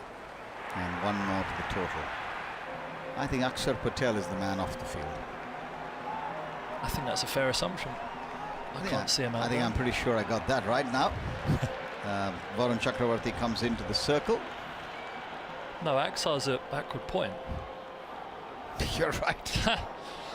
You're right. Then who isn't? Well, maybe there's 12 on there. I doubt that very much, Finney. With all the... Call the game void. It's void. It's void. Shared points, is it? Or abandoned, or whatever you want to call it. Here's Hardik Pandya in again. Ball shot and wide and whacked away. But again, no placement really. And a single is all they'll get as Arshdeep fields it on the bounce. That's the end of the 13th over. It's 78 for 4. Right then, now this is bothering me. This is Siraj. There's Rinku Singh there. There's Akshar now with the ball, so he can't be off the field. Suryakumar just marshalling his fielders around, moving them around a bit. Shivam Dube now being asked to go and field in the deep. Abhishek Sharma, I can't see him. Spot on, sir, as I would expect you to be always. Well, it took us 2 overs to figure it out. There weren't many people left to think of. Yes, and it's actually strange, isn't it? When you're trying to do that, you'd normally just go down the batting card. Yeah. But because Abhishek didn't spend any time out there, exactly, one ball went out of mind. Here's Akshar starting a fresh over, balls and pulled away. This is going to be 6. Lovely shot through mid-wicket, clean hit, and that's a very good shot by Sanjay Krishnamurthy, who's batting well. And the total for the US will move up to 84 now. Yeah, that is a nice shot. Looking to drift it in as he usually does and catch people on the back foot, Akshar, with his pace, but just a touch short. This is nice and Fuller, and this time worked away on the onside. Akshar himself runs across and fields at where shot mid-wicket might have been. Run more to the total. 85 now for 4, and Sanjay Krishnamurthy goes up to 33. Yeah, that shot, you have to be quick on your feet, be right back on your stumps to be able to get underneath the ball, especially with the pace that Akshar is bowling on. They're at 59 miles an hour, which is quick when you're out there facing a spinner, so you've really got to be in position early, and Sanjay was there. That was a really good shot. Akshar again, 4 steps to the crease. He's up bowls, slightly slower this time, dabbed away on the onside. You can see that Shivam Ranjane, with that knee injury, still hobbling across, so I can't see too many sharp singles. He's going to be looking for the big shot, which should serve the US well as long as he connects, because they are I think if they get to sort of 125, 130, they might feel that they've acquitted themselves quite well. Another big shot. Now this could be a catch here for Shubham. No, Dube stays back and decides he's going to save the boundary. Suryakumar's expression not looking very complimentary. Shivam Dube got a first bowler. Didn't bother the scorers at all. 87 for 4 now, and Shubham on strike. Akshar bowls, and he's worked it away quietly on the onside, and he'll hobble across for another single. No runners now for batters for these kind of injuries. Back in the day, you did have that. Akshar in again. And Sanjay once again looking to try a similar shot. This time I think in the end does well to get it away safely, because Akshar can be deceptive and rush you, and if you're caught in that position in front of the stumps, there's not too much that will save you. End of the 14th is now 89 for 4, and drinks coming on. Now this is interesting, Finney. The ill Jasprit Bumrah, I wouldn't want him touching my drink, is carrying drinks onto the field. What do you make of that? Well, I'd want a face mask on him and a pair of rubber gloves, I think, just in case, touching the mouthpiece of the water bottle. Yeah, we don't know exactly what illness he has, but it was definitely illness was the reason, wasn't it? So I mean, that's what Suryakumar Yadav said. He's ill, and so he misses out. Now, coughing and spluttering all over the oranges. Don't need that. Well, I think it's one of those things here, particularly in this neck of the woods. I think whether you've been rested, or you've taken a break, or you're ill, or you're dropped, or why don't you just say he's not playing today? Simple, right? You don't necessarily owe an explanation unless you're asked. Although, yeah, journalists like Matt Henry, they're like dogs with a bone trying to get that information. So I think we've got the ground staff out with the mandatory rope. There really isn't any due. but I think that's what they're paid for, so they have to walk, and they really are just having a stroll in the park. There's no genuine effort to pull that round. As the drinks are being had, a quick look then at day one so far of this tournament, Finney. Close game for Pakistan, a few nervous people and fans, I'm sure, in that game as well, as they pulled through what might have been had that catch been taken towards the end of the innings, who knows. Then the West Indies winning in the context of the day so far, I think quite comfortably in the end, 35 odd runs against Scotland. That was in Kolkata, and here after a scary start, I dare say, for India, Suryakumar Yadav, I think, primarily marshalling India to a total which now seems pretty comfortable, and they should win this game with something to spare in the tank. Yeah, all three of the favourites that have found themselves in trouble at times, haven't they? West Indies only got 30 odd off their first power play when they were batting, and then built their way back into the game. Scotland could probably be slightly aggrieved at the fact that they were called up so late to the tournament, so maybe looked a little bit cold going into that. Pakistan, Fahim Ashraf, it took a really good innings by him to drag them over the line, but certainly a missed opportunity there. And then in this one here, it just felt as though India would always have too much. Even I was never nervous for India, but I'd imagine if the boot was on the other foot and I was an Indian supporter or in that playing group, you would have been nervous for half an hour or so. But it looks as though they've made it through it, but I stand by the fact there will be a big surprise in this group stage at some stage. Well, let's hope from an English point of view it isn't tomorrow. Varun Chakravarti bowls pulled away in the air. Siraj is going for it, but realizes it's well shot. The single is all they'll get. It's 90 for 4 in the 15th. Yes, I'm sure all of England will be hoping it's not tomorrow. It's a very, very well constructed paper plane that comes and has a lovely landing just in front of us at where a very fine deep third would be. Crowd almost now relaxed. They're not necessarily sort of jumping around. They're happy. They know their team are almost through. Varun ball strikes him on the pad, and the umpire takes his time, and up goes the review straight away from Shubham, which would indicate that he's probably got some bat on it. Yeah, he shook his head and sent it upstairs straight away. Taps gloves with his partner and then starts marching back towards the crease. So if he's not hit it, it's a very, very confident review. Yeah, he's actually telling Ishan Kishan, played the ball. Umpire Saikat from Bangladesh is the third umpire, and he is adjudicating. I don't think he's hit that. That's the most confident review I've ever seen from someone who's not hit the ball. Oh, he has. Oh, okay, I take it back. Sorry. Couldn't have been that he hadn't hit it. I mean, he would have had some very awkward questions to answer back in the dugout had he not hit the ball. So we'll wait for confirmation that he's not out. Should come up on the big screen in a moment. There we go. Umpire Tucker reversing his decision, and Varun Chakravarti back at the top of his run with the ball in hand. Shubham Ranzane on 7, Sanjay Krishnamurthy on 36. Varun bowls, pushed away nicely by again, this is yet another handicap for the US, clearly. I mean, Ranzane is not a mug with the bat, but knowing that he's not able to move around freely, he is being restricted in his stroke play.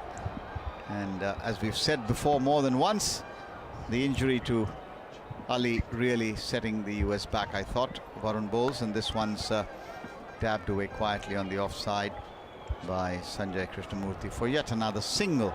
92 for 4 as we approach the end, and now we've got another flying object, well identified I might add, landing into the playing area, and they're being made from the same card or paper quite clearly. Varun bowls, defended by Shubham Ranzane. That ball coming back at him, moving the other way around, and Chakravarti might be feeling a little concerned that with the last ball of his spell, he hasn't got a wicket. Varun Chakravarti ball last ball. Here's Chakravarti in again, bowls, and he's gone up in the air and he's cleared the boundary with some ease. Has Shubham Ranjane. That's 6 over long on. Good hit, and to end the 15th over, and the US now on the verge of 3 figures, 98 for 4 at the end of 15 overs, needing 64 runs of 30 balls to make that giant upset. Very unlikely, one would have to say at this stage, but a clean hit will make Shubham Ranjane feel much, much better. 15 overs gone, more from Stephen Finn, and then to take you through to the end of this game will be Henry Moran. Well, he's gone shopping there, Varun Chakravarti, for that final wicket. Akshar is in round the wicket, angled in towards the stumps. It's dabbed into the onside by Sanjay, calmly. Marvellously covered, thank you, Vinny. So, Akshar Patel with the score 98 for 4, 64 needed off 29. Feels a very tall order. 98 for 4 the score, as this has been hit a mile up in the air into the night sky. Fielder running underneath it, should take the catch, and does. Safe hands from Rinku Singh, and Sanjay's, well, enterprising and entertaining knock of 37 off 31 comes to an end. And with it, surely the USA's hopes as well, as the scoreboard reads 98 for 5, and India spectators can breathe easily. Not that they weren't before, but you know, you never quite know. When somebody's still there on 30 odd, more than a run a ball, you just wonder. But safe hands from Rinku Singh, who's a good fielder, kissed the ball for good luck. And Sanjay Krishnamurthy goes 37 off 31. Yeah, in the dressing room now, the USA dressing room, they'll be thinking of opportunities missed. They'll be flashing back to that drop caught and bowled from Suryakumar Yadav. Ali Khan not being able to complete his allocation of 4 overs, only bowling 2. I feel as though he could have had a say in to halt that momentum that Suryakumar Yadav had built through those last 3 or 4 overs of the innings that can really shift when it comes to then coming out as a bowling and fielding group. You're galvanised by those last few overs if you're on top, and it felt as though India just ran away with that momentum in that moment, and that's what the really good teams do when they're under pressure. And they've done it here in the face of some degree of adversity. I wouldn't say it was extreme adversity, but they've certainly found something and found a way under these conditions here to get their World Cup off and running. They won't want to find themselves in that position again, though, I wouldn't have thought. Sir Patel, back-to-back wicket. Well, Harmeet Singh, former India under-19 World Cup winner, batting now for the USA, immediately picking out the fielder in the deep, and he goes first ball. Akshar Patel's on a hat-trick, whipped into the leg side, and it went straight so gently into the hands of Mohammad Siraj. 2 wickets and 2 balls, USA 98 for 6. And it is not the dream return against his former country of international representation, if that's not too cumbersome a description, but you know what I mean. He goes first ball, Akshar Patel on a hat-trick. This could be a Stephen Finn level hat-trick. This could be this one, yeah. Deep third, long on, mid on. No, mid off, sorry, mid off. But it went a mile up in the air. Well, no, it was a splice. It was a really cleverly decised slower ball, actually, to Mitchell Johnson. Ah, yes. Just managed to splice it to mid off, but yeah, Akshar Patel caught deep mid-wicket, on a hat-trick. Are we using the Stephen Finn hat-trick, the hat-trick by which all bad hat-tricks are judged by? Well, it depends. It was a hat-trick. Because I would argue yours was a better hat-trick than Stuart Broad's at Trent Bridge against India in 2011, because there was because one of those wasn't out. Well, wasn't out, yeah. So actually, at least all of yours were out. Exactly. Chalk it off the record books. Yeah. You can tell him. Hat-trick ball, that's what it reads on the big screen. Way up above the Vijay Merchant Pavilion. Here comes Akshar Patel, hat-trick ball. Oh, inside edge, down towards short fine leg, and there'll be a run. 99 for 6. 63 needed, theoretically, for the USA from 26 balls. We can safely say that's not going to happen. 6 down, Akshar Patel round the wicket is in and nudged into the onside, and limping through is Shubham, who's one of a few walking wounded. It's funny, you often see this in matches between sides that are real underdogs in their big fixture. Players put so much into it. You do see injuries come about, whether it's from somebody slightly overdoing it in the field or a bowler just getting a bit tight. It's funny how often it happens. 100 up for the US, 100 for 6. Leg slip in place as Akshar Patel is bowling, tapped into the onside by Mohsin, and there'll be no run. So, end of the over, 4 remain. Tomorrow, a bumper day of coverage for you. And it's triple headers all the way in the T20 World Cup. And we're going to have some fun tomorrow, not least because we've got England's tournament opener against Nepal here at the Wankhede Stadium for you. That one gets underway at 9:30 UK time, so we'll be on air at 9:15. Before that, a few early risers. New Zealand against Afghanistan starts at 5:30, so we'll be on air 5:15. That one at Chennai, and then Sri Lanka against Ireland, the last offering of the day. 1:30 start from Colombo with our team there on air 15 minutes before, and all of that available on 5 Sports Extra. Highlights to the BBC Sport website and app. And you can read about what Harry Brook had to say to me this morning. That's on the website as well. As in comes Hardik Pandya, and a mistimed heave into the onside will dribble gently up towards long on for 1. 101 for 6. You sense with Harry Brook isn't a man that looks at media duties as something that he relishes. Certain captains love getting their message out there. You sense Harry Brook would rather do his talking on the field. That's probably fair to say. Yeah. Which is fair enough. I mean, he's, you know, ultimately, sometimes we expect our athletes to be great orators and great speakers who will always want to be giving their point of view. I mean, it's part of the job, but here comes Hardik Pandya, bangs it in short and beats the edge as Mohsin tries to run it down towards deep third. Well, there are all kinds of different leaders, aren't there? I think of the vast array of leaders that I played under. Guys like Andrew Strauss, who, when he spoke commandingly, clearly, intelligently. I think when he articulated what he wanted to say to the press, and he could do that. And Alistair Cook was a guy who led by actions, was still authoritative in the dressing room, but would lead by his actions, would go out there and say, I want you to dig in like I'm digging in. His team would play in that vein. Hardik Pandya, right arm over, flogged away through the offside, gets very quickly to deep backward point, and Akshar Patel. And there'll be 1 run taken, 102 for 6, 60 needed off 21. Yeah, it seems to me as though Brook is someone who wants people to play on the field in the same vein as him, and sort of come in off the back of him and pile in with him. Yeah, we'll see how this World Cup goes. It's a test of him as a captain, isn't it? All the stuff that he's come through in the last few weeks and how he handles that outside noise with trying to make the latter stages of a tournament. Here's Hardik Pandya. Work through the offside, deep backward point for 1. Arshdeep single field.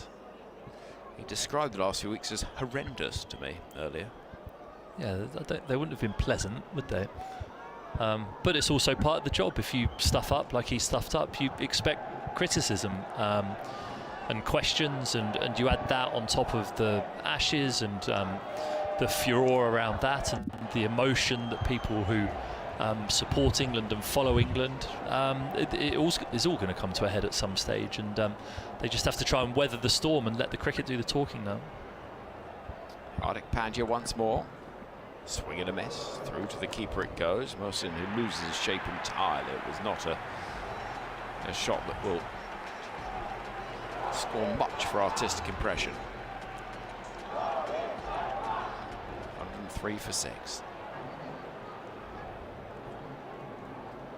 Now there go the T20 mascots in the stat. I can never remember what they're called, those ones. Something like Spark and Jazz or something. Here comes Hardik Pandya, full delivery, dug out, down the ground it goes, and Shubham will have to trot on through rather awkwardly and painfully for a single, so it'll be Mossano that keeps a strike, and 58 needed from the final 3 overs. An India side without Jasprit Bumrah today. But in terms of bowling, we have seen a fifer for Romario Shepherd, including a hat-trick against Scotland, which was rather exciting at Kolkata. A lesser spotted hat-trick. That was a proper one as well. Stumps out of the ground for the hat-trick ball. Arshdeep Singh, left arm, is going to bowl down below us from the press box end. There's a few begin to drift away from the Wankhede Stadium. It's already pretty late, isn't it? It's a game that has gone thus far just shy of 3.5 hours. So when Ravi Shastri says the next 7 hours earlier on at the toss, well, it wasn't quite that. But he's done enough of these to know they can go a little later than advertised.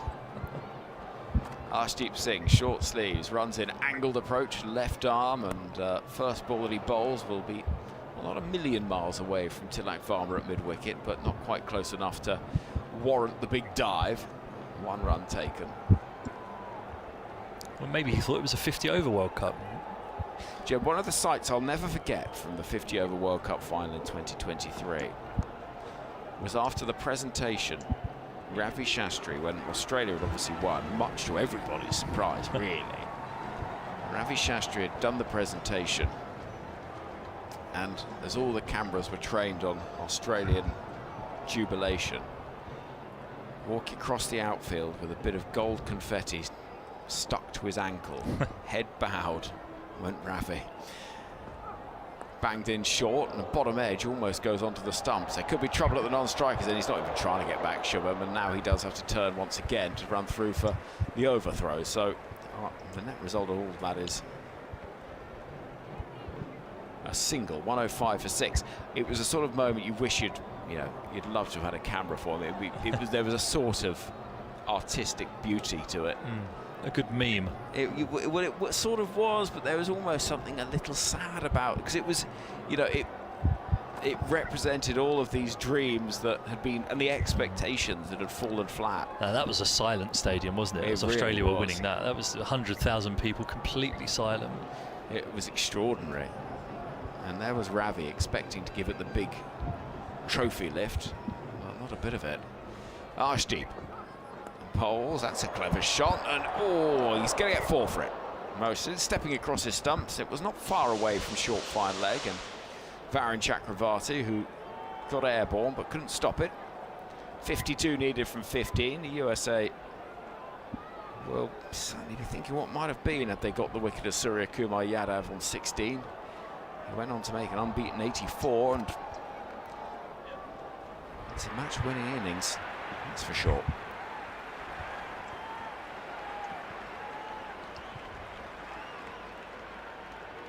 It's amazing how quiet 100,000 people can be. Arshdeep Singh, shirt untucked, number 2 on his back.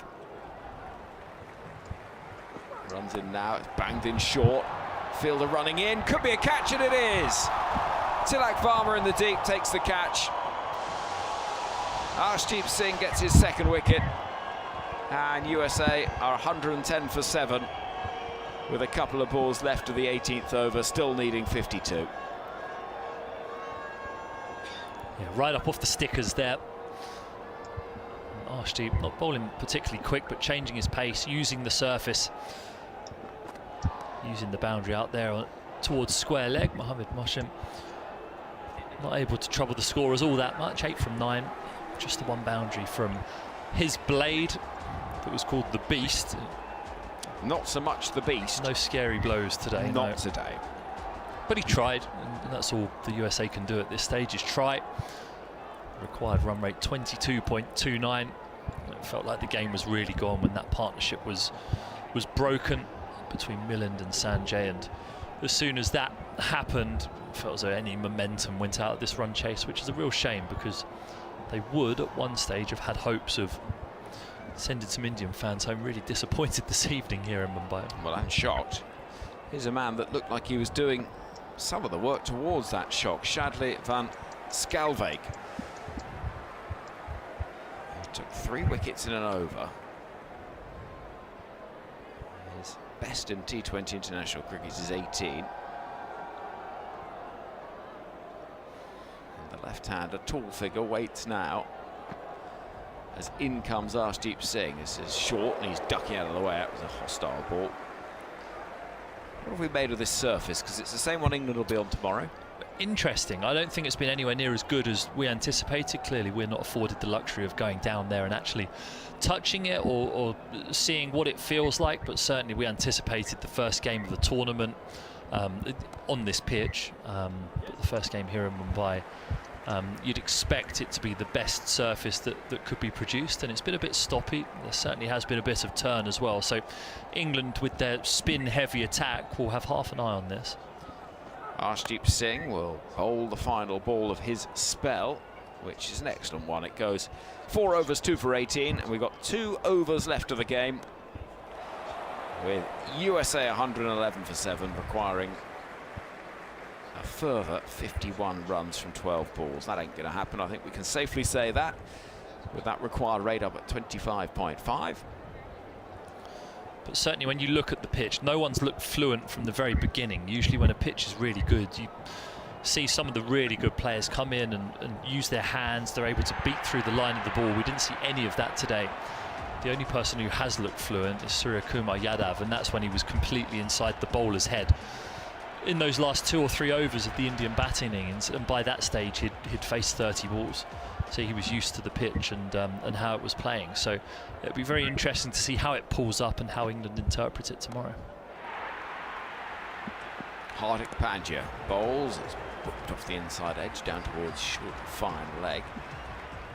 And the ball is collected with no run having been added. Right, I've got the information you wanted, Finney. Okay. The mascots. Blaze and Tonk. Blaze and Tonk, and they've been around for a while, haven't they? Yeah, this is we're into a 3rd year of Blaze and Tonk. It feels like their time must almost be up. Well, I don't know what the lifespan of a mascot is. Obviously, you do get ones like Fred the Red at Man United and Gunnersaurus at Arsenal that have been doing the business for decades. And Harry the Hornet. Of course.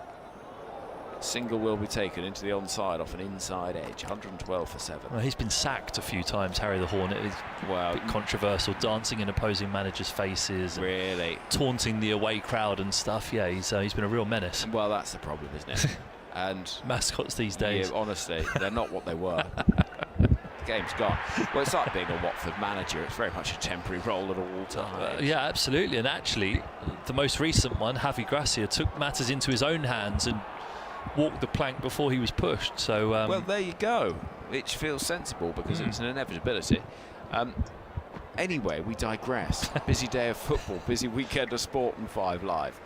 112 for 7 early on in the 19th over. 50 needed off 10 balls. In comes Hardik Pandya. Well, that might help the case. It goes flying away into the leg side and out towards the pavilion over deep mid-wicket. He likes that, this Shabam.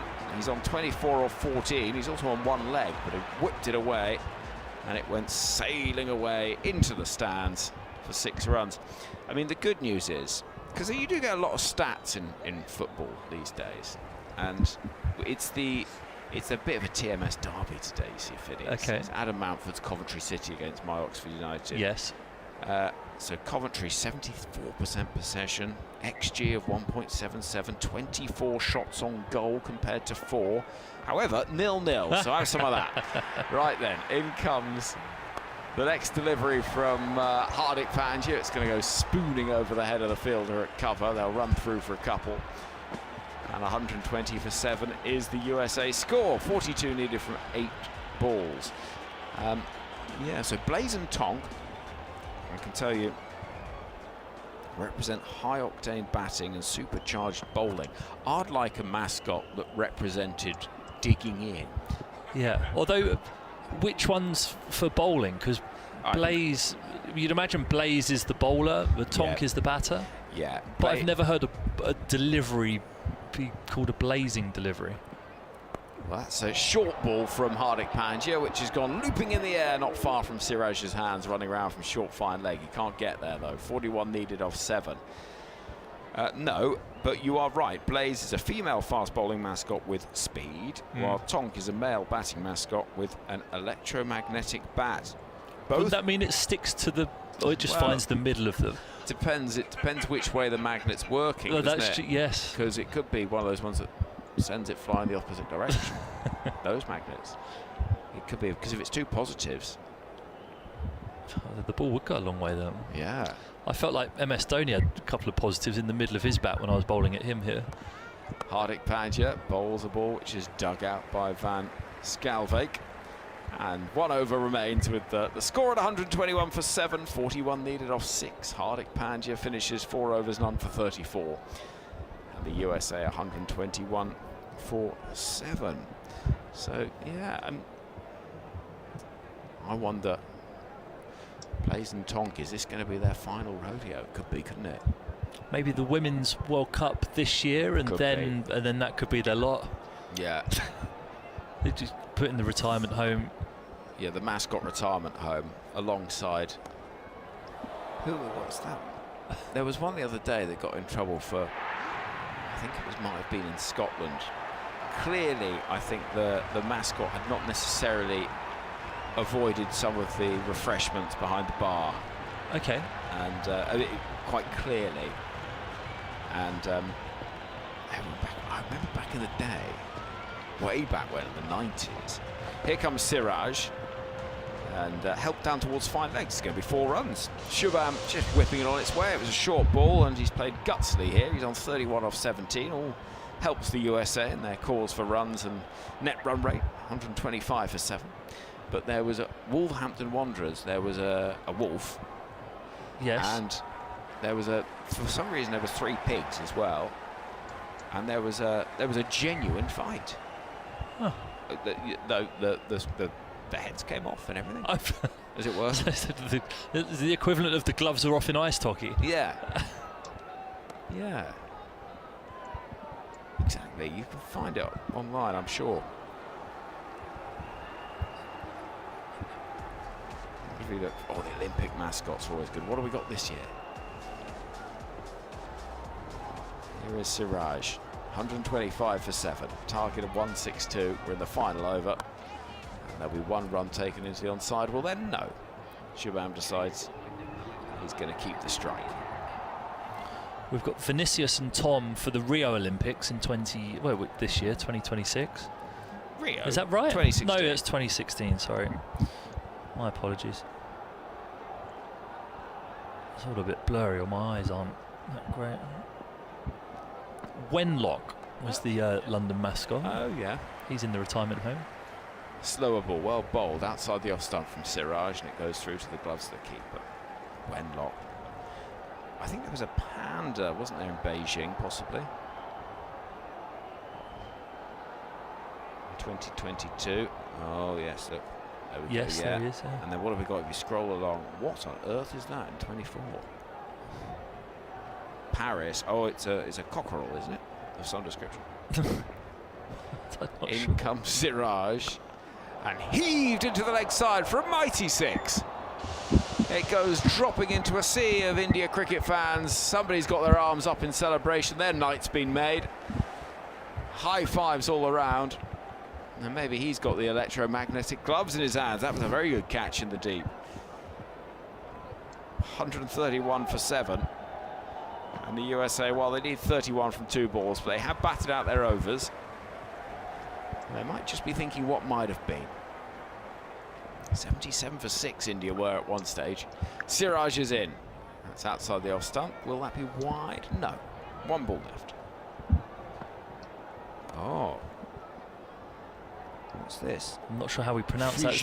Yeah, that's the French one. They're hats. Oh, are they? Oh, right. French hats. Caps. They're sort of like berets, but fugés. Okay. Yeah, I think each tournament needs a new mascot. I'd agree with that. It's disappointing. I'm all for sustainability, but Blaise and Tonk, off to the home, I say. In comes Siraj. Final ball of the game is wide, full toss, missed by the batter, and it won't be the final ball because it's signalled as wide. And so, well, why review this? They are reviewing it, are they? I mean, this. It's not the IPL. You can't review the wide Suryakumar Yadav, I'm afraid. think reviewing of wides is my least favourite thing in cricket. No, as a bowler, I would have loved to have been able to review a wide. I'm with Siraj. I don't think that is a wide. It's outside the wide line, but Shubham had moved across his crease. Well, the ball has to be bowled again. 132 for 7. They'll fall around about 30 runs shy of their target, Will. The USA, Siraj is in, full delivery, big appeal for LBW, up goes the finger.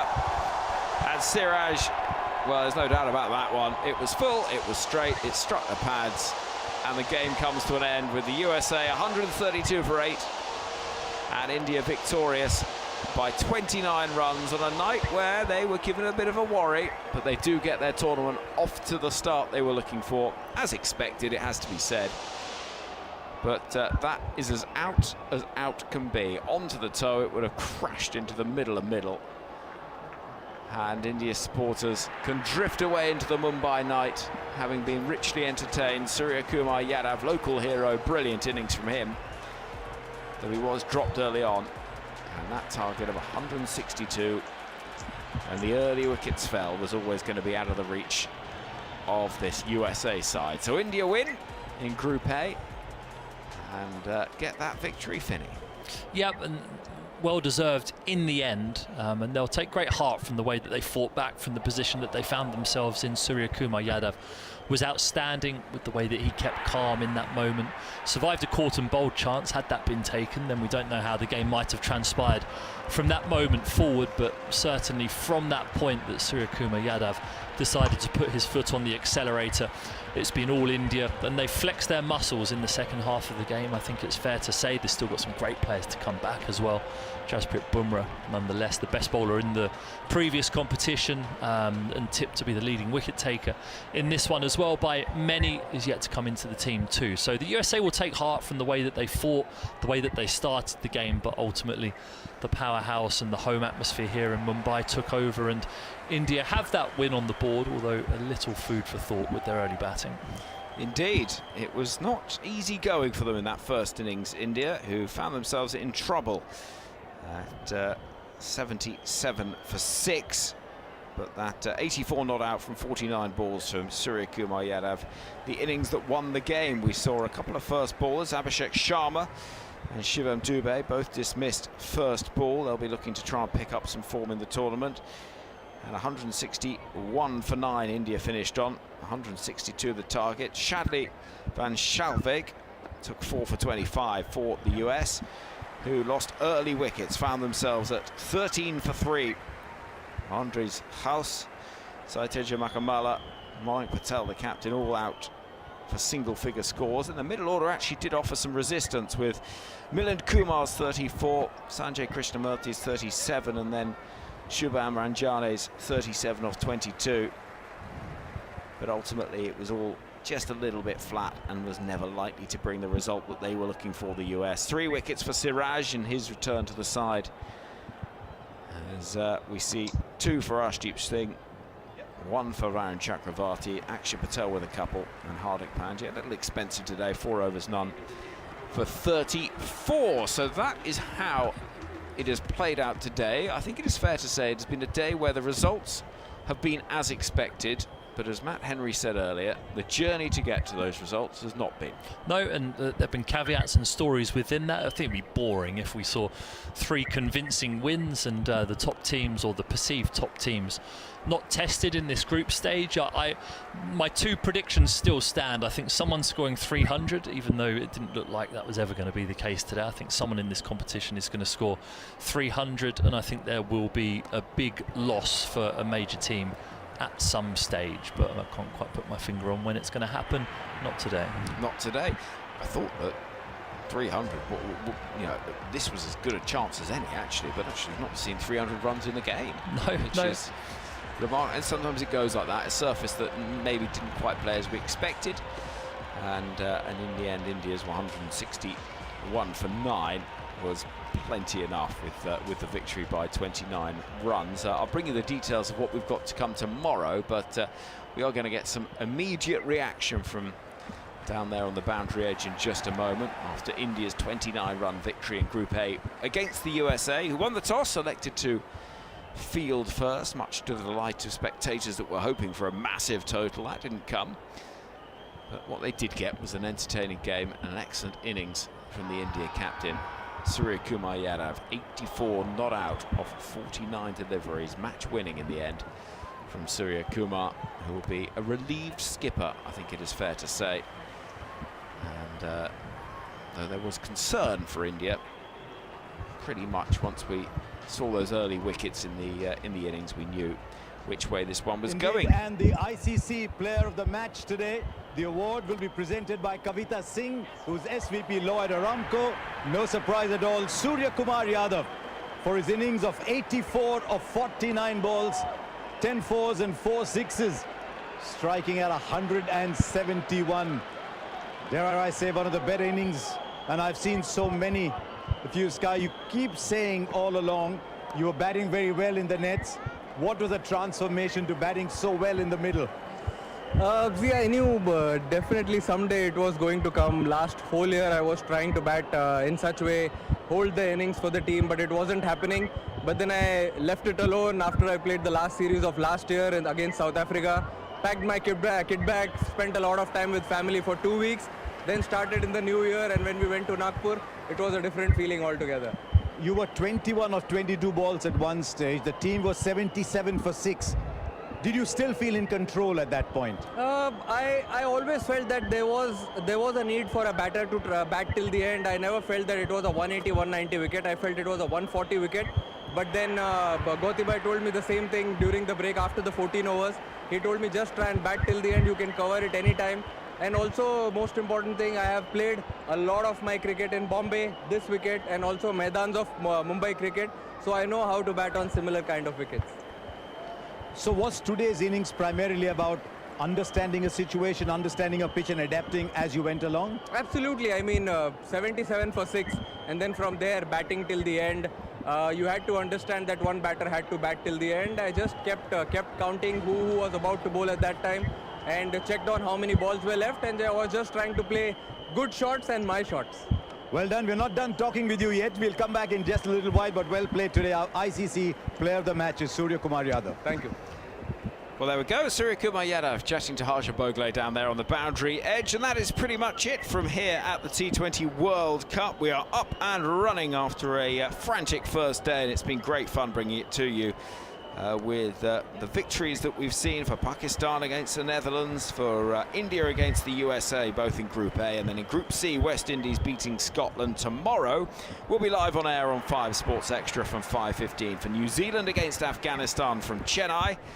And then it is England getting their tournament underway here in Mumbai against Nepal. We'll be live from 9:15. And Sri Lanka take on Ireland in the afternoon fixture in Colombo, with coverage there beginning at 1:15. My thanks to Prakash Wakanka, to Matt Henry, to Stephen Finn and our team across the day. We're up and running at the T20 World Cup. 3 matches down, 52 still to come. And if the first day is anything to go by, plenty of thrills and spills to look forward to along the way. Highlights available on the BBC Sport website and app. All of your match reports and previews and tables and charts and everything else you could want there too. Thank you for listening. We'll speak to you again soon.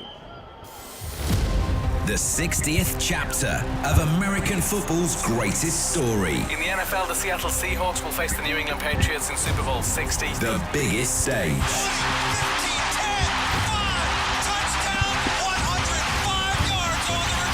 The chance to enter sporting immortality.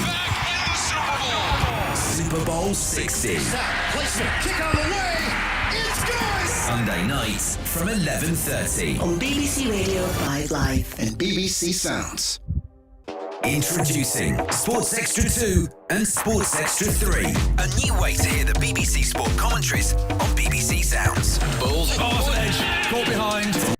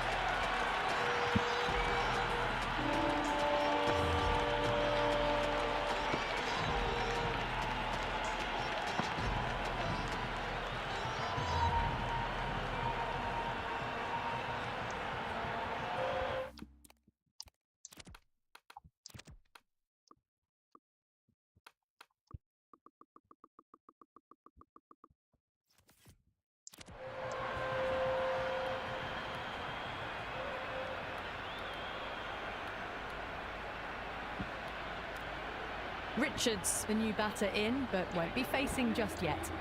Singh coming back on here. They've been bowling really well so far.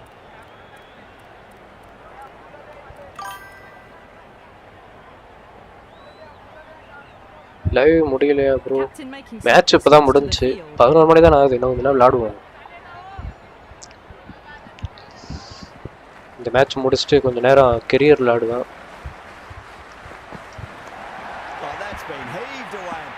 Over the rope. That's a brute of a maximum.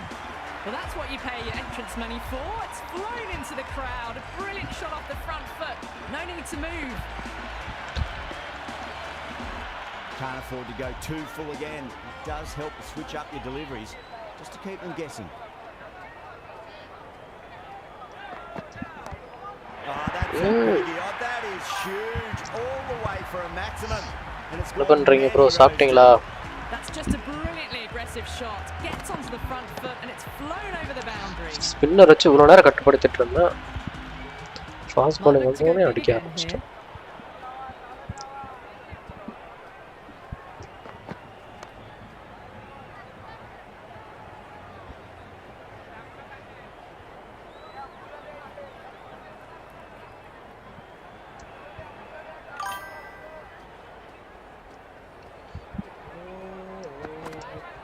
Oh. The bowler looks really confident.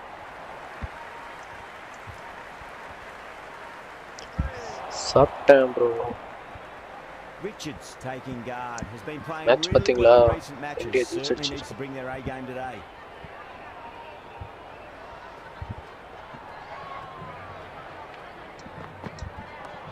They'll get at least one here.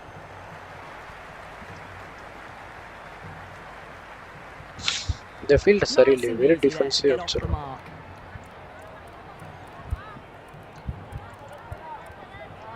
Going with a more defensive field.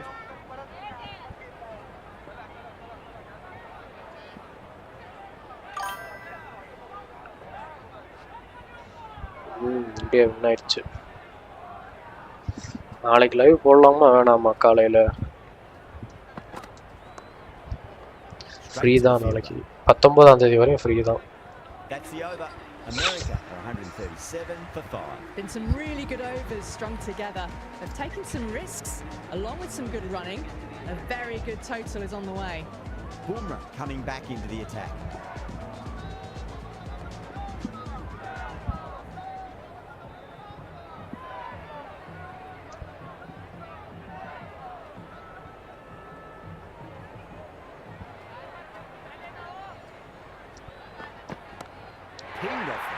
எப்படி அடிக்கிறான்?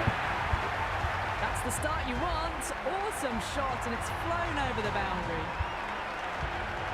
Bumrah shouldn't be too worried about that last ball. They've got them playing their shots. Just need to tighten their areas now.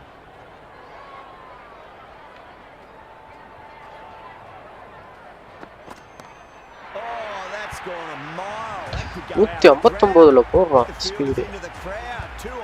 அசால்ட்டா தூக்கி விடுறான்.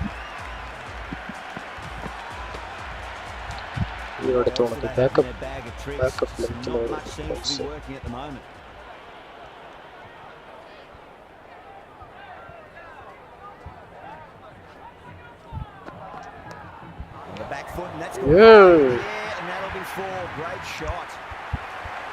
மூணு சிக்ஸா bro.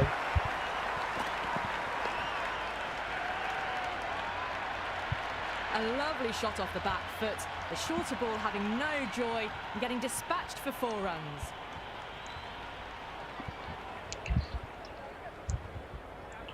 Bumrah என்றும் பாராமல். That's high. Is there enough on it? There is.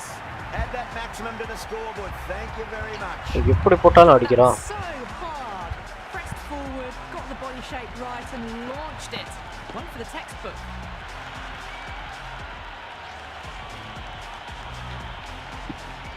Delivery just needs to be pitched up on a length. Too short, and you're going to get punished on this pitch.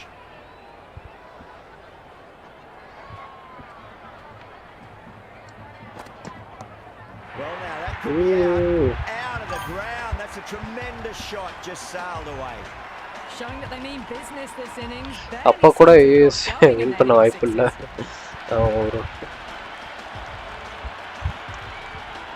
Always difficult to focus. இந்த ஏ எப்படி போட்டாலும் அடிக்குது bro. You just got to stay positive and believe the wicket's going to come.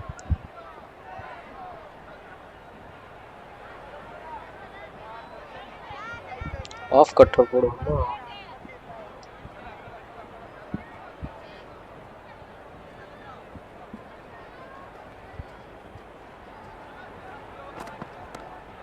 Too much room and got what it deserved. Out. That's a ridiculous catch.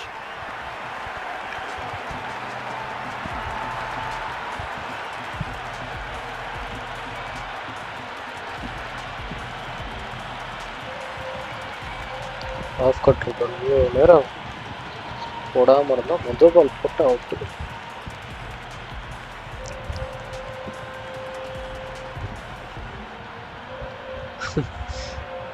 அது வாயில போடு bro. இல்ல bro,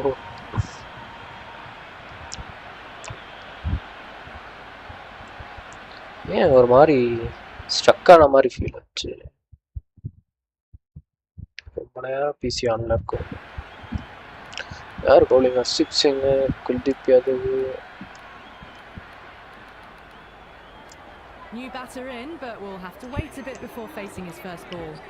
Singh coming back into the attack. They'll be wanting to improve their figures a bit. A quick wicket would work nicely. Singh.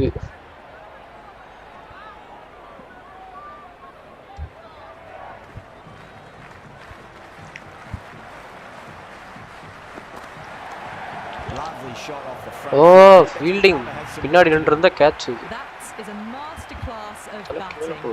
Reads the length, gets forward, dispatches it to the boundary.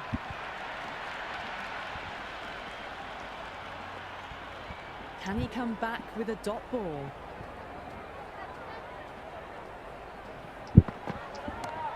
Oh wow, that is out of here. That could be out of the ground. Just missed the line. Not the worst delivery, but that was dispatched with interest. Everyone just watched that in awe.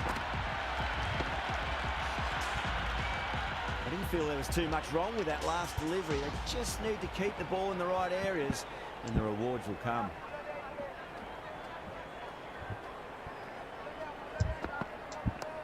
Cover drive through cover point, 1 run.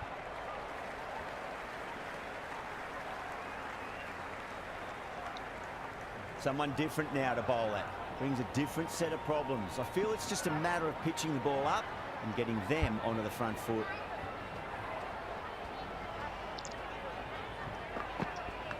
Does very well to quickly get across to this one. Let's just see if they can get that ball up into the slot as before. It's so crucial. You've got to follow up that last delivery and keep the batter under pressure. Beats the outside edge. Good bowling there.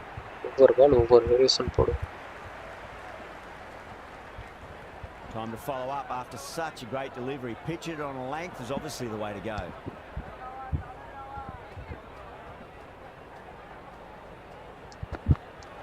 Winds up but misses. Looks like they went a bit too early on that shot. End of the over. America 176 for 6. Suryakumar Yadav. No other choice now but to just go for it.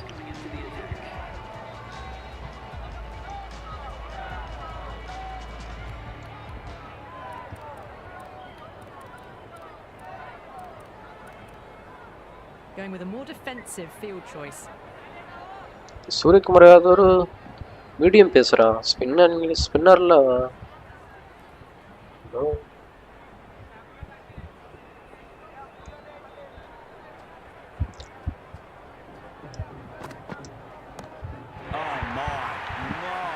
கரெக்டா கேப்ல அடிச்சிட்டானே. Jumped all over the slower ball, only gave them more time to see it and make sure of it. Just need to keep it simple. Line and length. Roundabout off stump. That'll force a mistake. Crack. It's another massive maximum. 2 in a row. Bowler under pressure now. You're நூறு அடிச்சிட்டான். Goes shorter and gets back fast to pull that shot away for the 6. That has been a wonderful innings. Shots all around the ground. The bowlers have struggled to contain them as they bring up the 100. That's huge. That's a six biggie. boy, It is out of here. Absolutely smoked off the bat. Well, that ball has been hit. It's இது flown ஸ்பின்னரா into the எடுத்திருப்பேன். ground. To get that much power 120ல தான் towards போடுறாப்ல. the front foot is just ridiculous. Consecutive sixes. Bowler needs to hit the mark. Shot, should be runs here. Oh boy, 4 sixes in a row. It's just proving too easy at the moment, and I feel like it might not be over just yet.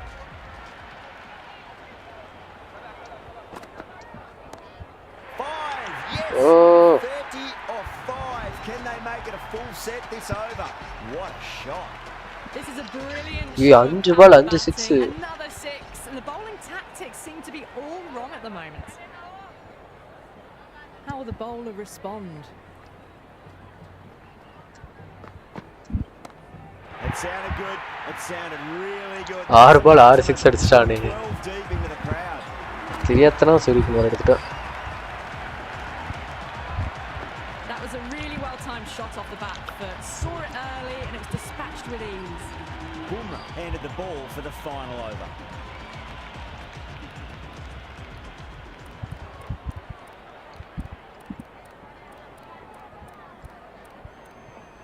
A bit of a change-up in the field now.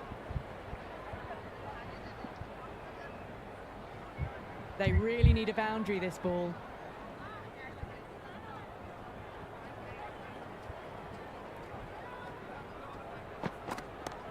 Well, now எனக்கு எல்லா பாலும் தூக்கி சிக்கும். that's a tremendous shot, just sailed away.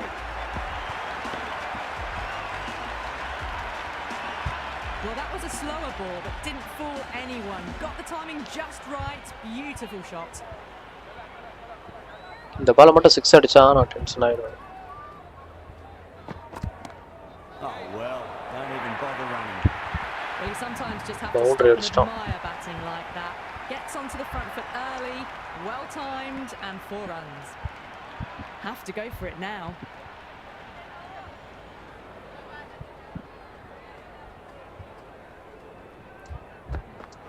Really wound up for that. Ball seemed to come onto the bat quicker than he thought.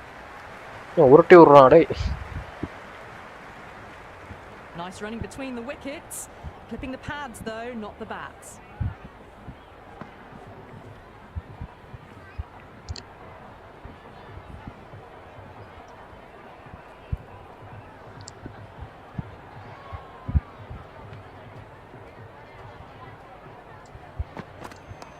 Too straight. It's just been helped on its way for a maximum. Fine shot there. Well, enough leverage there to get a good swing of the arms under it to get it over the rope. 6 lost ball. How will the bowler reply?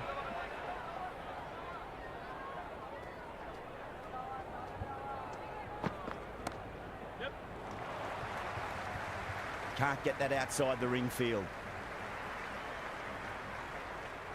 பா 230 அடிச்சிட்டாங்களேப்பா.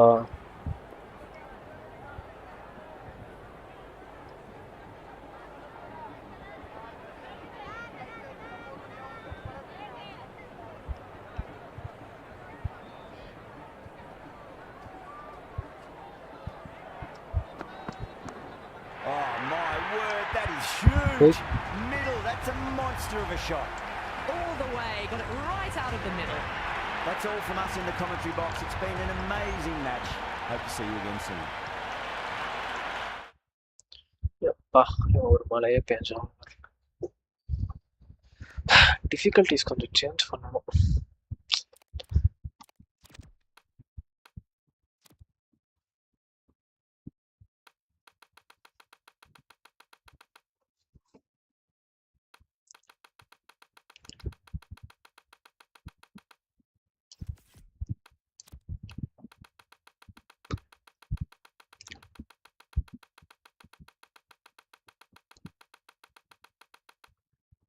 Swing 65.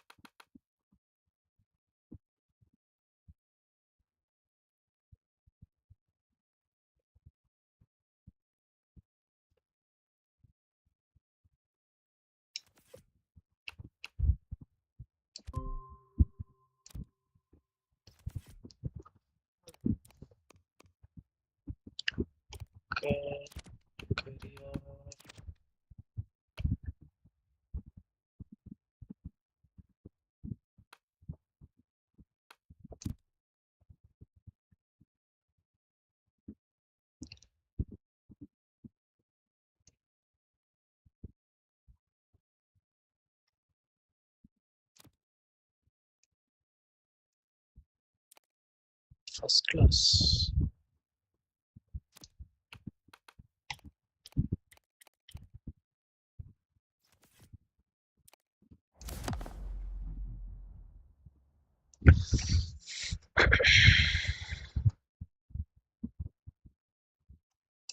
Good morning, ladies and gentlemen, and welcome. I'm David Gower, and joining me throughout the match is Alison Mitchell, who has a bit more information for us on the pitch. Morning, Alison. Good morning, David. The pitch is very dry and hard here today.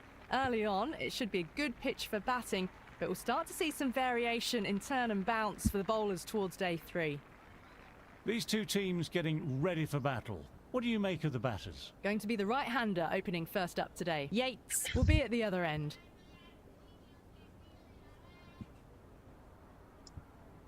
Aitken has the privilege of bowling with the new ball.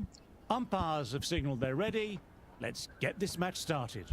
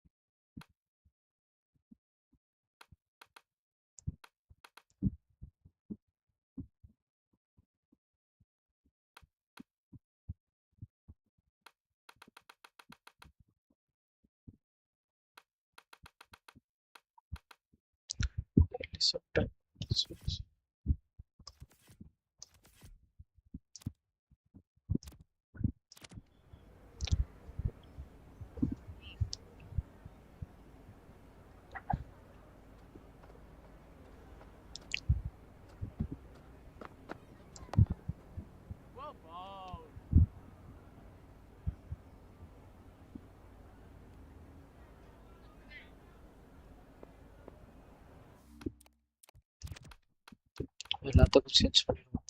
Test T20.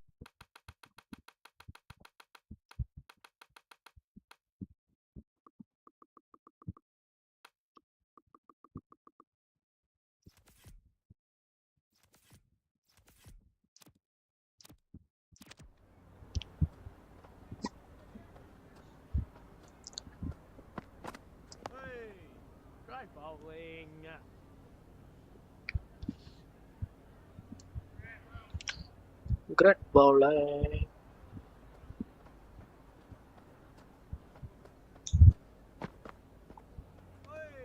Still honing in on their lines. The batter happy to let it go through.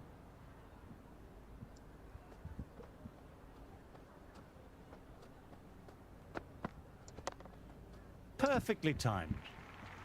Well, you sometimes just have to stop and admire batting like that. Gets onto the front foot early, well timed, and 4 runs.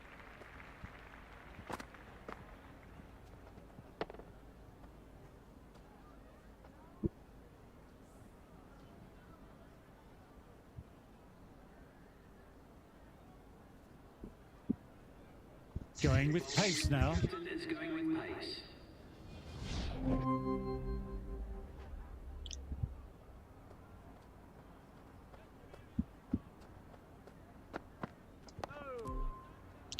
Last connection to the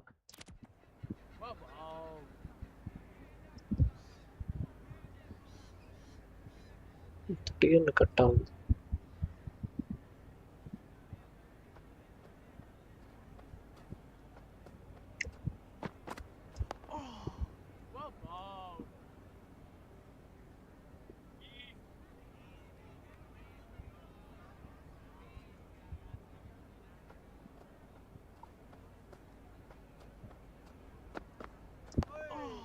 Great bowling.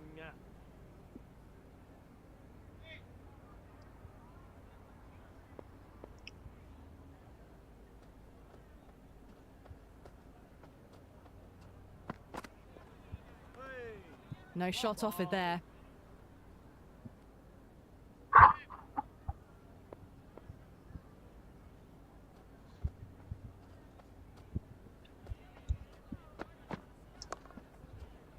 Quick onto that in the infield.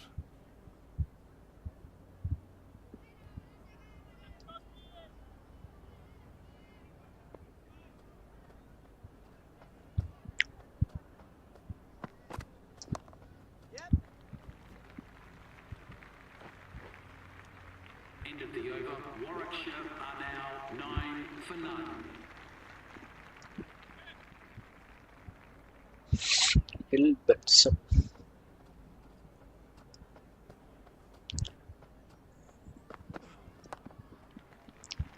Still. Well, that was a poor delivery. You can't bowl there, and it got what it deserved. Can't afford to go too full again. Still அப்படிதான் இருக்கு.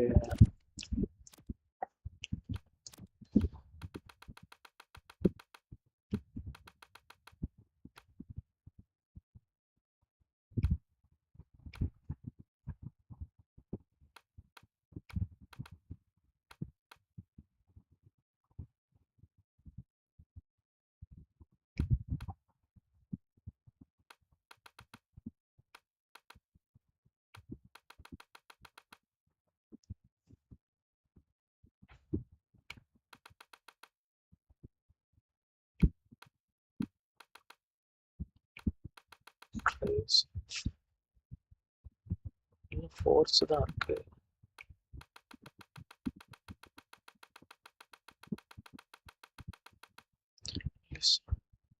Difficulty.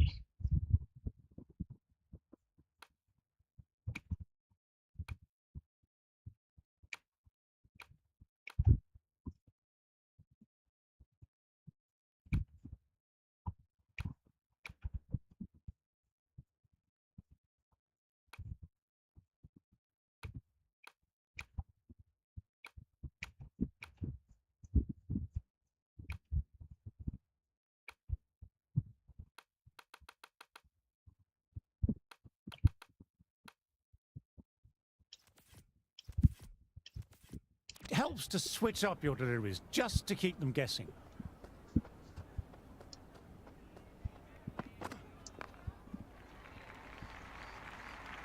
Well, the delivery was poor. Still needs to be put away, though. And what a lovely shot to find the boundary.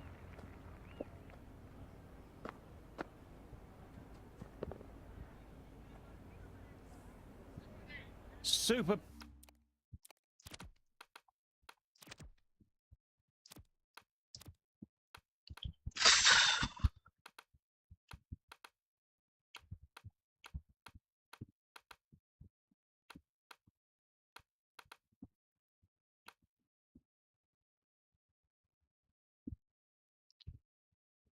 Heavily sorted put.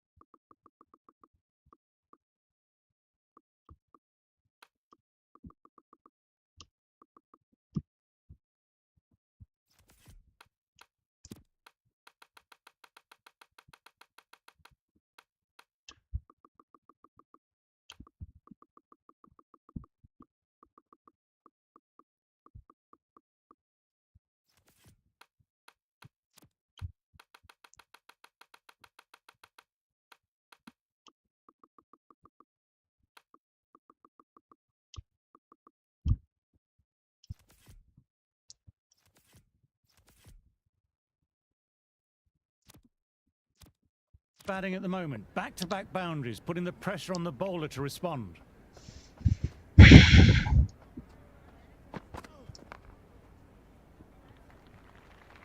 Doesn't even wait to see if the ball's going to do anything. Onto the front foot, punches it away to the boundary. Just need to keep it simple.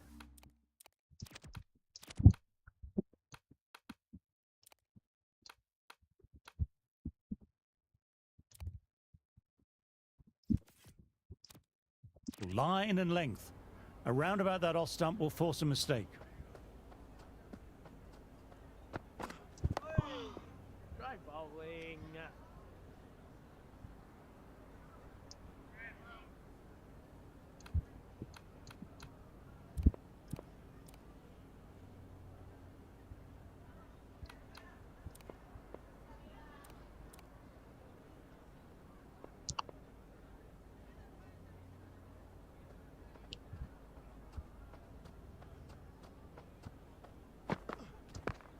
Picks the gap perfectly. That is a masterclass of batting. Reads the length, gets forward and dispatches it to the boundary.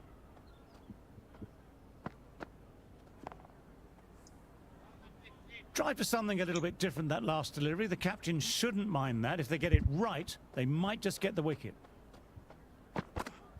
Played and missed. That was a mighty swing, but the shot was so late. Very nearly took an edge to the...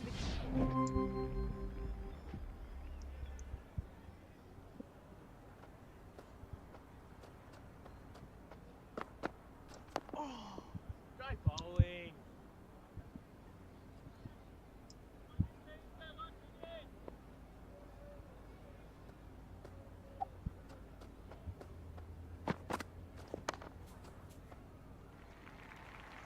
You just can't hit it any better than that. Beautiful shot. No chance at all for the fielders.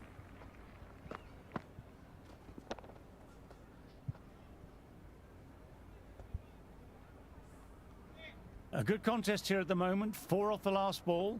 It'll be interesting to see how the bowler can respond. Beats of a ball, nearly caught the edge. Oh, didn't get the feet moving. Played down the wrong line, threw the hands at it, got nothing on the ball. Well bowled.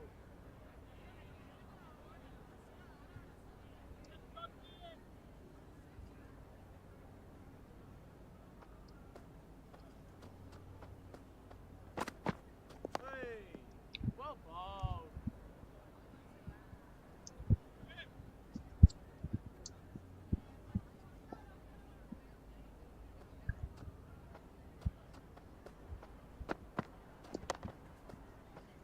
Fielder collects that one, no problem. End of the over. The batting team are now on 29 for none.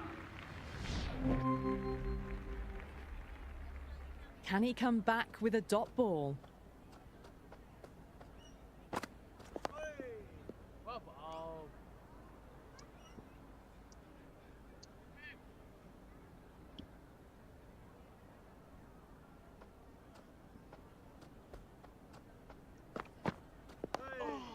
Well bowled.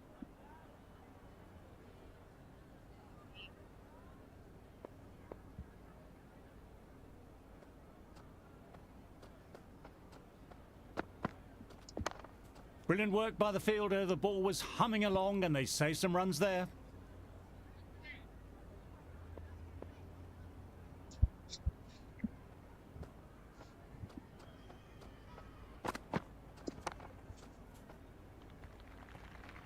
Had a real flash at that one. Beautifully struck too.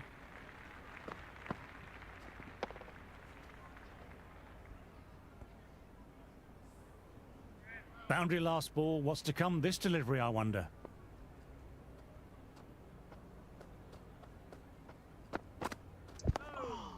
Well bowled.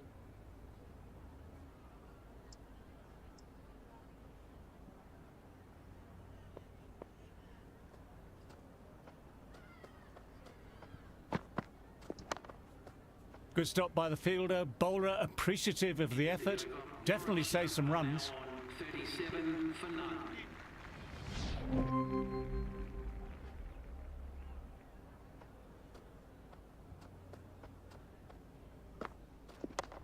Can't get it through, straight to the fielder.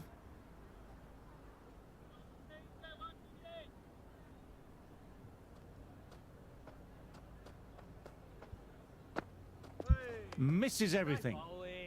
I reckon it was the length that got them there. The keeper takes it, just missing the stumps along the way.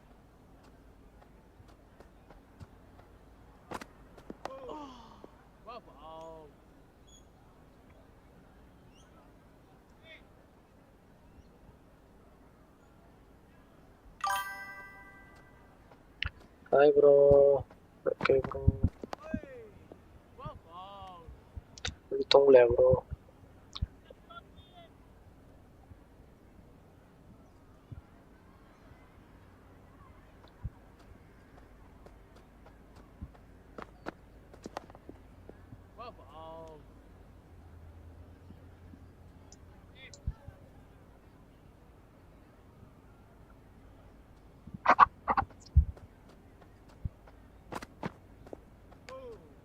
Still honing in on their lines. The batter happy to let it go through.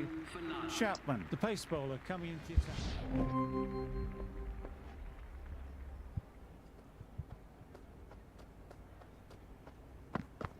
Went for the drive, but no connection. That isn't the best delivery I've seen, but somehow they get away with it. No bro, I cannot sleep. Why means tomorrow's leave. Okay. Like leave. No shot offered there.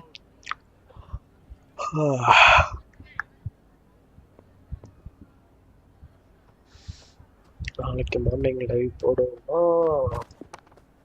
New Zealand is going for 4. That showed great skill. Lovely timing. The boundary was the only place that ball was heading.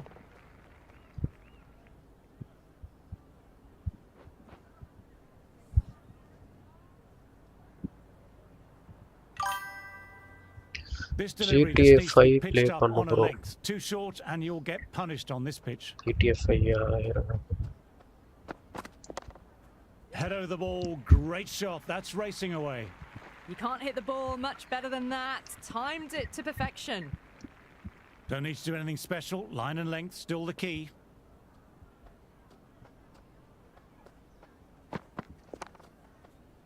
Played that well, but straight to the fielder. Would have wanted more from that shot.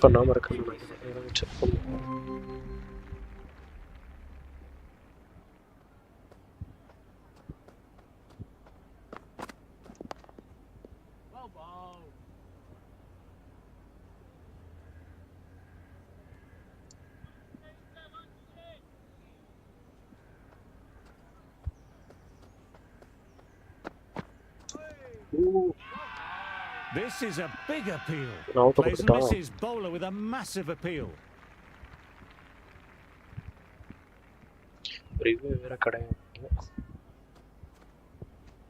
அடேங்கப்பா நல்லா உள்ள வந்திருக்கு.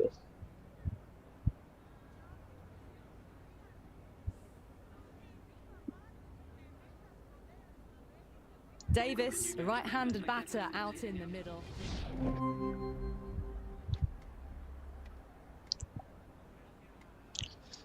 T20 இறங்க போற அந்த match முடியட்டும்.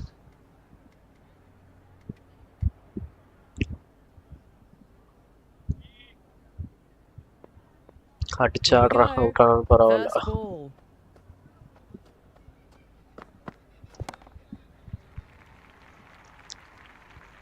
That's just a brilliantly aggressive shot. Gets onto the front foot and it's flown over the boundary. You can't mind getting hit for runs. What's important is to focus on getting the next delivery right.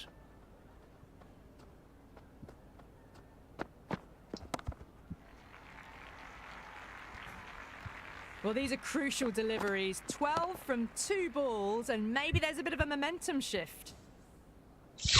Aitken is finding it difficult to contain this pair at the moment. My advice would be to go back to the stock ball and go from there. Well, they're giving the bowler no way to get back into the contest. Consecutive 6s and now a 4. Fabulous batting. Always difficult to focus after what happened last ball, but just got to stay positive and believe the wicket will come.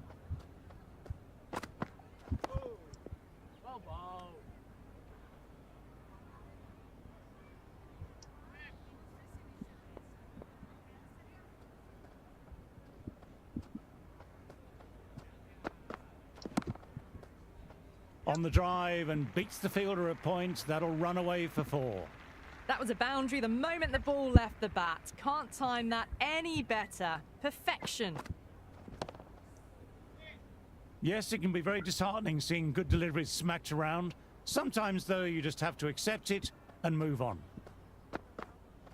Wow, that missed a lot. Huge appeal from in front and behind. Yates was looking good early on in that first innings, but fell.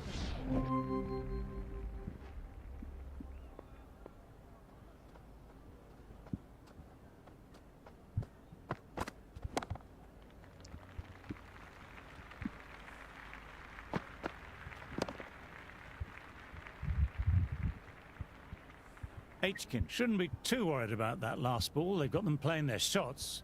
Just need to stick to the plans now.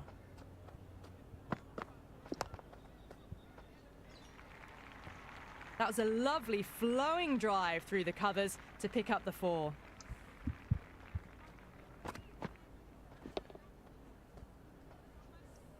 I don't feel there was too much wrong with that last delivery. Just need to keep getting the ball in the right spots and the reward will come.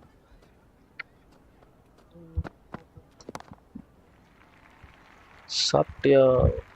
Hit that so hard. Pressed forward, got the body shape right and launched it. One for the textbook.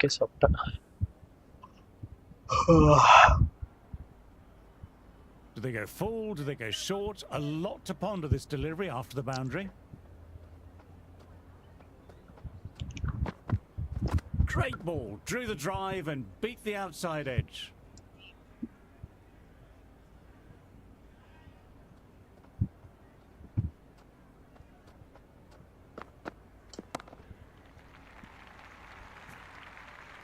Well, the shorter ball doesn't work here. Rode the bounce well and eased it over the top for 6 runs.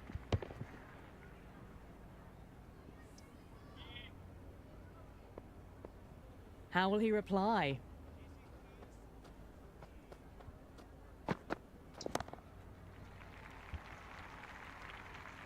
Well, enough leverage there to get a good swing of the arms under it to get it over the rope.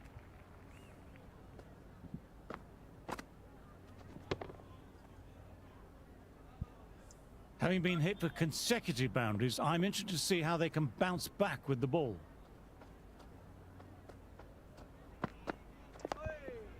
Try bowling. End of the over. Warwickshire are now 49.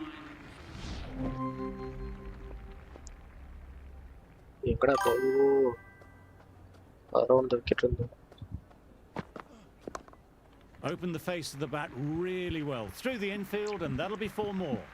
Nearly got through them, just got onto it in time, and with enough bat speed to pick up 4. 50 A good innings, that's 50. A simple raise of the bats. Thumbs up to their batting partner, and they're ready to go again. How will the bowler respond?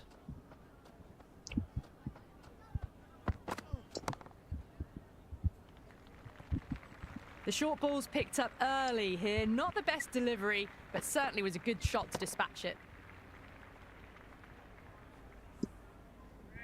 2 boundaries in a row. Time just to focus on line and length again.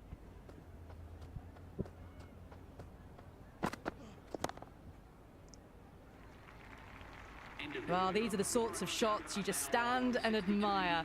Gets onto the back foot and rolls the wrists to keep control and find the boundary. Slider setting is over. Mahari makkar pandra mari. Na path sari panum.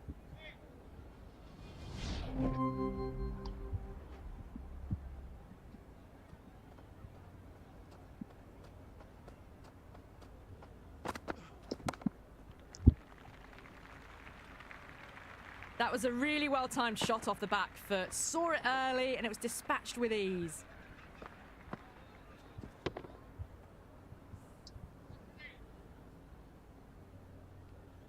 Might look to go big again here.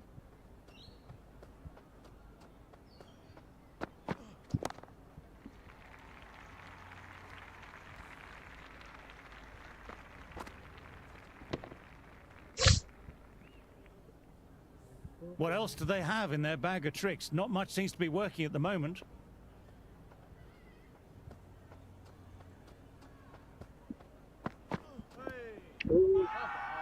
It's a very strong appeal here.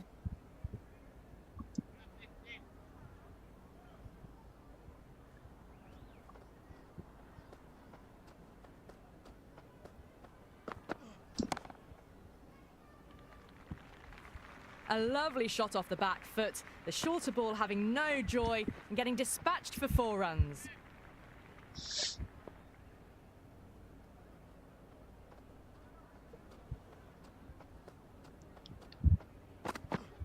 Well bowled, lured, a rash shot. Just need to settle down.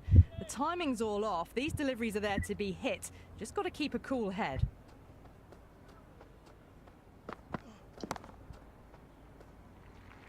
End of the over. 4 runs. They were so still at the crease. Just a slight movement forward. Fabulous shots. 100 போற எவ்வளவு இருக்கு?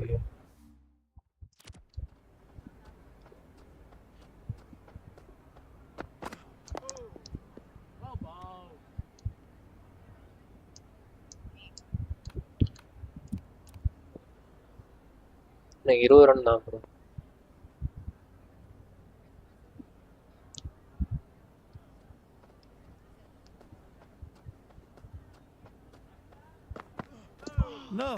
No, terrible shot. Oh, didn't get the feet moving, played down the wrong line, threw the hands at it, got nothing on the ball.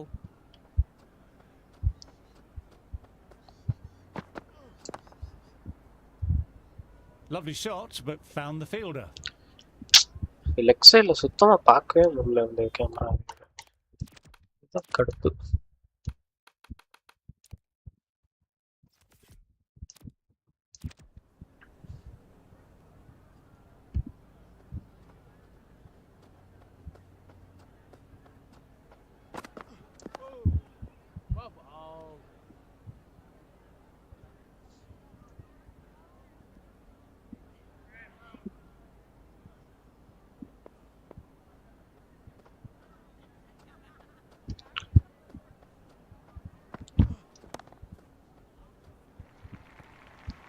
Threaded it through brilliantly. All timing on that shot. அடிக்கிறோம்.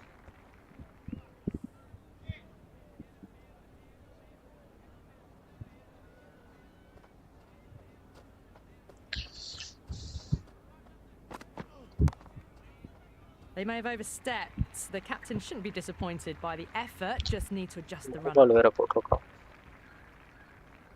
He'll be aiming full and straight.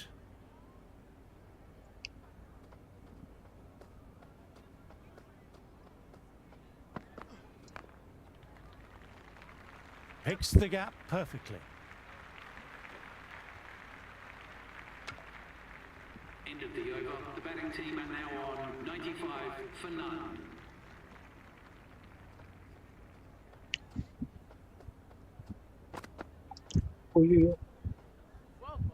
Big opportunity missed. A terrible delivery that was begging to be hit.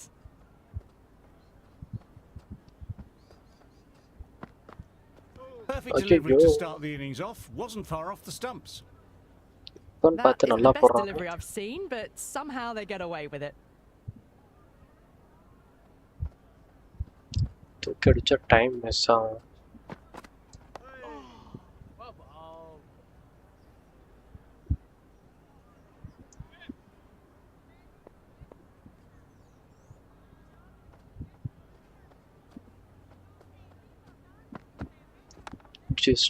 Great shot through the gap. Perfect timing.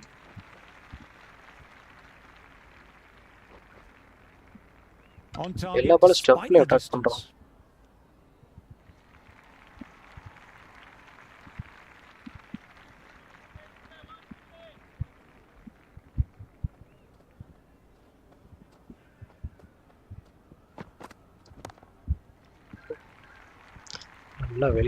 Well, that's what you pay your entrance money for. It's flown into the crowd. A brilliant shot off the front foot. No need to move. 6 last ball. How will the bowler reply? Boundary. Well, what a lovely shot. It flew to the boundary. That's clearly not the type of delivery to be bowling here.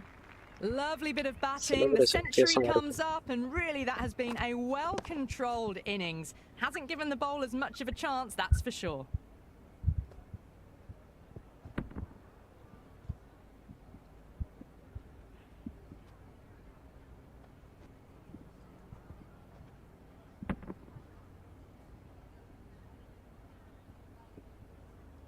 Chapman coming back on.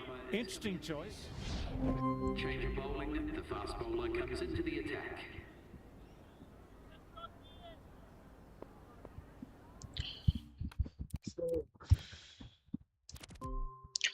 இன்னும் ஒரு 20 நிமிஷம் GTA 5 விளாண்டு close பண்ணிக்கலாம். நான் 5 மணி நேரம் போட்டிருக்கேன். இப்போ வர்றாங்க. These two series match before extra.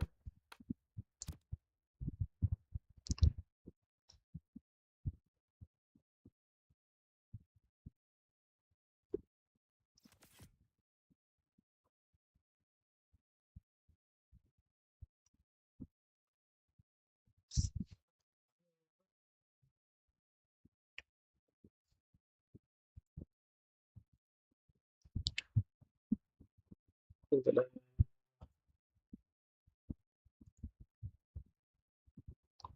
GTA 5 update ஆயிருக்கான்னு தெரியல.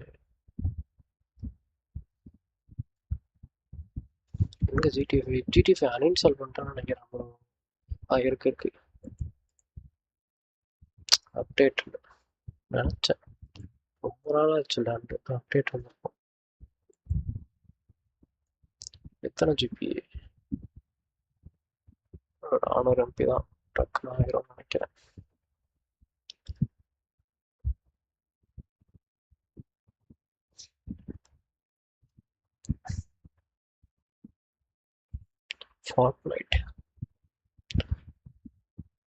Fortnite கூட போகலாம். ஹாரர் கேமுக்கு நான் எங்க ப்ரோ போவேன்? என்கிட்ட ஹாரர் கேம்லாம் இருக்கு.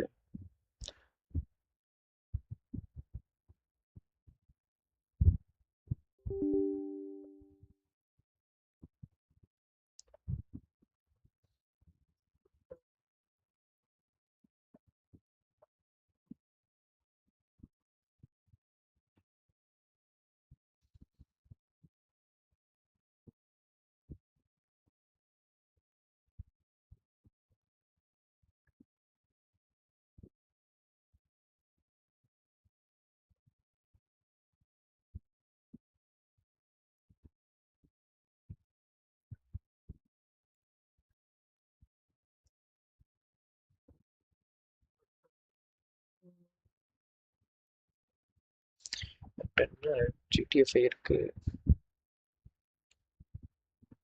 Forza இருக்கு, ஹீரோ ட்ரக் இருக்கு, branch simulator, Fortnite, Battlefield, Forza, Cricket 26, Call of Duty இதுதான் இருக்கு.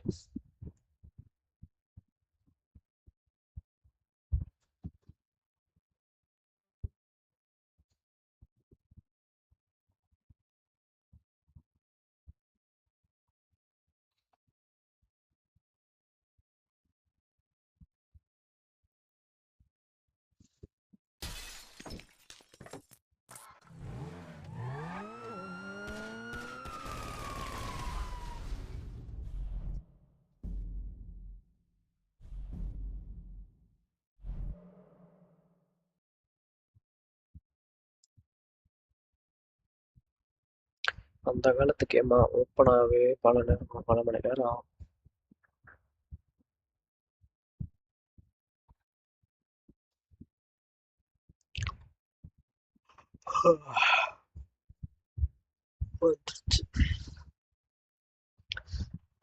கிளைம் ஃபார் ஃப்ரீயா?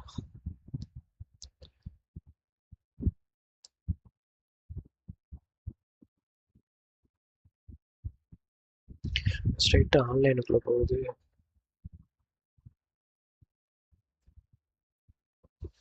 கண்ணே கூசுது, பளிச்சுன்னு இருக்குது.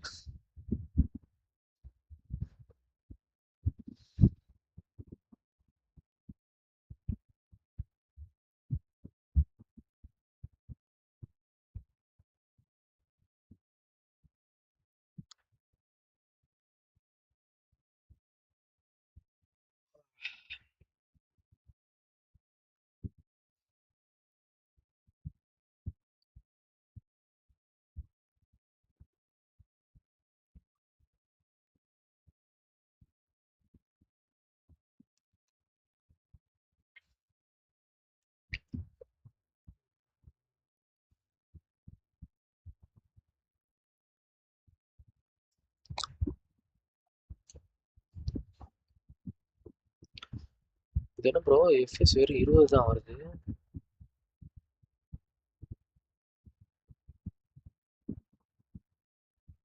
என்னாச்சு?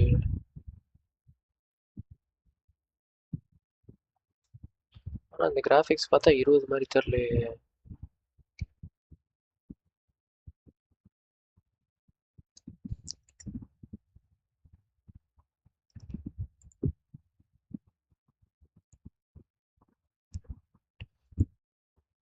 GPU ஃபுல்லாக கூட யூஸ் ஆகலை.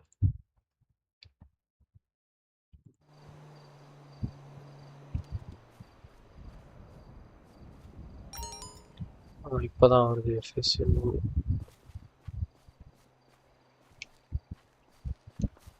செட் கண்ட்ரோல்லாம் மறந்து போச்சு ப்ரோ. எப்படி ஓடுறது?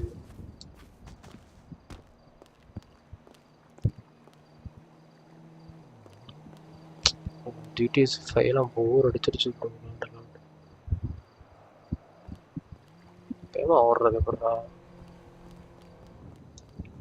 என்னோட கண்ட்ரோலர் வேற வேலை செய்ய மாட்டேங்குது. மேலே மேலே போயிட்டு ரைட் ஸ்டிக்கு.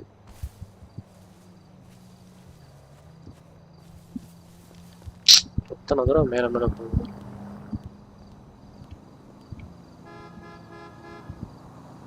நிப்பாட்டாக போகிறோம். நமக்காக விட்டு நிற்கிது.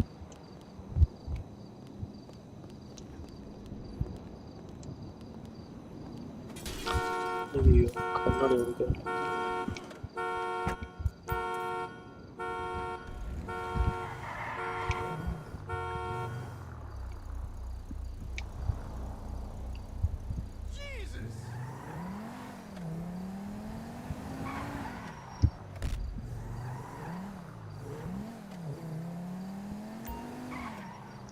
என்னது ஏதோ மிஷின் ஸ்டார்ட் ஆயிருக்கு. Bye bro, I'm going to sleep. அப்படியா? பாய் ப்ரோ, பாய். நானும் தூங்க போகிறேன். Bye bro, good night. நானும் ஒரு 5 நிமிஷம் அவ்வளோதான் தூங்குறேன். ஐயோ,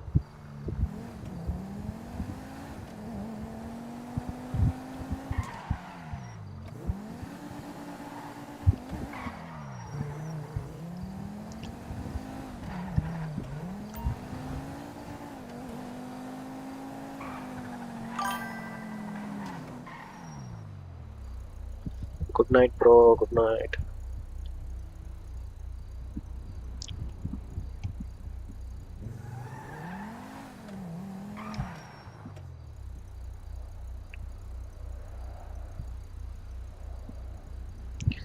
க்ளோஸ் பண்ணுறான். எஃப்எஸ்கே கிடைக்க மாட்டேங்குது. 100 கூட வர மாட்டேங்குது.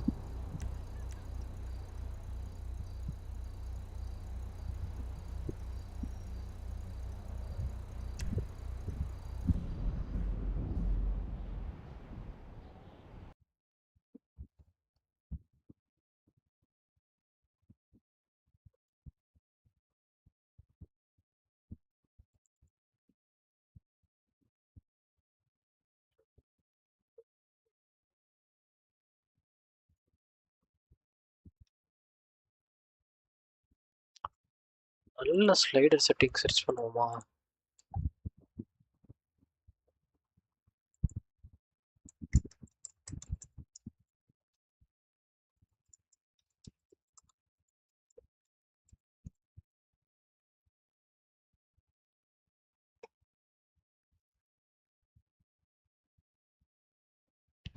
Okay,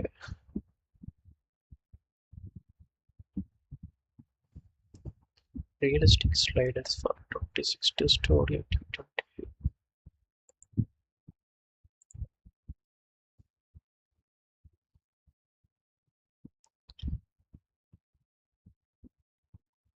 Insane speed, realistic IPL.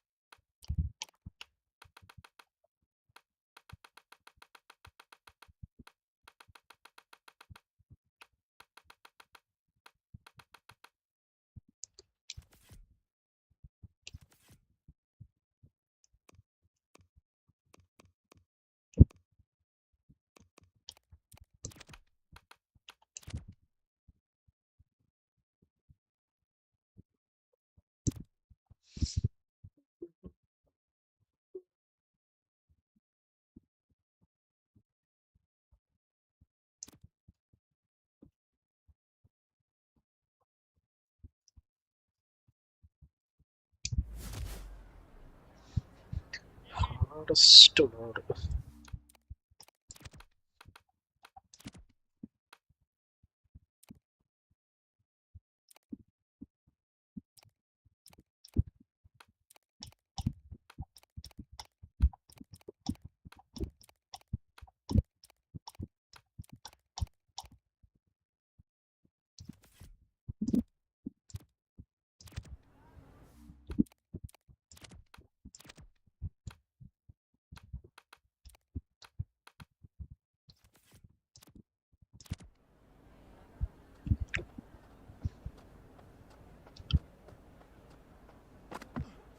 Misses, and how did that not hit? Well, that was very lucky not to clip the stumps. Plays the defensive shots, but doesn't get close. Concentration really needs to pick up.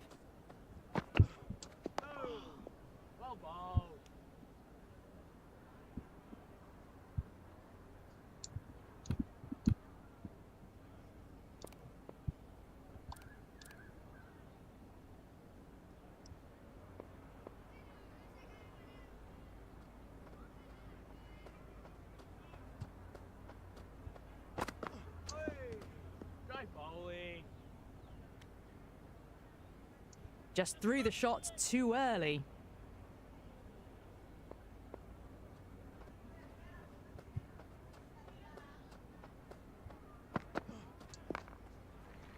Shot, lent into the ball, hit through the line, 4 more.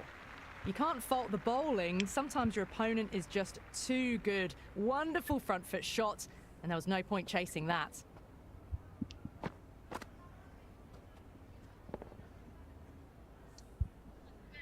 Can't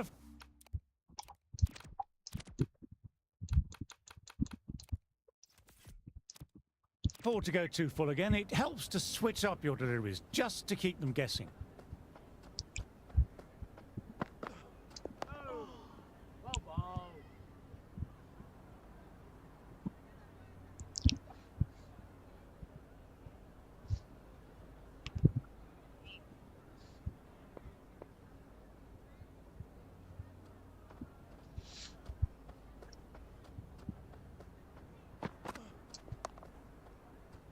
Fielder collects that one, no problem. End of the over. Warwickshire are now 111 for none.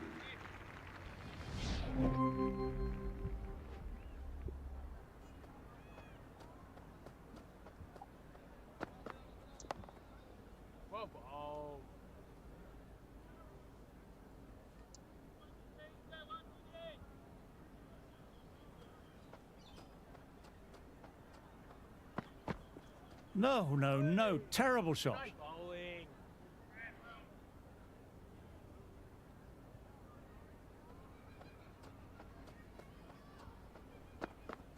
Well bowled, lured a rash shot.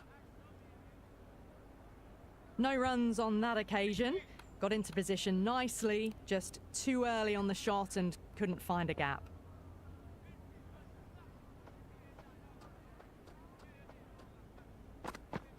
Misses everything. Tried to get the drive away, but timed it poorly. Lucky to survive.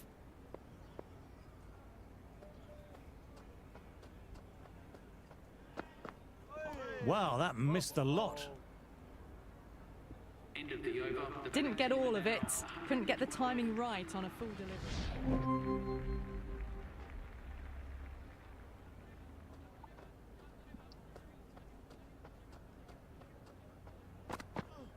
Played and missed. Oh, didn't get the feet moving. Played down the wrong line.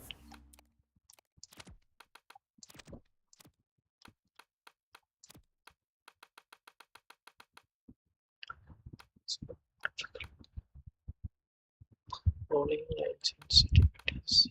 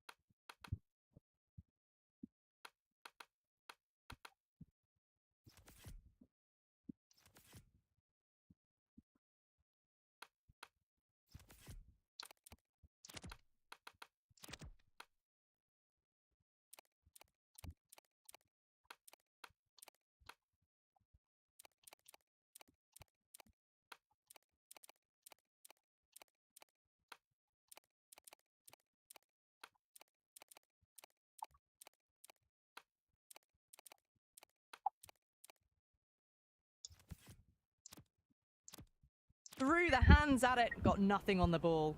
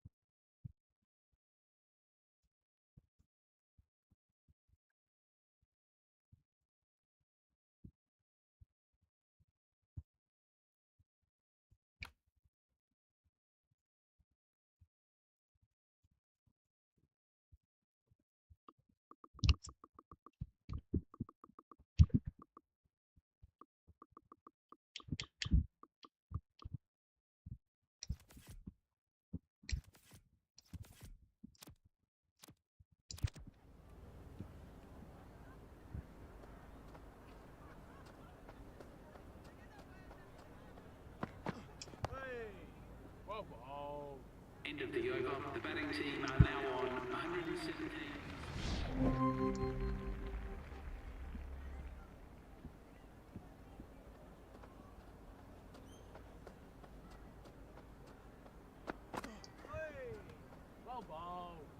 Big opportunity missed. A terrible delivery that was begging to be hit. Drives it, complete miss. That isn't the best delivery.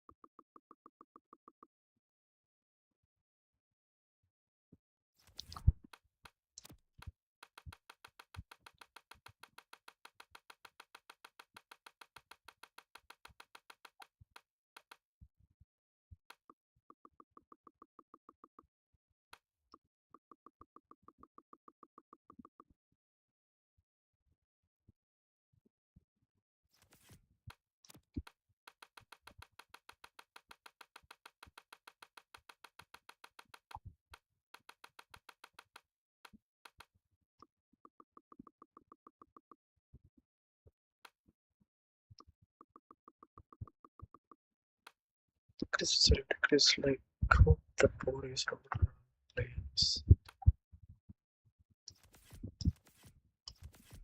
Okay. Every I've seen, but somehow they get away with it.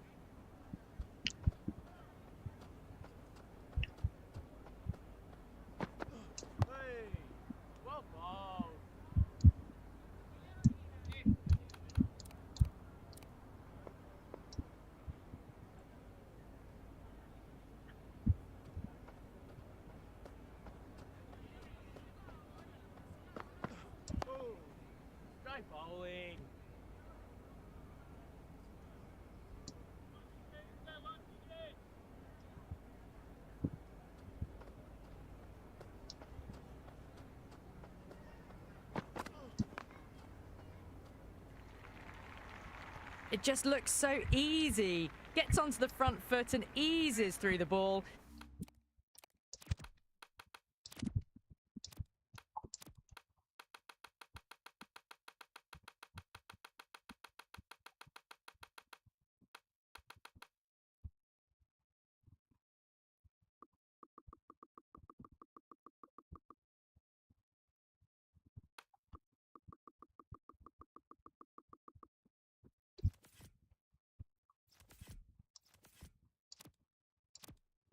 They can just stand and admire that shot.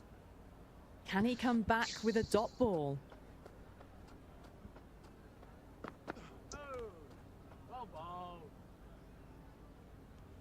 End of the over. Warwickshire are now 122 for 1. Davis made a well-earned half-century, but soon after...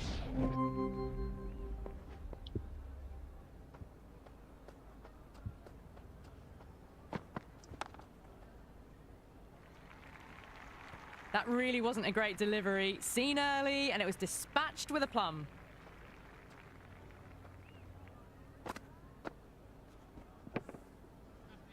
I don't feel there was too much wrong with that last delivery. Just need to keep getting the ball in the right spots, and the reward will come. Played that well, but straight to the fielder. Would have wanted more from that shot.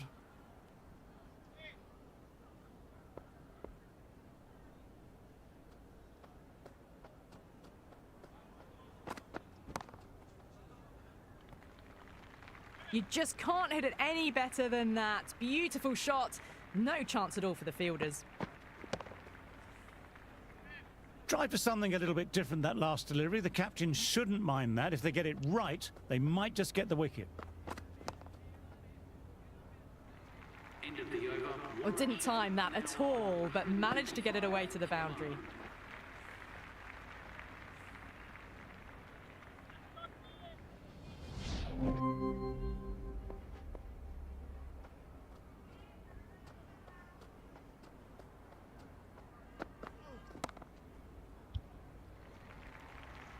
Avoided the fielders, one bounce and 4 fantastic shots.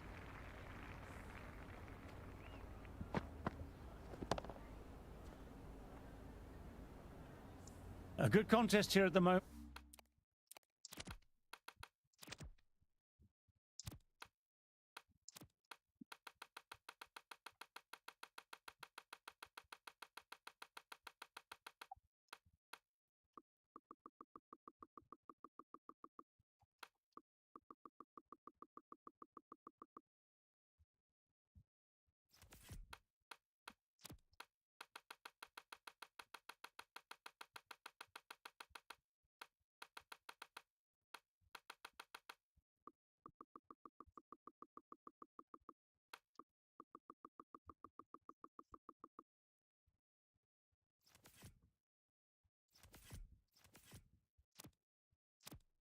moment, 4 off the last ball. It'll be interesting to see how the bowler can respond. Great bowling.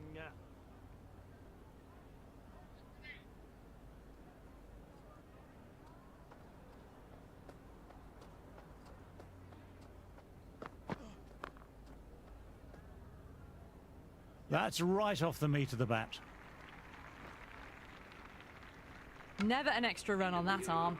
Great throw back in from the deep. Moore coming back on.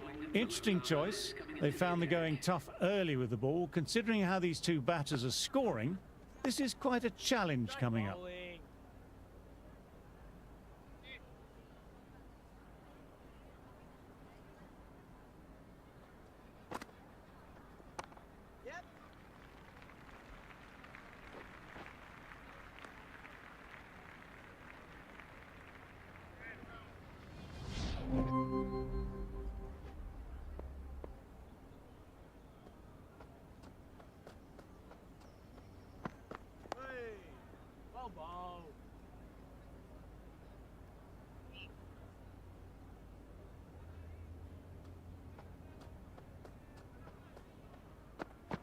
Great delivery, beat the outside edge.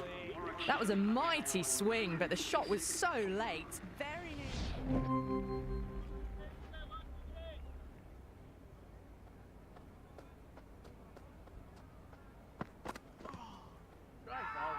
Everyone's gone up for that. They're confident about this one.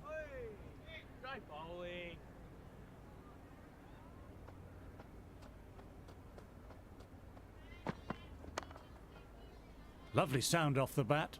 Straight to the fielder, though.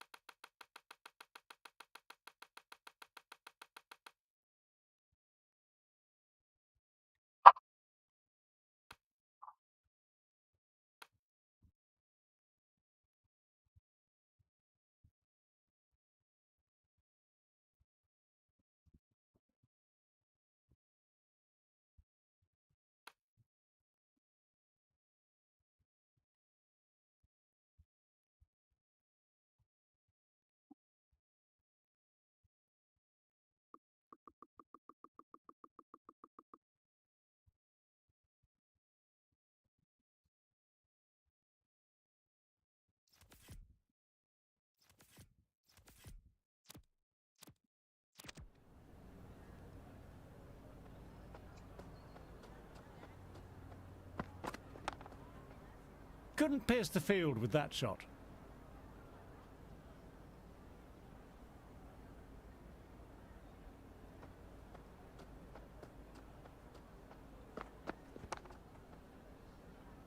Power and precision in that shot.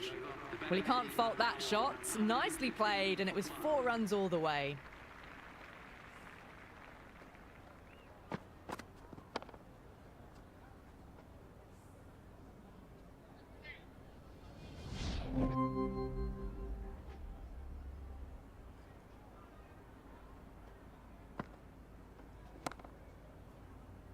Good stop. Probably managed to prevent 4 runs. Good shot for no runs. Quick to get onto the back foot, but cracked it.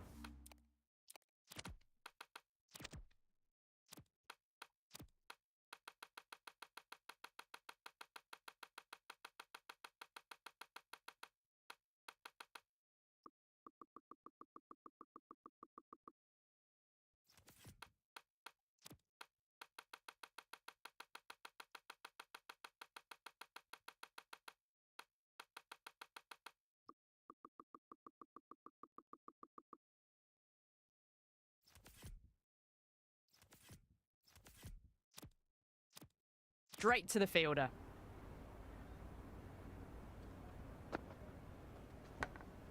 And out.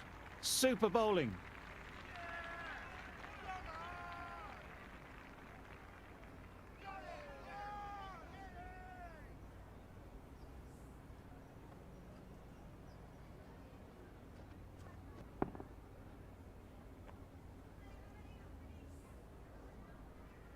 Bethel taking guard. Their first innings never really got under.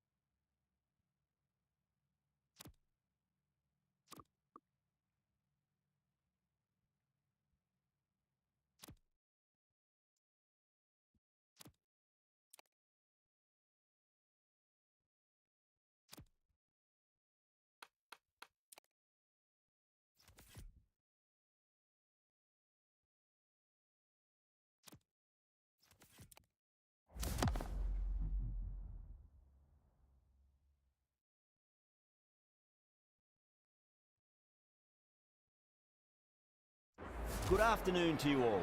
I'm Adam Gilchrist, and with me for this match is Ali Mitchell. Looking forward to this one. It should be a cracking game. Thanks, Alison. It's time now for the toss. Let's join the pitch side to see who'll be donning the pads first.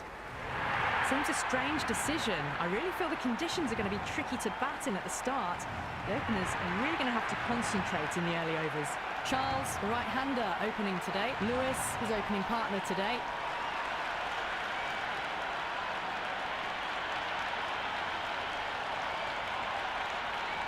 We're about to get underway already. Right-hander out in the middle, doing a little bit of last-minute gardening. First ball for the batter, coming in. No, terrible shot. Well, that's a wild one. Nothing elegant about that shot, just not timing it at all. Poor play.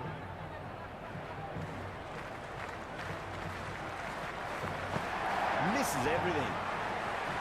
Big opportunity missed. A terrible delivery that was begging to be hit. Clipped away neatly off the pads. Should get forward. Doesn't even wait to see if the ball's going to do anything. Onto the front foot, punches it away to the boundary.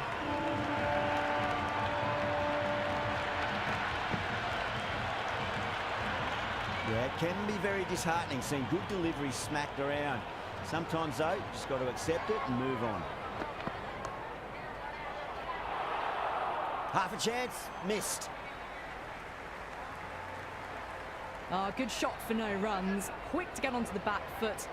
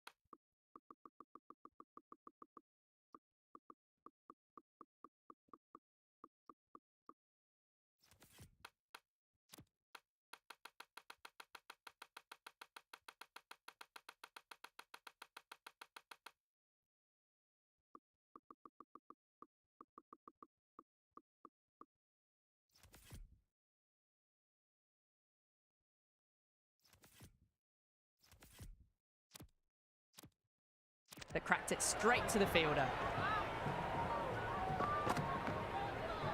Overstepping, just a little too eager on that delivery.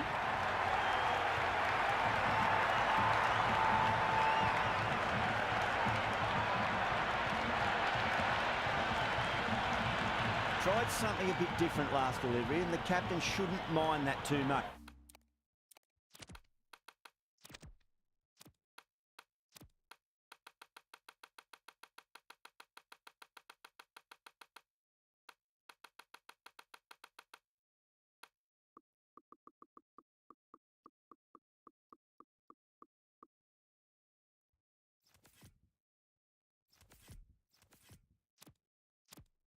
If they get it right, they just might get that wicket.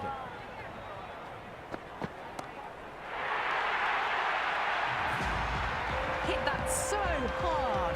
Pressed forward, got the body shape right and launched it. One for the textbook. This delivery just needs to be pitched up on a length. Too short, and you're going to get punished on this pitch. Nicely played. Well, you can't fault that shot.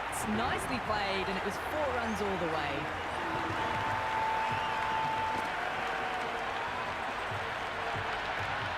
End of the over. India 19 for none. 1 gone, and an excellent start to this power play. Keesham, the left-handed batter, taking guard.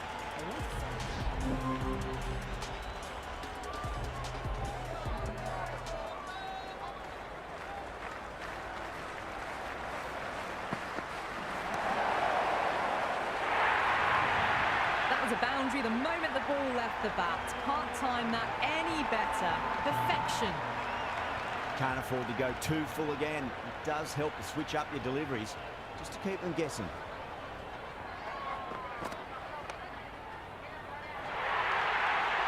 Caressed that nicely through the gap to the boundary.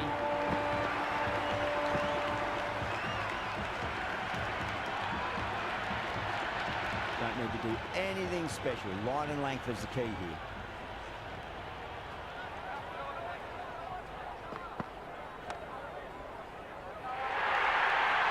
You can't hit the ball much better than that. Timed it to perfection.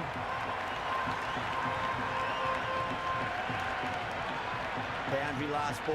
What's to come this delivery? I wonder.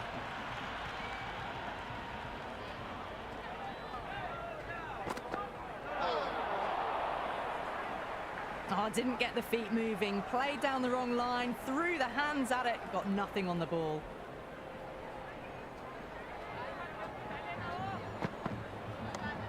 Couldn't get it through the field. Well, that was a struggle, getting smacked all over the park. Well, couldn't have asked for a better start to the power play and the run chase. Exactly what they...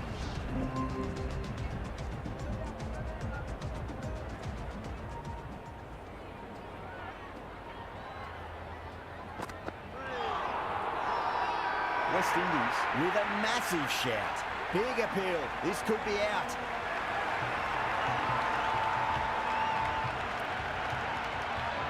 Yeah, that could have been missing the stumps. Not the worst review. Pitching in line, just a case of whether it's hitting the stumps.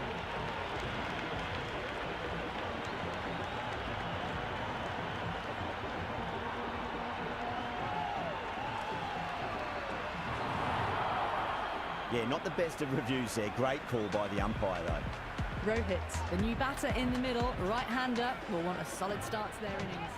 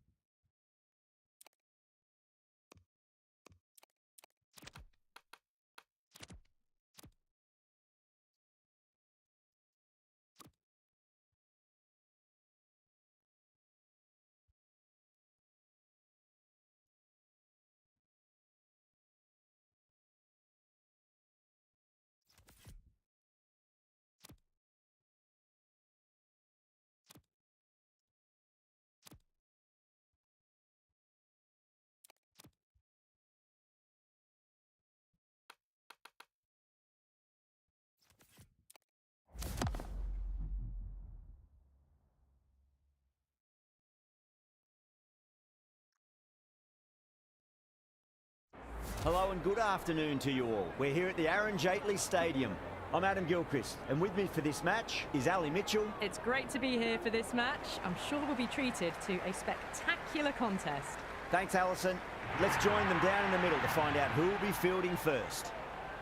Easy decision for the captain there, batting first in home conditions. The right-hander in the middle will take guard for the first ball. Keeshan up the other end to start things off. These two make a very good combination.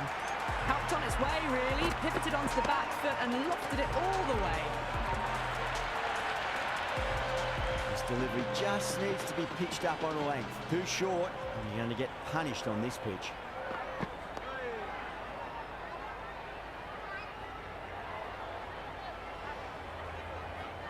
The crowd is electric right now.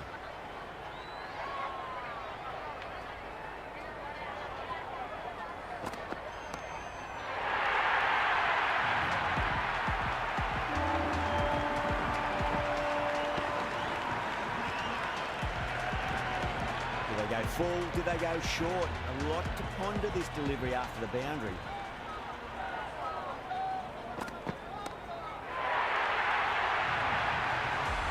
Just textbook, sees the ball go shorter and gets back fast to pull that shot away for the six. Super batting at the moment. Back-to-back boundaries, putting the pressure right on the bowler. They've got to respond.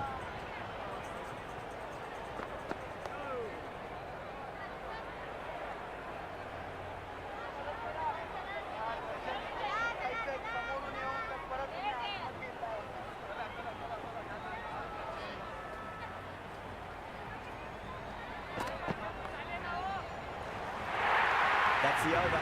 India 22 for none. End of the first and an exceptional start. Some big shots early on. Can build some momentum easily off that over.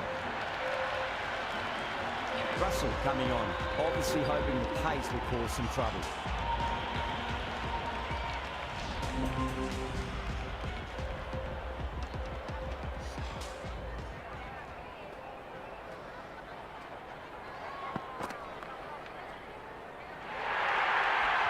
You just can't hit it any better than that. Beautiful shot. No chance at all for the fielders.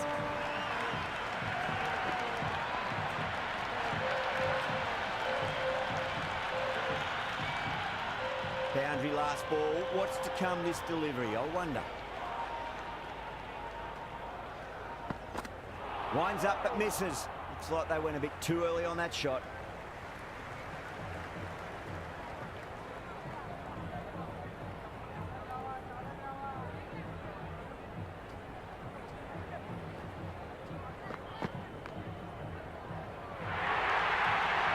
Really wasn't a great delivery. Seen early and it was dispatched with a plum.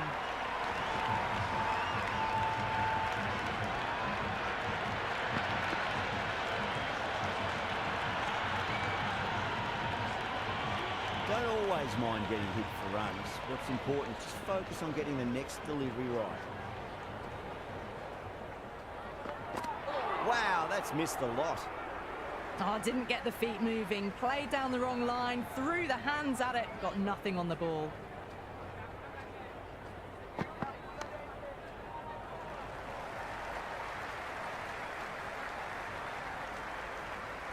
Rohit, the new batter in the middle, right-hander, will want a solid start to their innings.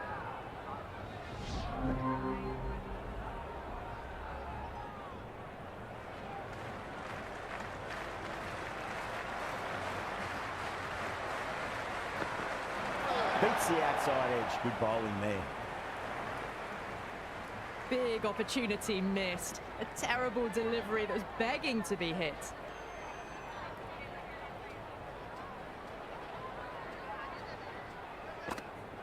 No. Terrible shot. That isn't the best delivery I've seen, but somehow they get away with it.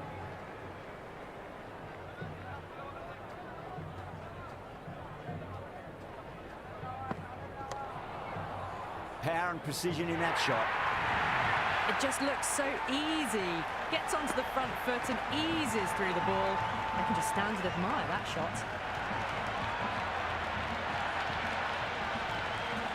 I didn't feel there was too much wrong with that last delivery. They just need to keep the ball in the right areas and the rewards will come.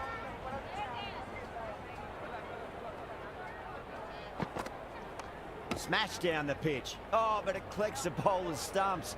They should get through for a cheeky single, but it's unlucky. Probably would have been a boundary.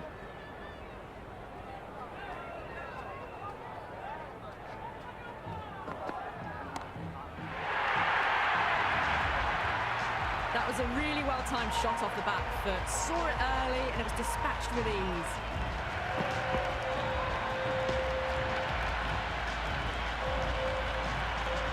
Just need to keep it simple. Line and length. Roundabout off stump. That'll force a mistake.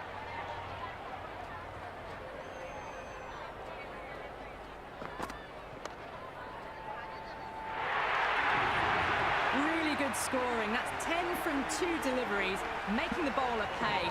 That was an impressively timed boundary.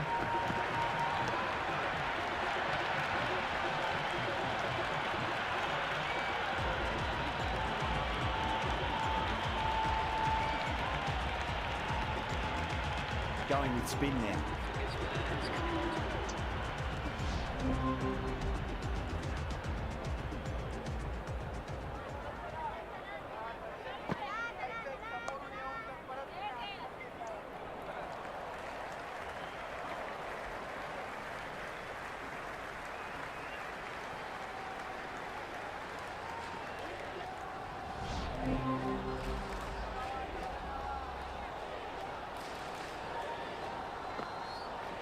Went for the drive, complete miss. No runs on that occasion. Got into position nicely, just too early on the shot and couldn't find a gap.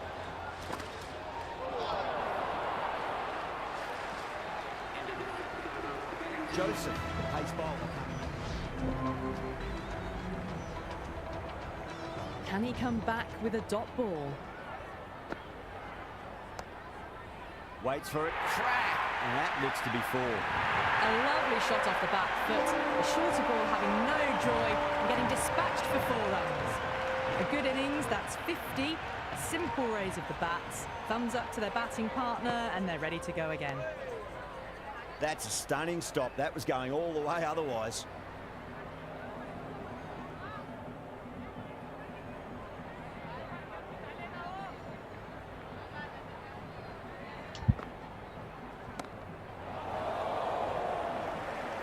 Gone, straight to long on, and it's a pretty regulation catch in the end.